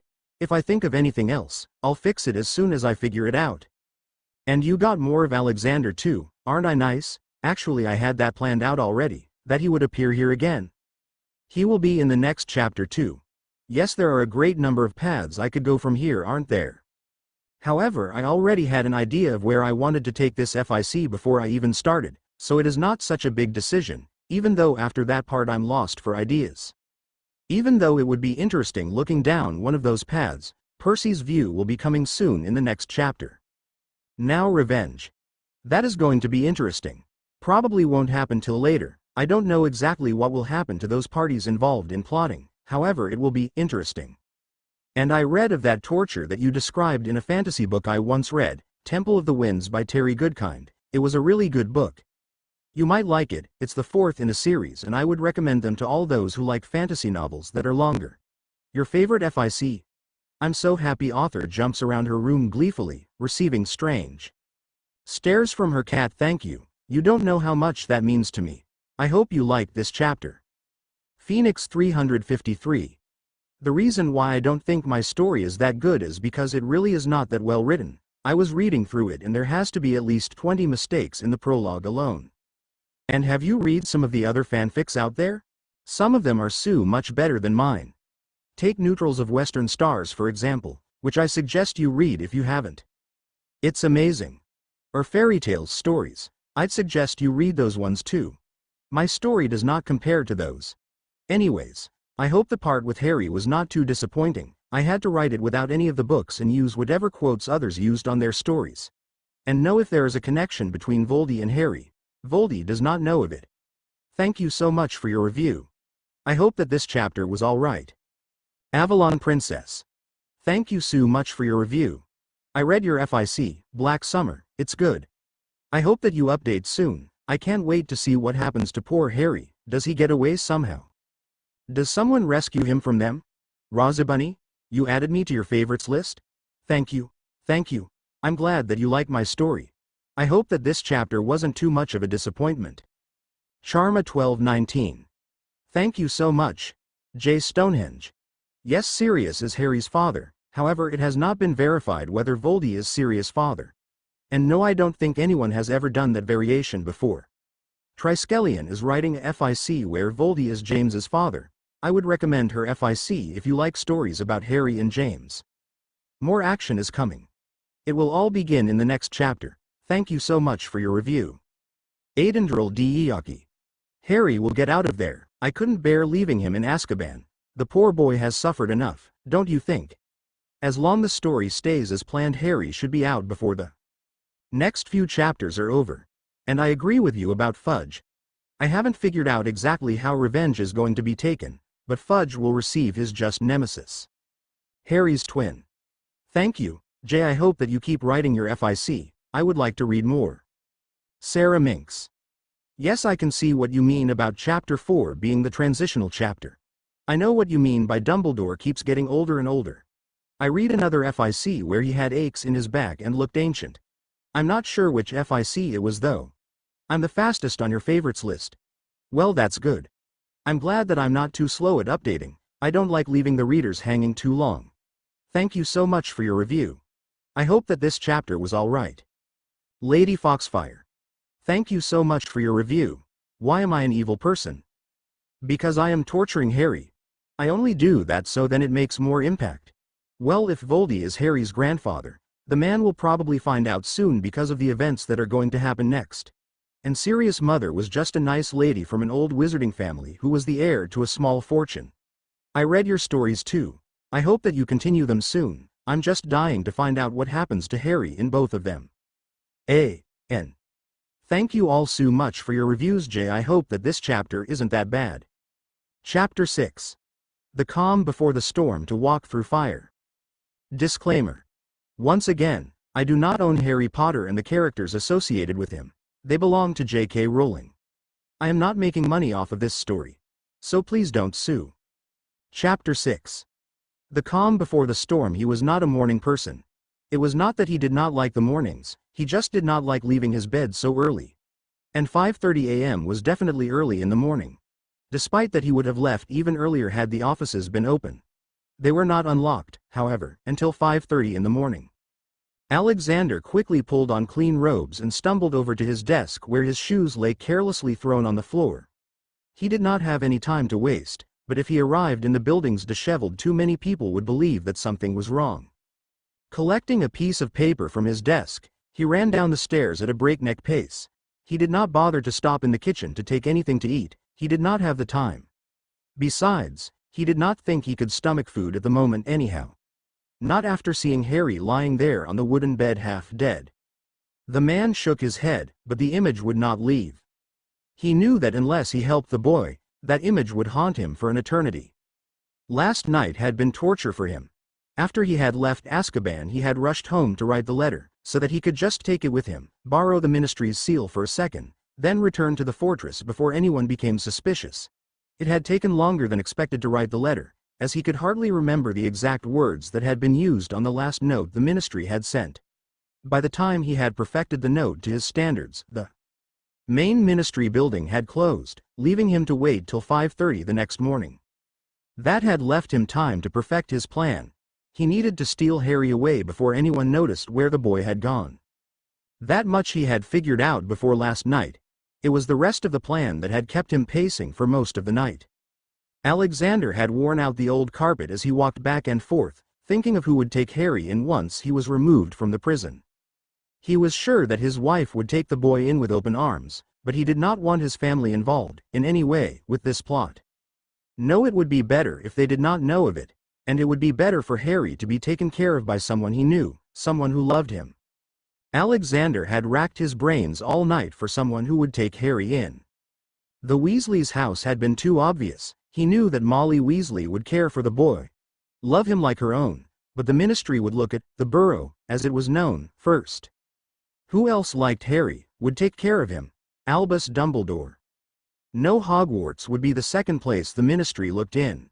And besides, the man had left Harry with the Dursleys. No, that would not do. Alexander had spent till 3 in the morning wondering who would Harry trust enough to take care of him.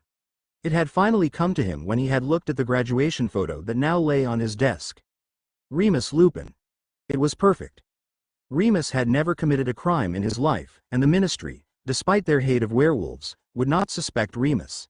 And the man had been Harry's teacher, as well as his parents' best friend. Alexander had absently wondered if Remus knew the truth of Harry's birth, of whom Harry's real father was. It was perfect. He even thought so now as he ran out the door, shutting it with a bang behind him. He had written a letter to the man last night. The werewolf should receive it sometime that morning. Everything would be set up before noon today. Harry Potter should be out of Azkaban before the moon had risen once again. No, he amended silently, Harry would be out of prison before the moon had risen once again. There was a small pop as Alexander disapparated from his front porch to the entrance of the ministry building. It was an older building, actually it was ancient. It had stood since before the time of Godric Gryffindor and Salazar Slytherin. He had never really liked it. Actually, he liked it less than waking up early. It radiated a falseness, one that he had always picked up on. Now he realized it was from the corruptness of politics. As much as he hated to admit it, he was starting to believe that Minister Fudge was corrupt. A gut feeling inside him said that Minister Fudge had known that Harry was innocent, that he had never committed those crimes. He pushed the thought away. A thought like that could end him in trouble. Alexander pushed the glass door open, and stepped inside.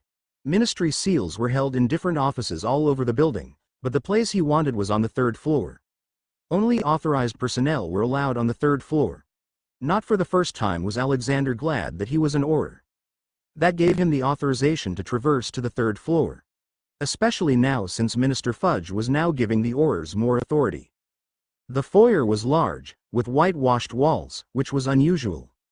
It looked more like a Muggle building than a wizard building. However, it was an ingenious idea, since it allowed the janitors to keep the building so much cleaner. The only way to the third floor was through a set of stairs on the right. He took a deep breath. This was it, he was finally breaking the law. He was going too far in his job to see that justice was done. But this was more than for his job.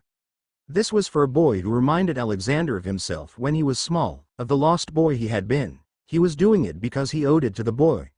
He was the one who had put Harry in prison, even though evidence had pointed out that Harry was innocent. Now he was the one who had to right the wrong done to the child. Without further hesitation, Alexander started to climbing the stairs up to the third floor, praying that the employees working in this sector of the ministry had decided to take today off, or at least arrive in the office late. The stairs seemed much shorter than they actually were. Alexander had heard once that they were spelled to shorten the distance. He was pretty sure that this rumor was true. Alexander looked around cautiously before he entered into the third-floor hallway, prepared to jump back down the stairs. A half-smile flitted over his lips. Now he was starting to act like Mad-Eye Moody. He probably looked more suspicious sneaking around like this, than if he were to stroll through the halls. He mentally kicked himself. One mistake and he would lose his chance to save Harry. Alexander straightened, and under the pretense of deciding which direction to go in, he studied the hall. It was much like the foyer in the front of the building. The whitewashed walls gleamed dully in the flickering light. There were no large windows here, due to the fact that it was in the middle of the building. He shivered. He really did not like it here. Turning left, he strolled down the hall slowly as if searching for a certain room. He already knew where he wanted to go. To one young Percy Weasley. The boy had been promoted since Barty Crouch's death. Now he was signing important documents for Minister Fudge. He was almost the minister's secretary, or so Alexander had heard. That would be the best place to start. The boy was still young and did not know the boundaries of an Auror's power, or at least Alexander hoped he did not. And besides, Percy Weasley had known Harry Potter. If worse came to worse, Alexander could explain the situation and convince the boy that he needed the seal. Unfortunately, he would not be able to use a memory charm on the boy. There were dozens of spells in this building that prevented that for obvious reasons. Percy's office was at the end of the hall, right next to the minister's private offices. Alexander strolled in there hoping that the boy had decided to sleep in late today. One look at the office dashed his hopes quickly. On the desk stood a still steaming cup of coffee. The red-haired boy was nowhere to be seen. Alexander sighed in relief. Percy must have stepped out of his office for a few moments. That left him very little time to do his mission. Quickly Alexander moved towards the desk. It was a simple wooden one that was standard in the ministry. As he approached closer, he could see the seal sitting right beside a stack of papers. Alexander absently pulled the letter from his pocket. He placed the letter next to the seal and pulled the small stamp up and pressed it down on the paper. Magically the ministry's symbol appeared on the piece of paper. He quickly shoved the letter in his pocket. It was then he heard the noise. Alexander looked up. There in the doorway was young Percy Weasley himself. He had run past his time limit. Percy looked at him suspiciously, as if he was a thief. Well, technically he was, but he would never admit it. That had stole something valuable from his desk. Alexander did not bother making excuses for his being there. He had learned after years of being an orer. It was just better not to give any excuses as to why one was doing something that was obviously wrong. "Excuse me, sir," the young boy said stiffly, "what are you doing?" Alexander thought of some plausible plan as to why he was in the young man's office this early in the morning snooping around his desk. He could not think of anything. Nothing at all. He was about to break down and tell the boy the truth. He opened his mouth to speak. Then it came to him. "I was searching for a document that the Honorable Minister Fudge has signed for the Aurors. I was told that I could find the document in this office. Due to the fact that this mission was the utmost importance, I did not wait for you. I have found it, however, and I shall leave now." He started to walk towards the door. He hoped the young man would buy his story. It was credible, it had happened once before, but if the young man verified it, that would reveal the lie. "Wait, sir, may I see ID?" The young reed-head held out his hand to Alexander. He pulled it out of his pocket slowly so as not to disrupt the letter that lay beside it. It was a simple card with a picture of him, his name, occupation, date of birth and the ministry's seal. Percy nodded in acceptance. "I shall ask your supervisor later if he received the document," he said in a very businesslike manner. That was not good. When the chief found that he had used the orer's privileges for personal gain, he would be in trouble. He had as good as signed his resignation papers. He knew that the chief would not send him to prison for this, but he would lose his job. At least he had been thinking of resigning after this was all finished. It would actually be easier this way to leave, then none of the others could beg him to stay. He looked up at Percy. "Goodbye, sir," he said politely as he left the office. As soon he was out of sight of the office, he quickened his pace down the halls. Now all he had to do was go to Azkaban. But first he wanted to stop and find some clothes that would fit Harry, so that the boy could at least leave the filthy rags he wore behind.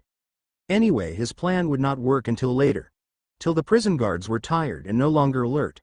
He would have to wait until evening had almost fallen. Then they would not research any further into the reason why he was taking Harry out of the prison.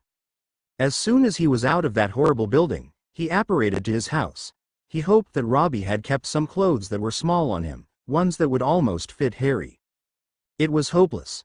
Whatever object it was that they were looking for was long gone. Albus had been wrong. It was not in this disaster. They had spent the last 2 days searching for something that was not there. And now he could no longer stand it. While they had been idly searching for an object that might not exist, his son had been in Azkaban. For 4 days. Harry had been in Azkaban for 4 days. Sirius kicked aside some more debris. The object crumbled even as his foot connected with it, breaking down into a pile of black charcoal. He kicked it again, out of his way. And kicked it again. If nothing better, then he could take revenge on the Dursleys for their terrible treatment of Harry over the years, for the way they had ignored him and locked him in his room. The chair, if that is what it had been before it had been burnt, had been completely pulverized underneath Sirius' foot. He glared down at it. He was about to stomp on it when something caught his eye. Something white poked out of the black soot. Bending down, Sirius pulled the object from beneath the debris. He gasped as he felt it. Magic. No, not just magic, dark magic. Yes, dark magic. Black magic. He could feel its residue radiating from the piece of paper. He had found his evidence. A Death Eater must have cursed the piece of paper. He picked it up again and ignored the residue of dark magic. It could not affect anyone now. Sirius looked at the page. Despite the soot covering the paper, he could read the words written on it clearly enough. "You are invited to join us for a party. Join the Malfoys in celebrating the return of their Cian. If you wish to attend, register at the fortress at 12 p.m. today. We hope to see you there." Why the little Malfoy? He was the one responsible for all this. And when Harry was safe, Sirius would take his revenge. Malfoy took Wormtail's place on the top of his revenge list. What Malfoy had done was unacceptable. He looked at the message again. He wondered what on earth Cian meant. Not that it mattered really, he had his evidence. "Moony," he called out softly, so as not to catch the neighbor's attention. "Moony. I found it, Moony." Remus appeared quickly from around the wall, if that is what it could be called. "What is it, Padfoot?" he asked softly, sounding almost hopeful. Sirius held the piece of paper up. "I found it," he whispered excitedly. "We can save Harry now. We have to take it to Dumbledore immediately." He was about to apparate when Remus reached out to take the paper from his hands. "Are you sure that it's what we are looking for, Padfoot? It isn't a trick or anything." Sirius almost jumped his friend. How could Moony doubt him at a time like this? His son's life was on the line. Of course he was sure that it was what he had been looking for. Instead of wasting precious time speaking, he shoved the paper into his friend's outstretched hand. The man's eyes widened in surprise. Padfoot watched as his friend nodded. There was no reason to speak, they both understood perfectly what needed to be done. Sirius left the paper in Remus' hands. He would not be able to carry it into Albus' office as a dog. That would look really suspicious. They both apparated to the edge of the wards at Hogwarts, where Sirius instantly became the Black Grim that had terrorized Hogwarts almost 2 years ago. He ran ahead of Remus, wishing that the man could move faster. They had the evidence needed. The quicker it was in Albus' hands, the faster that Harry was out of Azkaban. Padfoot sat at the door and waited impatiently to catch up. It seemed to take an eternity for Moony to reach him. He did not wait for the man to open the door completely, but raced in with the door partway open. Sirius ran down the halls, followed by Remus, who was having trouble keeping up with the large black dog. Harry. He had to save Harry. Those words repeated in Padfoot's head over and over again in a mantra as he ran down the halls panting. Harry. His son. He stopped suddenly in front of the gargoyle that marked the headmaster's office. He could hear Remus skid to a stop behind him. Lemon drops. His friend muttered urgently at the gargoyle. It didn't move. Sirius stared hard at the door, willing it to move. Nothing moved. Acid pops. Remus tried again, with the same results. This was not good. Albus had changed the password on them. Fizzing Whizbees. Chocolate frogs. Remus was starting to sound worried. Sirius whined. This was not good.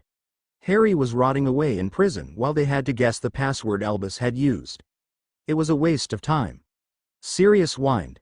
Hurry up, Remus. Hurry up. Remus Lupin. What are you doing here, and with a dog too? A voice called out, causing both men to jump. Sirius whirled around to see his old Transfiguration professor standing in the corridor. The woman had not changed one bit. Sirius could almost imagine that he was back in school with James and Lily and that he was now in trouble for another prank. Almost. Not quite, but almost. I have to speak with Albus, Professor, Remus said evenly, quickly regaining composure. That had always been Mooney's forte, especially when they were in trouble. He would remain calm and talk them all out of trouble, immediately. I am sorry, but the headmaster is not here. He has left on urgent business and will not be back till tomorrow, she said formally. Tomorrow? No, how could that be? What was more urgent than removing Harry from Azkaban? Sirius almost felt his heart stop. They needed Albus' help to free Harry. If he was gone, then their plan was shattered. It had fallen to pieces right before his eyes. Is there any possible way I could reach him? Remus asked politely, his voice sounding strained. This is an emergency. I'm sorry, Remus, but there is no possible way for any of us to reach him. He has not told me where he was going. He actually left before I arrived late last night. Perhaps you would like to ask Severus where he is. The man may know. No, Severus would not know. The man did not know anything outside of his precious potions. He did not even know how to wash his hair properly. But if it was their only hope, then. No, I don't think that would help Minerva. If it was urgent as you say, he probably did not tell Severus where he was going. Do you have any clue what this urgent business is? Minerva shook her head. Sirius felt his heart sink.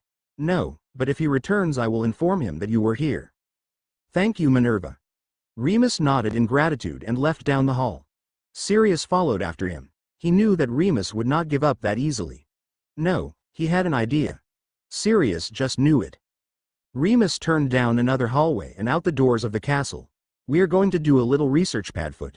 We can find everything about it that can possibly be found, and all Albus has to do is show it to his contacts and prove what we have found. We'll go to my place to start. I have some books on the dark arts that can help us. Sirius looked up at his friend. He briefly wondered how Remus had managed to collect those books. Not that it mattered really if it would help Harry. He would do anything to save his son from that place, anything. As soon as they reached the end of the anti-apparition shield, both men apparated to Remus' small cabin in the middle of nowhere. The name Sirius had dubbed it when he had first laid eyes on the building. He transformed back into a man. All the concern and worry that had been briefly muted by his transformation came back full force. He stopped behind Remus and closed his eyes, taking in deep breaths. This would help Harry. They would have his son out of that place in no time. Remus had the perfect idea to research it before Albus showed it to his friends. Yes, that would work. He opened his eyes again to find Mooney staring worriedly at him. It's all right, Padfoot, we'll get him out of Azkaban. He won't die. He's strong, Sirius, just like James was. Remus tried to sound convincing, even though Sirius had a feeling that the man was trying to convince himself more than Sirius. It was true that Harry was strong, like James, but Remus had never been to Azkaban. He did not know the torment the Dementors created. The bleakness of it all. How the coldness seemed to eat away slowly at one's soul. Yes, Harry was strong, but was he strong enough to withstand Azkaban? Please let him be. If he was not, then Sirius did not know if it was worth the effort to keep living, to keep going on. Here, Padfoot. The piece of paper changed hands once again as Remus shoved it into Sirius' hands. See what you can derive from it by just using the common search methods. I'll go retrieve the books from upstairs. Sirius just nodded. And Sirius, don't do anything foolish, Remus added as he quickly climbed the stairs. Foolish. How could he do anything foolish with a piece of paper? He knew the common search methods well enough. He had been an orer before Wormtail's betrayal. He must have looked at more than 100 objects when he was an orer. Sirius just shook his head and went to work looking at the piece of paper. It seemed normal enough, probably just an ordinary piece of paper that the Muggles used on a daily basis. The magic that radiated from it though was strong. Even after several days the residue was still strong.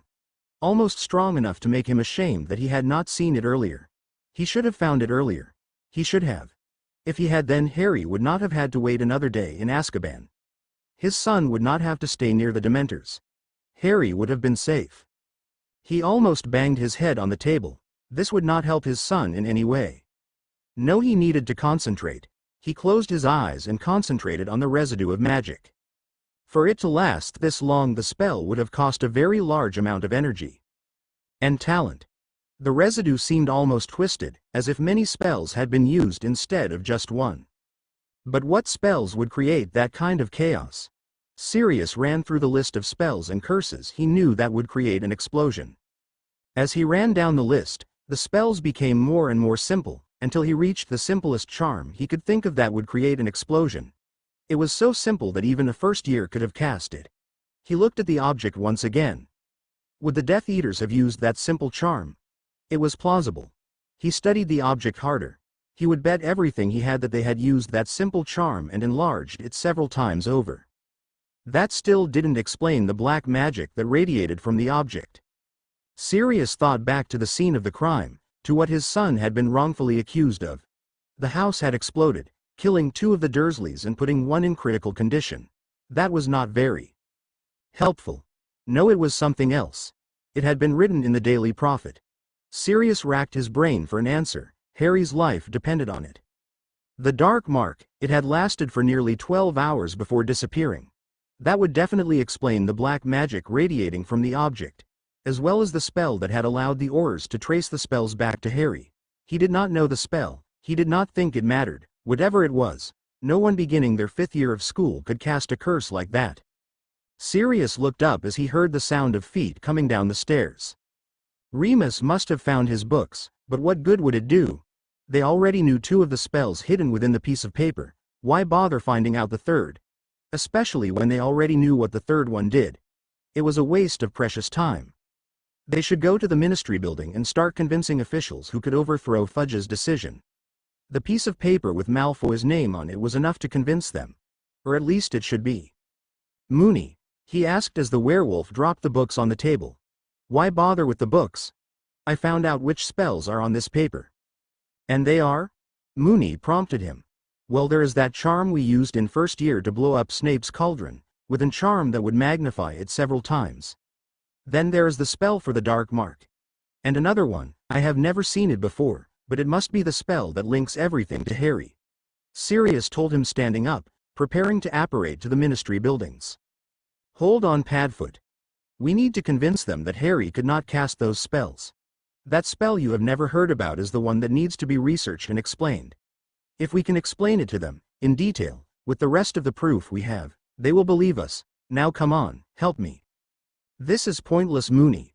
We are going through a bunch of books while Harry is sitting in Azkaban. We need to do something more active. Searching through a bunch of old, dusty books is not going to help Harry. It could take years for us to find the spell. We need to show them the proof we have now. We're out of time, Moony. Sirius pleaded with his friend. He would not be able to go into the Ministry to convince them. He needed Moony's help. He did not like relying on someone for something this important. It was his job to protect his son, not Moony's. And now he had to rely on his friend. Padfoot, if we are able to explain every spell in detail, especially the one that they have never heard of, then they will think that you dabble in the dark arts, sending you to Azkaban right along, Harry. Sirius added. Remus fell silent. They both knew that what he said was true. No one would tolerate a werewolf who knew a lot about the dark arts. Before Remus could think of something to say to his friend, An owl flew through the open kitchen window. Sirius looked at Remus. Neither of them were expecting any mail today. Sirius watched as Remus untied the small parchment from the owl. Maybe it was from Dumbledore telling them where he was so that they could contact. Sirius felt a small bubble of hope rise in his chest. That's strange. He could hear Remus mutter under his breath. Here, Padfoot. He handed the note to Sirius. Read this. Sirius took the note tentatively, wondering if it was a small ray of hope or a bomb. Remus. Meet me at Godric's Hollow tomorrow at 5 a.m. This is of utmost importance. Please come by yourself and tell no one. I know Harry's innocent. Alexander Brown. Sirius read it over again. Alexander Brown. That was the Hufflepuff they had befriended during their years at Hogwarts. He had become an orer with James and Sirius. How on earth did Alexander know about Harry? And how had he known that Remus thought Harry was innocent too? Would the man truly help them? He was an orer?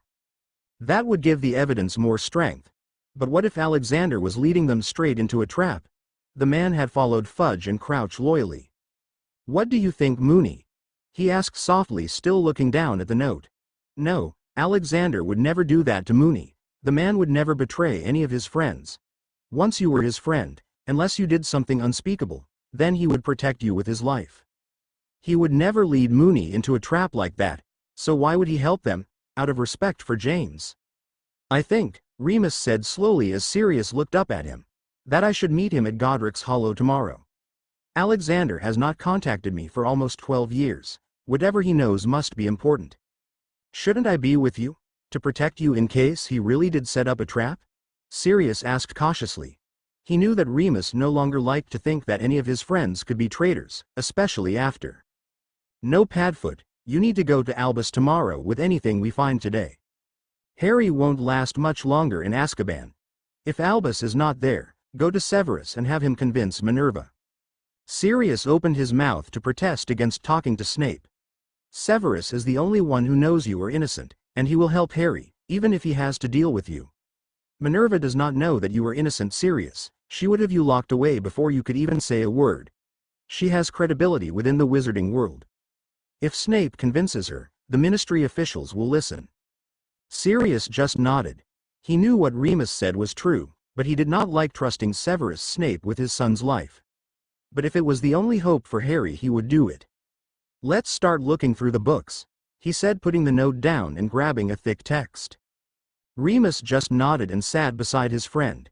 Even as he flipped the first page of the book over, he knew that they were running out of time. Harry would not be able to last much longer in Azkaban. And Voldemort could attack at any time. Please, let them save Harry on time. Hermione waved goodbye to her parents as she stepped into the fireplace. The Weasleys had put her on the Flow network for the morning, so that she could travel to the burrow that way. She had spent hours begging her parents to allow her to go to the burrow. They had not wanted her to leave them for a month, especially since she had spent a week in Bulgaria. They hardly had any time to see her at all. But when she had blurted out the entire story, her parents had stopped arguing. After a long discussion on the matter, her parents had finally agreed. It had taken almost 3 days to convince her parents to let her go. She hoped that she was not too late, that Harry had not lost himself within the walls of Azkaban. She arrived at the burrow in the Weasleys' living room. She had never liked flow travel. Actually, she did not think that anyone liked it. She quickly brushed the soot off her clothes before entering the room.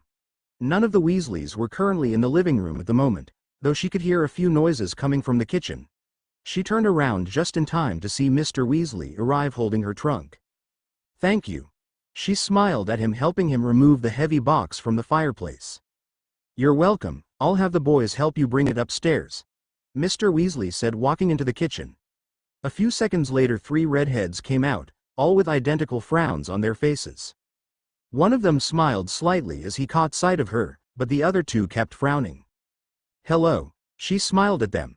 Hello. The 3 muttered, hardly looking up at her. Here, Hermione, we'll take your trunk upstairs. You go into the kitchen to see Mom. She'll be happy to see you. One of the twins said, taking the trunk from her. She smiled in gratitude. Careful, she told the 2 boys, it is really heavy. We noticed. The other twin muttered dryly as Ron led Hermione away to the kitchen. She was surprised. to say the least when she entered the kitchen. The room had always smelled of baking and happiness. Now the smell of fresh baked bread was almost non-existent and the joy and happiness that usually radiated from the house seemed to have dulled. It felt as if a cold bucket of water had been splashed on her. The reality of Harry's imprisonment, which had seemed so unreal in her bedroom, suddenly hit her. "Mrs. Weasley," she said in greeting to the older woman, whose hair for once was left down. "Hermione." Mrs. Weasley said tearfully, giving the brown-haired girl a hug. "I'm so glad that you could come." "So am I," Hermione said warmly. "Would you like something to eat, dear?" the woman asked almost mechanically. "No thank you," she answered politely. "Come on, Hermione," Ron muttered into her ear. She nodded. It still amazed her how silent, how ghost-like the burrow seemed now.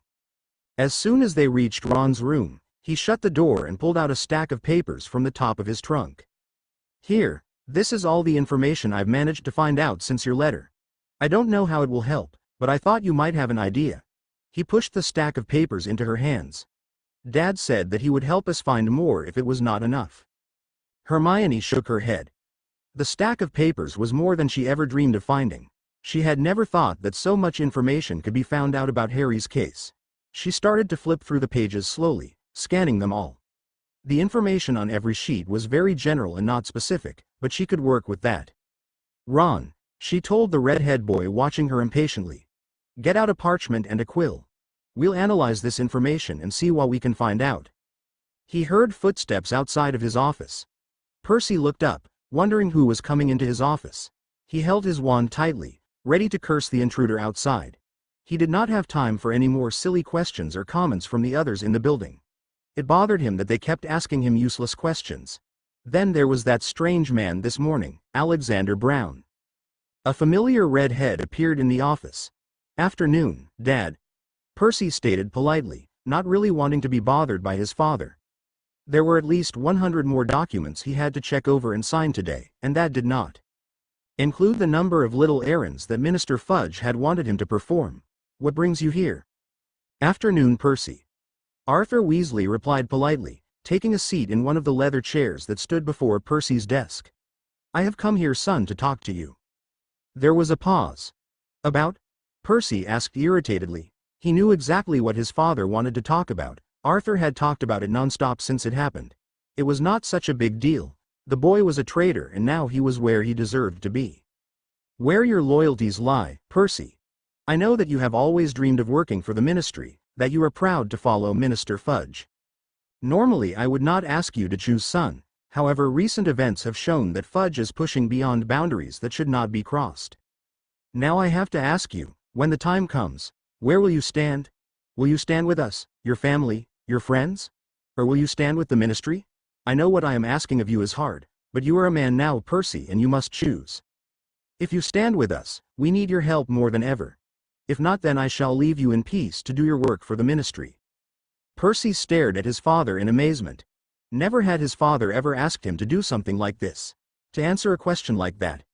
He let the words his father said sink into him. Would he leave his family to follow Minister Fudge? Or would he stand by his family even though they were standing against Fudge? He had worked hard to gain his current position in the ministry, extremely hard. Could he give it up for his family? "What are you talking about, Dad?" he asked softly, not wanting to let his thoughts continue their current path. "I am talking about your beliefs, Percy. I always thought you believed that justice should be served where justice is due. That you believed in protecting your family and helping your friends. That you would help them in their time of need. Harry is a part of our family, Percy. Are you going to leave him to suffer in Azkaban? You know what the Dementors do to him. He will die if he is left there. You have a strong influence in the ministry, Percy. You can convince someone to let Harry out," Arthur told his son firmly. Percy sighed. His father had been at him with this for days. Ever since Harry had been imprisoned in Azkaban. This was just another way to convince him to help Harry. He truly believed that the boy had killed his relatives. How else would that have happened? He who must not be named had not come back from the dead. It was not possible, so the only plausible explain was that Harry had gone mad and murdered the Dursleys, his family.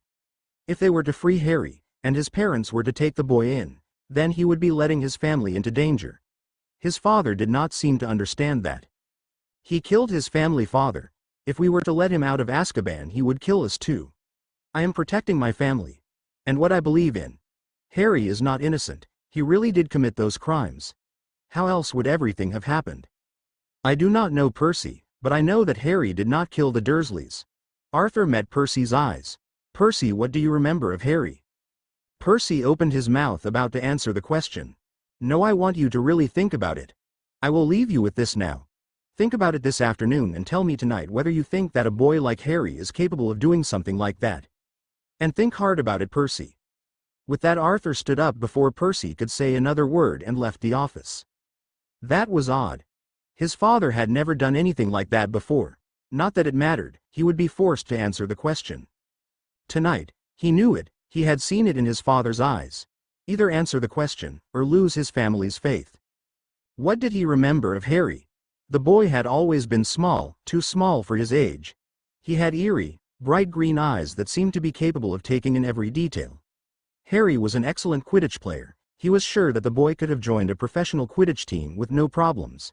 He had potential to do very well at school, except he did not have the aspiration to do so. His best friends were Hermione Granger and his brother Ron. Hermione was a highly intelligent girl who was easily one of the smartest witches who had gone through Hogwarts.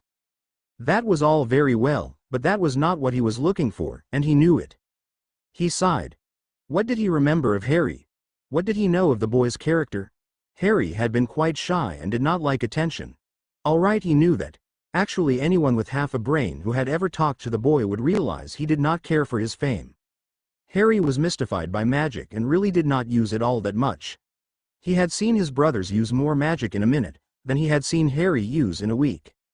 So if the boy truly had cast those spells, would he not have needed to practice them, or at least practice magic more? Percy stored that away for further reference to later, after he had analyzed the rest of the information. What else? Harry always had a knack for finding trouble. No, that was not right. Trouble always seemed to find him.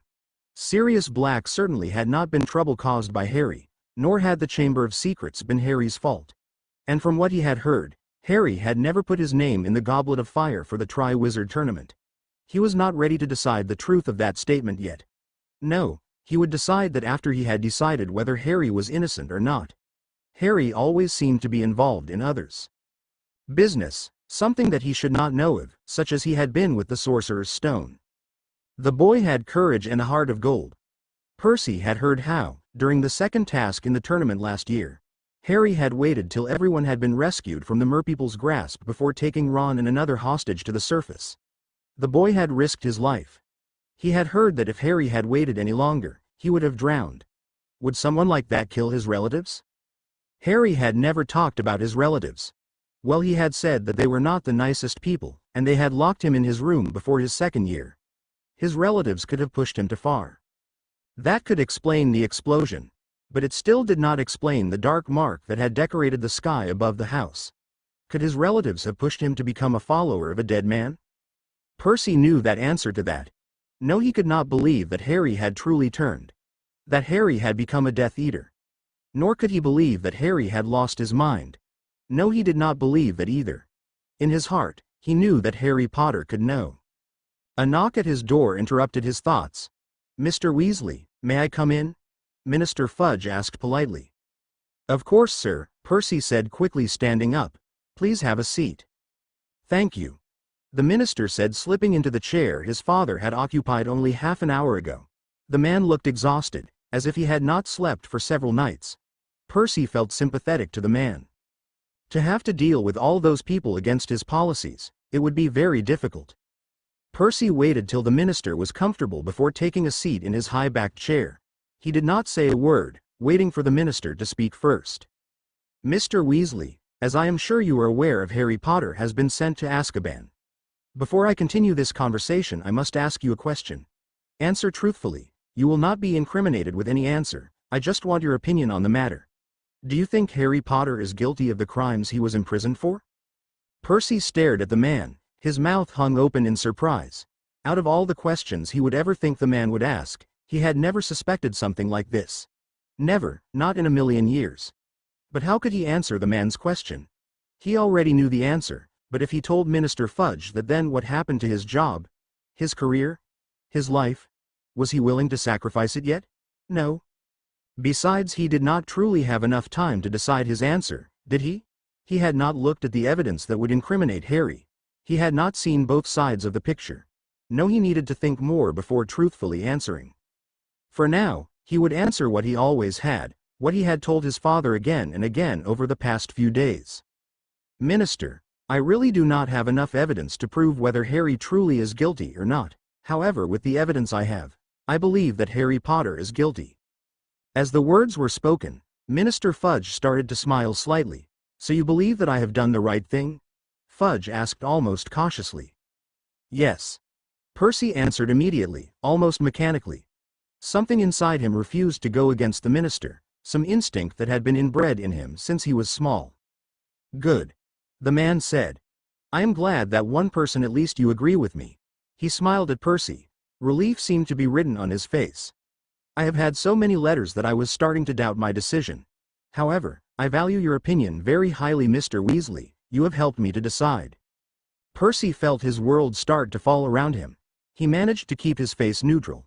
He hoped, pleaded to any god that would listen, that he had not truly helped this man make his decision, that he had just sentenced Harry to Azkaban for life with no chance of escape. Minister Fudge was just testing him. Yes, that was what had happened. The man was testing his loyalty. He had not been truly asking his opinion, but had been asking the same thing his father had. Who he was truly following, what he believed. I would like to ask you a favor, Mr. Weasley. Do not answer me now, you can give me your answer tomorrow. Would you be so kind as to help me answer those letters? I believe that you have a skill with words that would help calm some people down. I would appreciate greatly if you would help. Please come to my office tomorrow with your answer. Yes, sir. Percy answered quickly. He knew he was running out of time to decide whom he would follow. Since I value your work greatly, Mr. Weasley, there is another matter that I would like to discuss with you. Your father has been talking with other employees about matters that do not concern him. Normally I would not care, however he is telling those employees lies about several others and myself. He has created a void between several employees and fights have ensued. I have already spoken with him, however he refuses to listen to me. He might listen to his son better.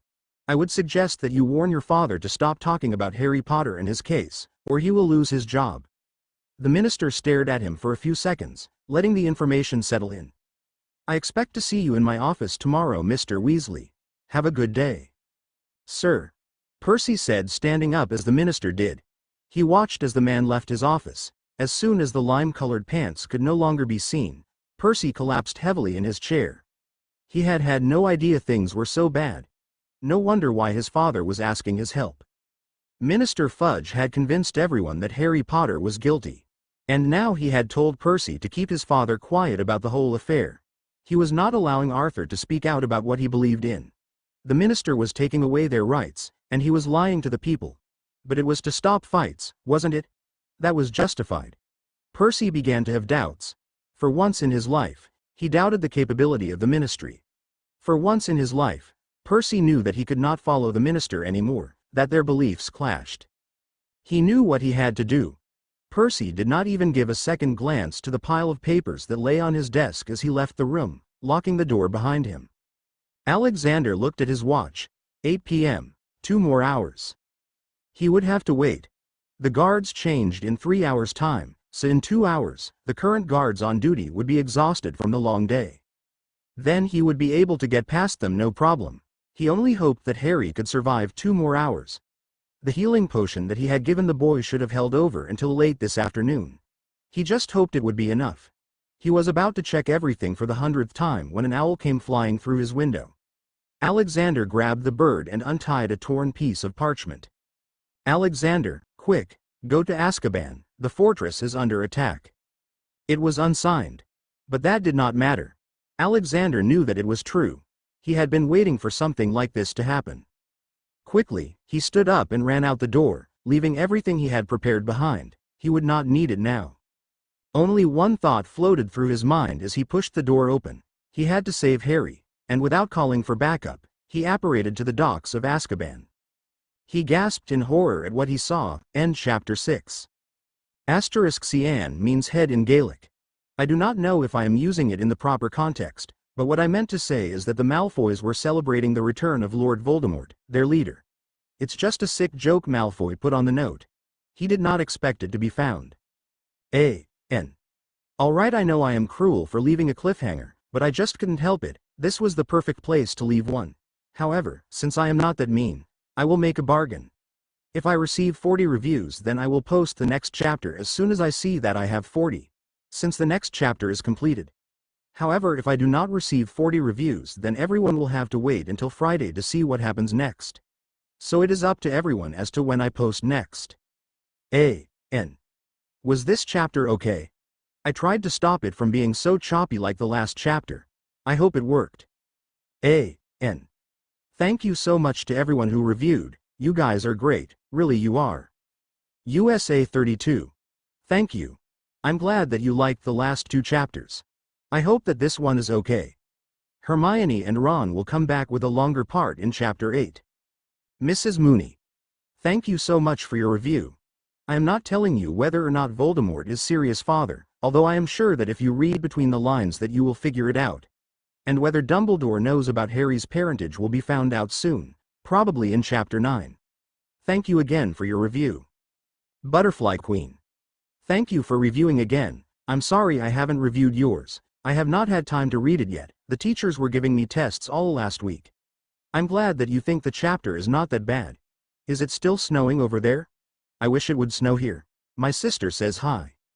Silent Angel. I'm glad that you like my story so far. Well, the next chapter is where the Death Eaters finally attack Azkaban. That chapter will decide if Harry leaves Azkaban or not. I hope that this chapter was alright. Thank you so much for reviewing all those chapters. I am glad that you did. Death Eater. Thank you for reviewing. I am glad that you did like the last chapter and did not think it was that bad. I hope that this chapter is alright.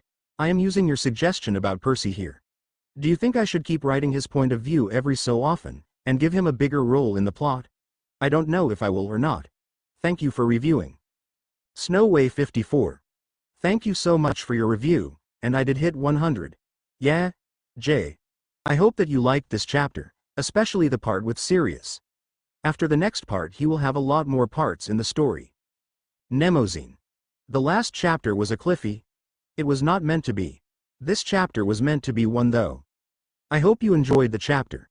You will find out what happens to Harry in the next chapter. Thank you so much for reviewing. Nikki. Thank you so much for reviewing. Giggle Girl 15. Thank you so much for reviewing. I hope that you liked this chapter. VMR. Thank you for reviewing. J Lady Foxfire.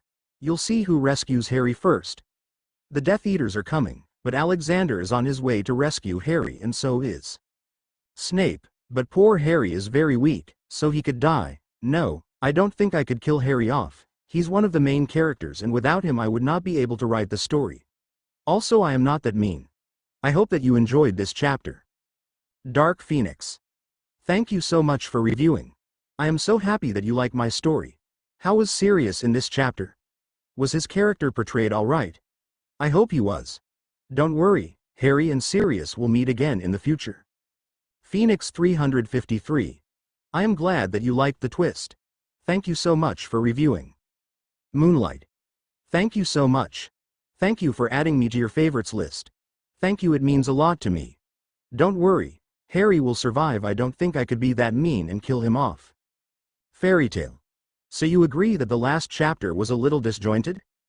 I hope that this chapter was not as disjointed. I tried not to jump around too much. I hope it's okay. The revelation will probably, depending if I follow what I have planned, happen in chapter 9 or 10, I think. I haven't written it, but I have a pretty good idea what is going to happen.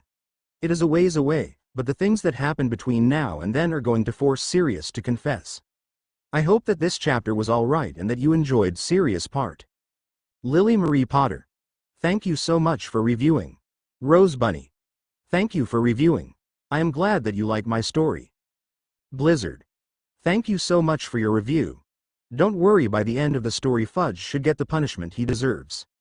Any good ideas on how to go about that? I have some, but any suggestions would be very welcome. Janai. Thank you so much for reviewing. I am glad that you like my story, and thanks for the tip about spelling the Chudley Cannon's eye. Wasn't sure if it was spelled with one D or two. Coke Freak. Thank you so much for reviewing. Sarah Minx. Which FIC is it where everyone is dying? I don't think I've read one like that before. And I thought my story was dark. Thank you so much for reviewing. I hope that this chapter was alright. A.N. Thank you again for reviewing, it is so encouraging. A.N. Please review. Any comments and suggestions are welcome. Also, does anyone have any ideas for a summary of this story? I read through it and I realized how horrible it was. If you have any ideas, please do tell me. Thank you. And remember, if I receive 40 reviews, I will post the next chapter immediately thereafter, or as soon as I see it. Chapter 7. The Storm to Walk Through Fire. Disclaimer. Once again, I do not own Harry Potter and the characters associated with him. They belong to J.K. Rowling.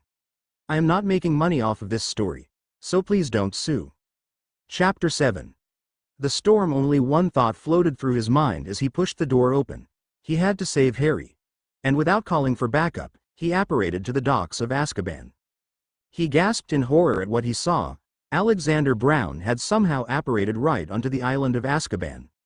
Right before him stood the great fortress, left unguarded by the anti-apparition spells that had been used for thousands of years to keep it safe. He looked back over his shoulder, across the water that separated Azkaban from the mainland. Alarms went on in his head. He now knew, without a doubt, that the note was no hoax, it was true. Suddenly Alexander realized that he was standing in the open, where an enemy could see him. He quickly berated himself and flew up against the wall. It was hopeless to save Azkaban. One man could not do that. It would take too long to call back up. But one small boy could be saved. Alexander refused to allow Harry to suffer anymore. He did not care what it cost, he was taking the boy out of this place, out of the Death Eater's reach. He scanned the barren, rocky land before him. As far as he could see, there was no other living soul outside the fortress. That was odd. There should have been prison guards standing all around the fortress, prepared for an occupant to escape. And Dementors, there should have been Dementors guarding the prison at this time at night. The Ministry had become slack in their security. That had to be the reason there were no guards standing around. He could not be too late. They could not have already attacked the fortress. Could they? No, if they had attacked the fortress, then the Death Eaters would have set up their own guards to keep an eye out for orers. Alexander was sure he would have seen them, but maybe he would have missed them in the dim light. He hoped not. Prayed that it was not true, just the idea of an overreactive imagination. He would have to tell the Ministry later about this, warn them to increase their security in other buildings. He heard a soft noise behind him. Alexander turned around, ready to curse whatever creature it was that had made that sound, but he saw no one. A cold, nameless fear descended upon him. He should have spent the extra time to find more orers to help him. One person could not survive against an army of Death Eaters, and maybe the Dementors as well, but he did not need to. He needed to enter the prison, and take Harry away from here as quickly as possible. The nameless fear still remained. Alexander looked around once more. He scolded himself, and pushed the nameless fear away. He was becoming too much like Mad-Eye Moody in his old age. Starting to jump at shadows and soft noises created by an overreactive mind. He pushed himself from the wall, prepared to run towards a side door of the prison, one that only several orers and Ministry officials knew about. Just as he was about to take his first step, a hand grabbed his shoulder. Alexander stiffened. He was too late, they had already arrived. He turned around, but stopped suddenly when the hand on his shoulder tightened. If it was a Death Eater who had caught him, then it was pointless to struggle. They all enjoyed watching people suffer. He stood stock still in the Death Eater's grasp. He had been wrong, the Death Eaters had posted guards, he had just not been able to see them in the darkness. Alexander hoped the man would take him to his master, so if nothing else, he could find out who the true leader of the Death Eaters was. Harry's situation was hopeless now. The boy was as good as dead in the Death Eaters' hands. They would kill him without a second thought. Unless, no, please don't let them make that connection. They couldn't. If they did, no, they would not figure out the connection between Harry and he who must not be named. He shivered slightly, pushing his fears away. He could not dwell on his fears now. What do you want? Alexander whispered to the man. He winced. He sounded frightened, that was not good. He steeled his resolve. Even though he was captured, he refused to beg mercy from them, no matter what. The man, or at least Alexander assumed it was a man from the strength in that hand, spun him around, so they were facing each other. It was too dark for Alexander to distinguish any details, other than the man's figure. The blackness of his clothes seemed to keep the man in shadows. "There is very little time," the man hissed urgently. "You must listen, they will be coming soon." He seemed to be looking over Alexander's shoulder to the water. "Do you understand? There will be no time for questions or repetitions, so listen carefully."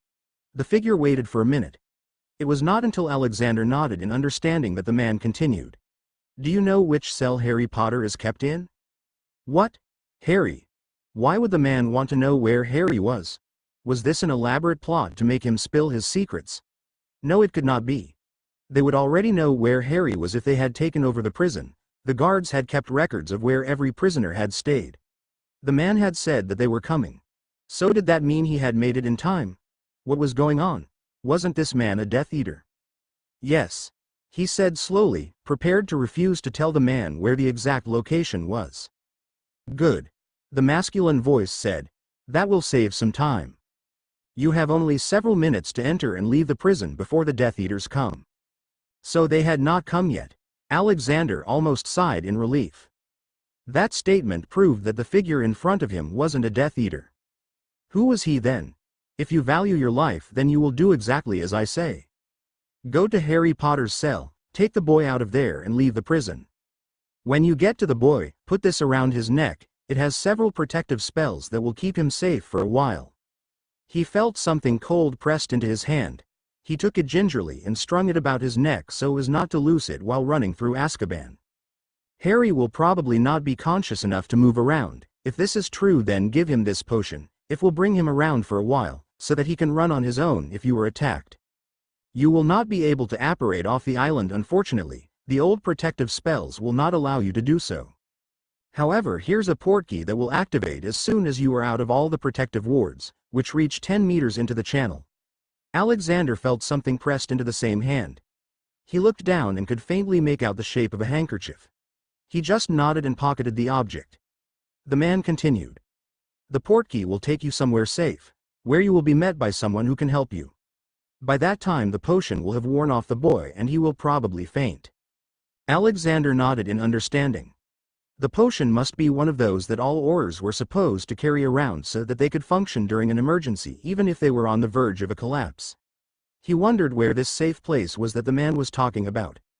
This man definitely was not a Death Eater. He was trying to help free Harry, even offering Alexander tools to aid him in the rescue. Who was this man and why had he appeared now? "The Dementors will give you no trouble, for Voldemort," Alexander shivered at that name, "has a spy who made sure they were out of the way until the fighting is over." Alexander nodded in gratitude at that statement. He had honestly not thought of how he would get past those creatures before. At least now he did not have to face them, did not have to relive those horrible memories again. "Will you do everything that I have told you to do? If you will not, then return the objects and be on your way before all the Death Eaters get here. You will never be able to fight them all off." The man whispered dangerously. This man was not one to be fooled around with. "Yes, I will. The fate of the world revolves around this rescue, doesn't it?" He had wondered that from the beginning. Had wondered how much of the world the boy held on his shoulders. "Yes, Alexander, it does, and if Harry is not saved, dire consequences could ensue. The boy carries a great burden. He is the one who can save us, or destroy us." And with that the man disappeared into the growing darkness. Alexander looked around trying to find the man, to thank him for his help. But he was not there. "Thank you," he whispered softly into the night. He wondered who that man was and how he had known his name. It was strange. The man had come out of nowhere and given him help, even though it was unasked for. He hoped that one day he could meet this man again, if just to thank him for his help. Without wasting another precious second, Alexander took off towards the door, his wand in his hand, believing that he was prepared to face whatever came next. He watched the man walk away. It had been too easy. The orer had agreed all too readily. He knew that the man was not a Death Eater. No, he had never seen him near Voldemort. So why had the man agreed immediately with the plan? It could not be some elaborate plan to gain status. The man was already one of the most respected orers still working for the ministry. Did the man discover the truth about Harry's parentage? He seriously hoped not. If an orer knew that information, he did not dare think about it. Too many terrible events could happen. Maybe the man just understood the importance of removing Harry from Voldemort's reach. Yes, that had to be the reason. Alexander had always been smart and quick, figuring out mysteries quickly. The dark figure looked out towards the water. He hoped that Alexander would hurry and quickly move the boy away from this place. The hour that the Death Eaters were going to attack was fast approaching. The sudden appearance of the orer on the island had shown that. He could see a tiny light coming from the mainland. He would bet everything he owned that Voldemort was standing there right now, removing all the protective spells that surrounded the island. And he was not a betting man. As much as he wanted to stay to make sure that Harry was safely taken away from this place, he could not, if Voldemort found out that he, the famous potions master, had helped Harry Potter to escape from Azkaban and the Death Eaters. Then, he shook his head away from those thoughts. He slipped into the shelter of several large boulders that surrounded the island. Severus turned around and looked back at the looming fortress. He shuddered. He had been cast into one of the cells there once, long ago. Albus had saved him though, from a life spent wasting away in Azkaban. The man had vouched for him. Despite the fact that it had only taken several days for the jury to agree that he was innocent, the horrors of Azkaban still haunted him. He honestly wondered how Black had survived there for so long. He highly respected the man for that, not that he would ever admit it to anyone. And now Harry had suffered in there for several days. The boy had to survive. He just had to. Harry had a knack for survival that would pull him through. Right? And Severus was sure that Black would hover over the boy like a mother hen. The boy's godfather, no, father, was the best man he knew to help the boy through his troubles. Black would know the horrors and would be able to help Harry deal with the nightmares and memories. And he, Severus Snape, would be there to help the boy too, even if he was Black's son. A figure appeared in front of the fortress. More followed him. No, it could not be time yet, it just couldn't. Alexander had not come out with Harry yet. They were still inside. Severus looked around. There was no way he could run through the Death Eaters and help Harry out. They would recognize him in an instant. He was not supposed to be participating in this attack. Instead, he had been given leave to complete a certain potion for Voldemort. He was expected to be at Hogwarts at the moment. Maybe some would call it cowardice, others self-preservation, but for Severus Snape it was one of the hardest decisions he ever had to make. He turned around towards the rocks, towards the water, and started walking, his feet making no sounds as they touched the tiny pebbles. He could not help Alexander and Harry now. He had done all he could. He would only put them in more danger. Now all he could do is wait. Severus kept walking towards the water. His eyes glued on the horizon as he forced his feet to move forward, away from the boy he had promised to protect. Bang! Severus Snape looked back towards the fortress at the sound of the noise. His foot caught on the edge of a sharp rock. The next thing he knew was that he was falling. He could see the rock coming up towards him. Agony erupted through his head. Then all went black with the finality of a dungeon gate slamming shut.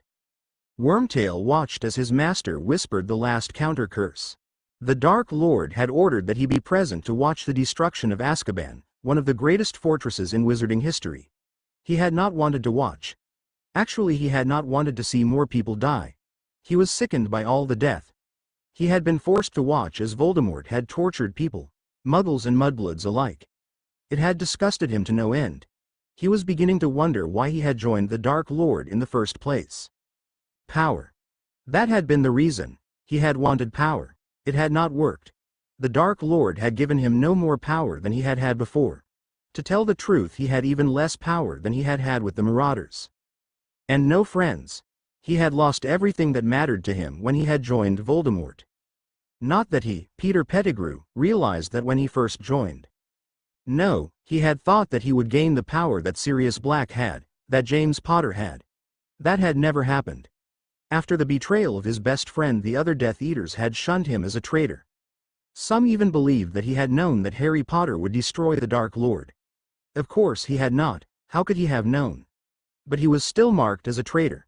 And the Death Eaters hated traitors, not that any of them realized that they had been turncoats when they renounced the Dark Lord, and he had been branded one. None of the others seemed to realize that he had brought their master back, sacrificed his hand to bring him back. His master had hardly rewarded him for his sacrifice with a silver hand. The Dark Lord just dragged him around and used him as if he were a slave. Had the sacrifice been worth it? Peter was not sure. It stopped Siri, no, Black, from revealing that he was a traitor. His one-time friend would be too busy trying to help fight in the war against the Dark Lord that he would not have the time to compile a case against Peter. But now he had to deal with the killings, the blood, and the smell of fear. He did not know how much longer he could stand it. At first he had not found entertainment nor disgust in the activity of tormenting another being. Now he was revolted by the idea. And in a few moments he would have to watch as another dozen human beings were tormented till they were dead, or insane. Well, more insane than they already were. He grimaced. The Dark Lord had promised him a prize out of this massacre though. His master had promised him a reward for his loyal service. Wormtail was not sure whether he wanted this prize or not. It could be another human to torment, or it could be something else. He hoped that it was something else. He did not want to torment another human being. He would not even subject Sir, no, Black, to the kind of torment that the Dark Lord enjoyed. Come Wormtail, we shall watch my army. His master hissed from beside him. Wormtail shuddered at that voice. He feared it, and yet for some reason he felt drawn to the man. That had been the second reason why he had joined the Dark Lord. Peter bowed his head and followed his master obediently. They both apparated to the island. Malfoy had killed the ferryman earlier so. There was no other way to cross the channel unless one knew the currents. It was dark and hard to make out any details, but despite that Wormtail did not like the island one bit from the moment he stepped on it. Fear, pain and death seemed to radiate from the fortress like a beacon. He shuddered again. Rats usually thrived in places like these, but of late, Wormtail had started to feel the desolation in places like this. It had happened around the same time he had started to question the reason he had joined the Dark Lord in the first place. Ever since he had heard of the Dark Lord's plans for Harry Potter. Master. Wormtail could hear the shuffle of robes as the man bowed low to their master. I present you with Azkaban. Now, have the guards given up so easily? The Dark Lord hissed, almost sounding surprised. No, my lord, however they're only few and we are almost 50 strong. Suddenly a light flew right by Wormtail's head.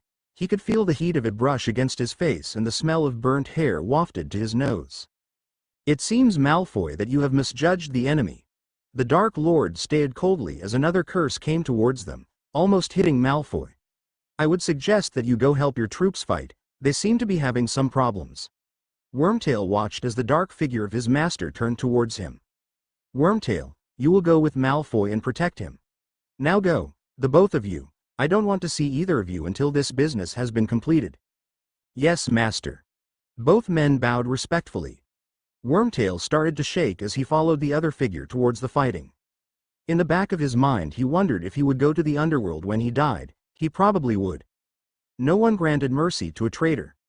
Equals. And he decided as he followed Malfoy that he would never be a traitor again. He would not betray his master, the man to whom he owed his life. His footsteps echoed off the stone as he made his way quickly through the maze of Azkaban. No torches lit his way down the halls, only a small Muggle flashlight lit his way. He was glad that it was required for an orer to carry the flashlight around, or he would never have been able to use the secret entrance on the side of the building.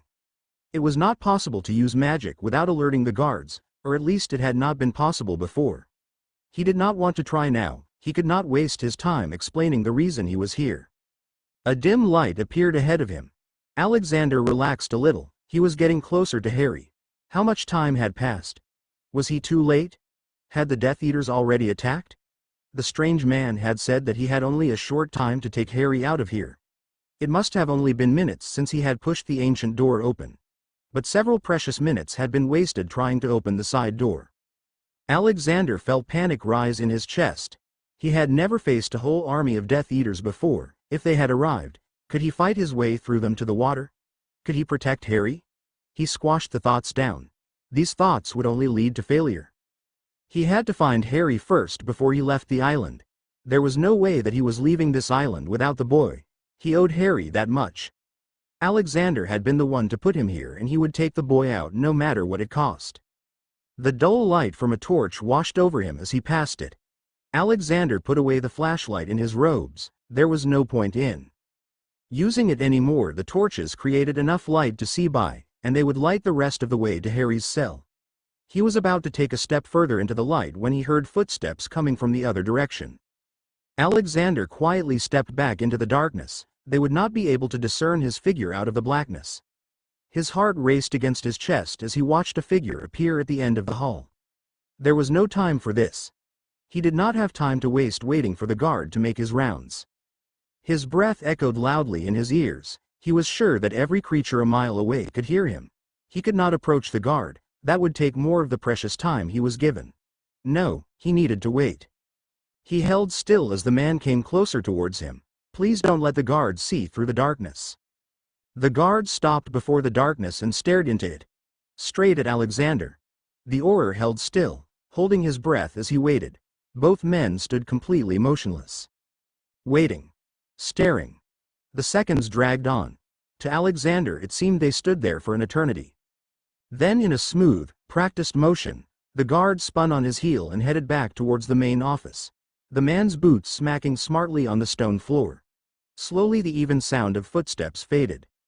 Alexander let out a sigh of relief. He was safe. For now.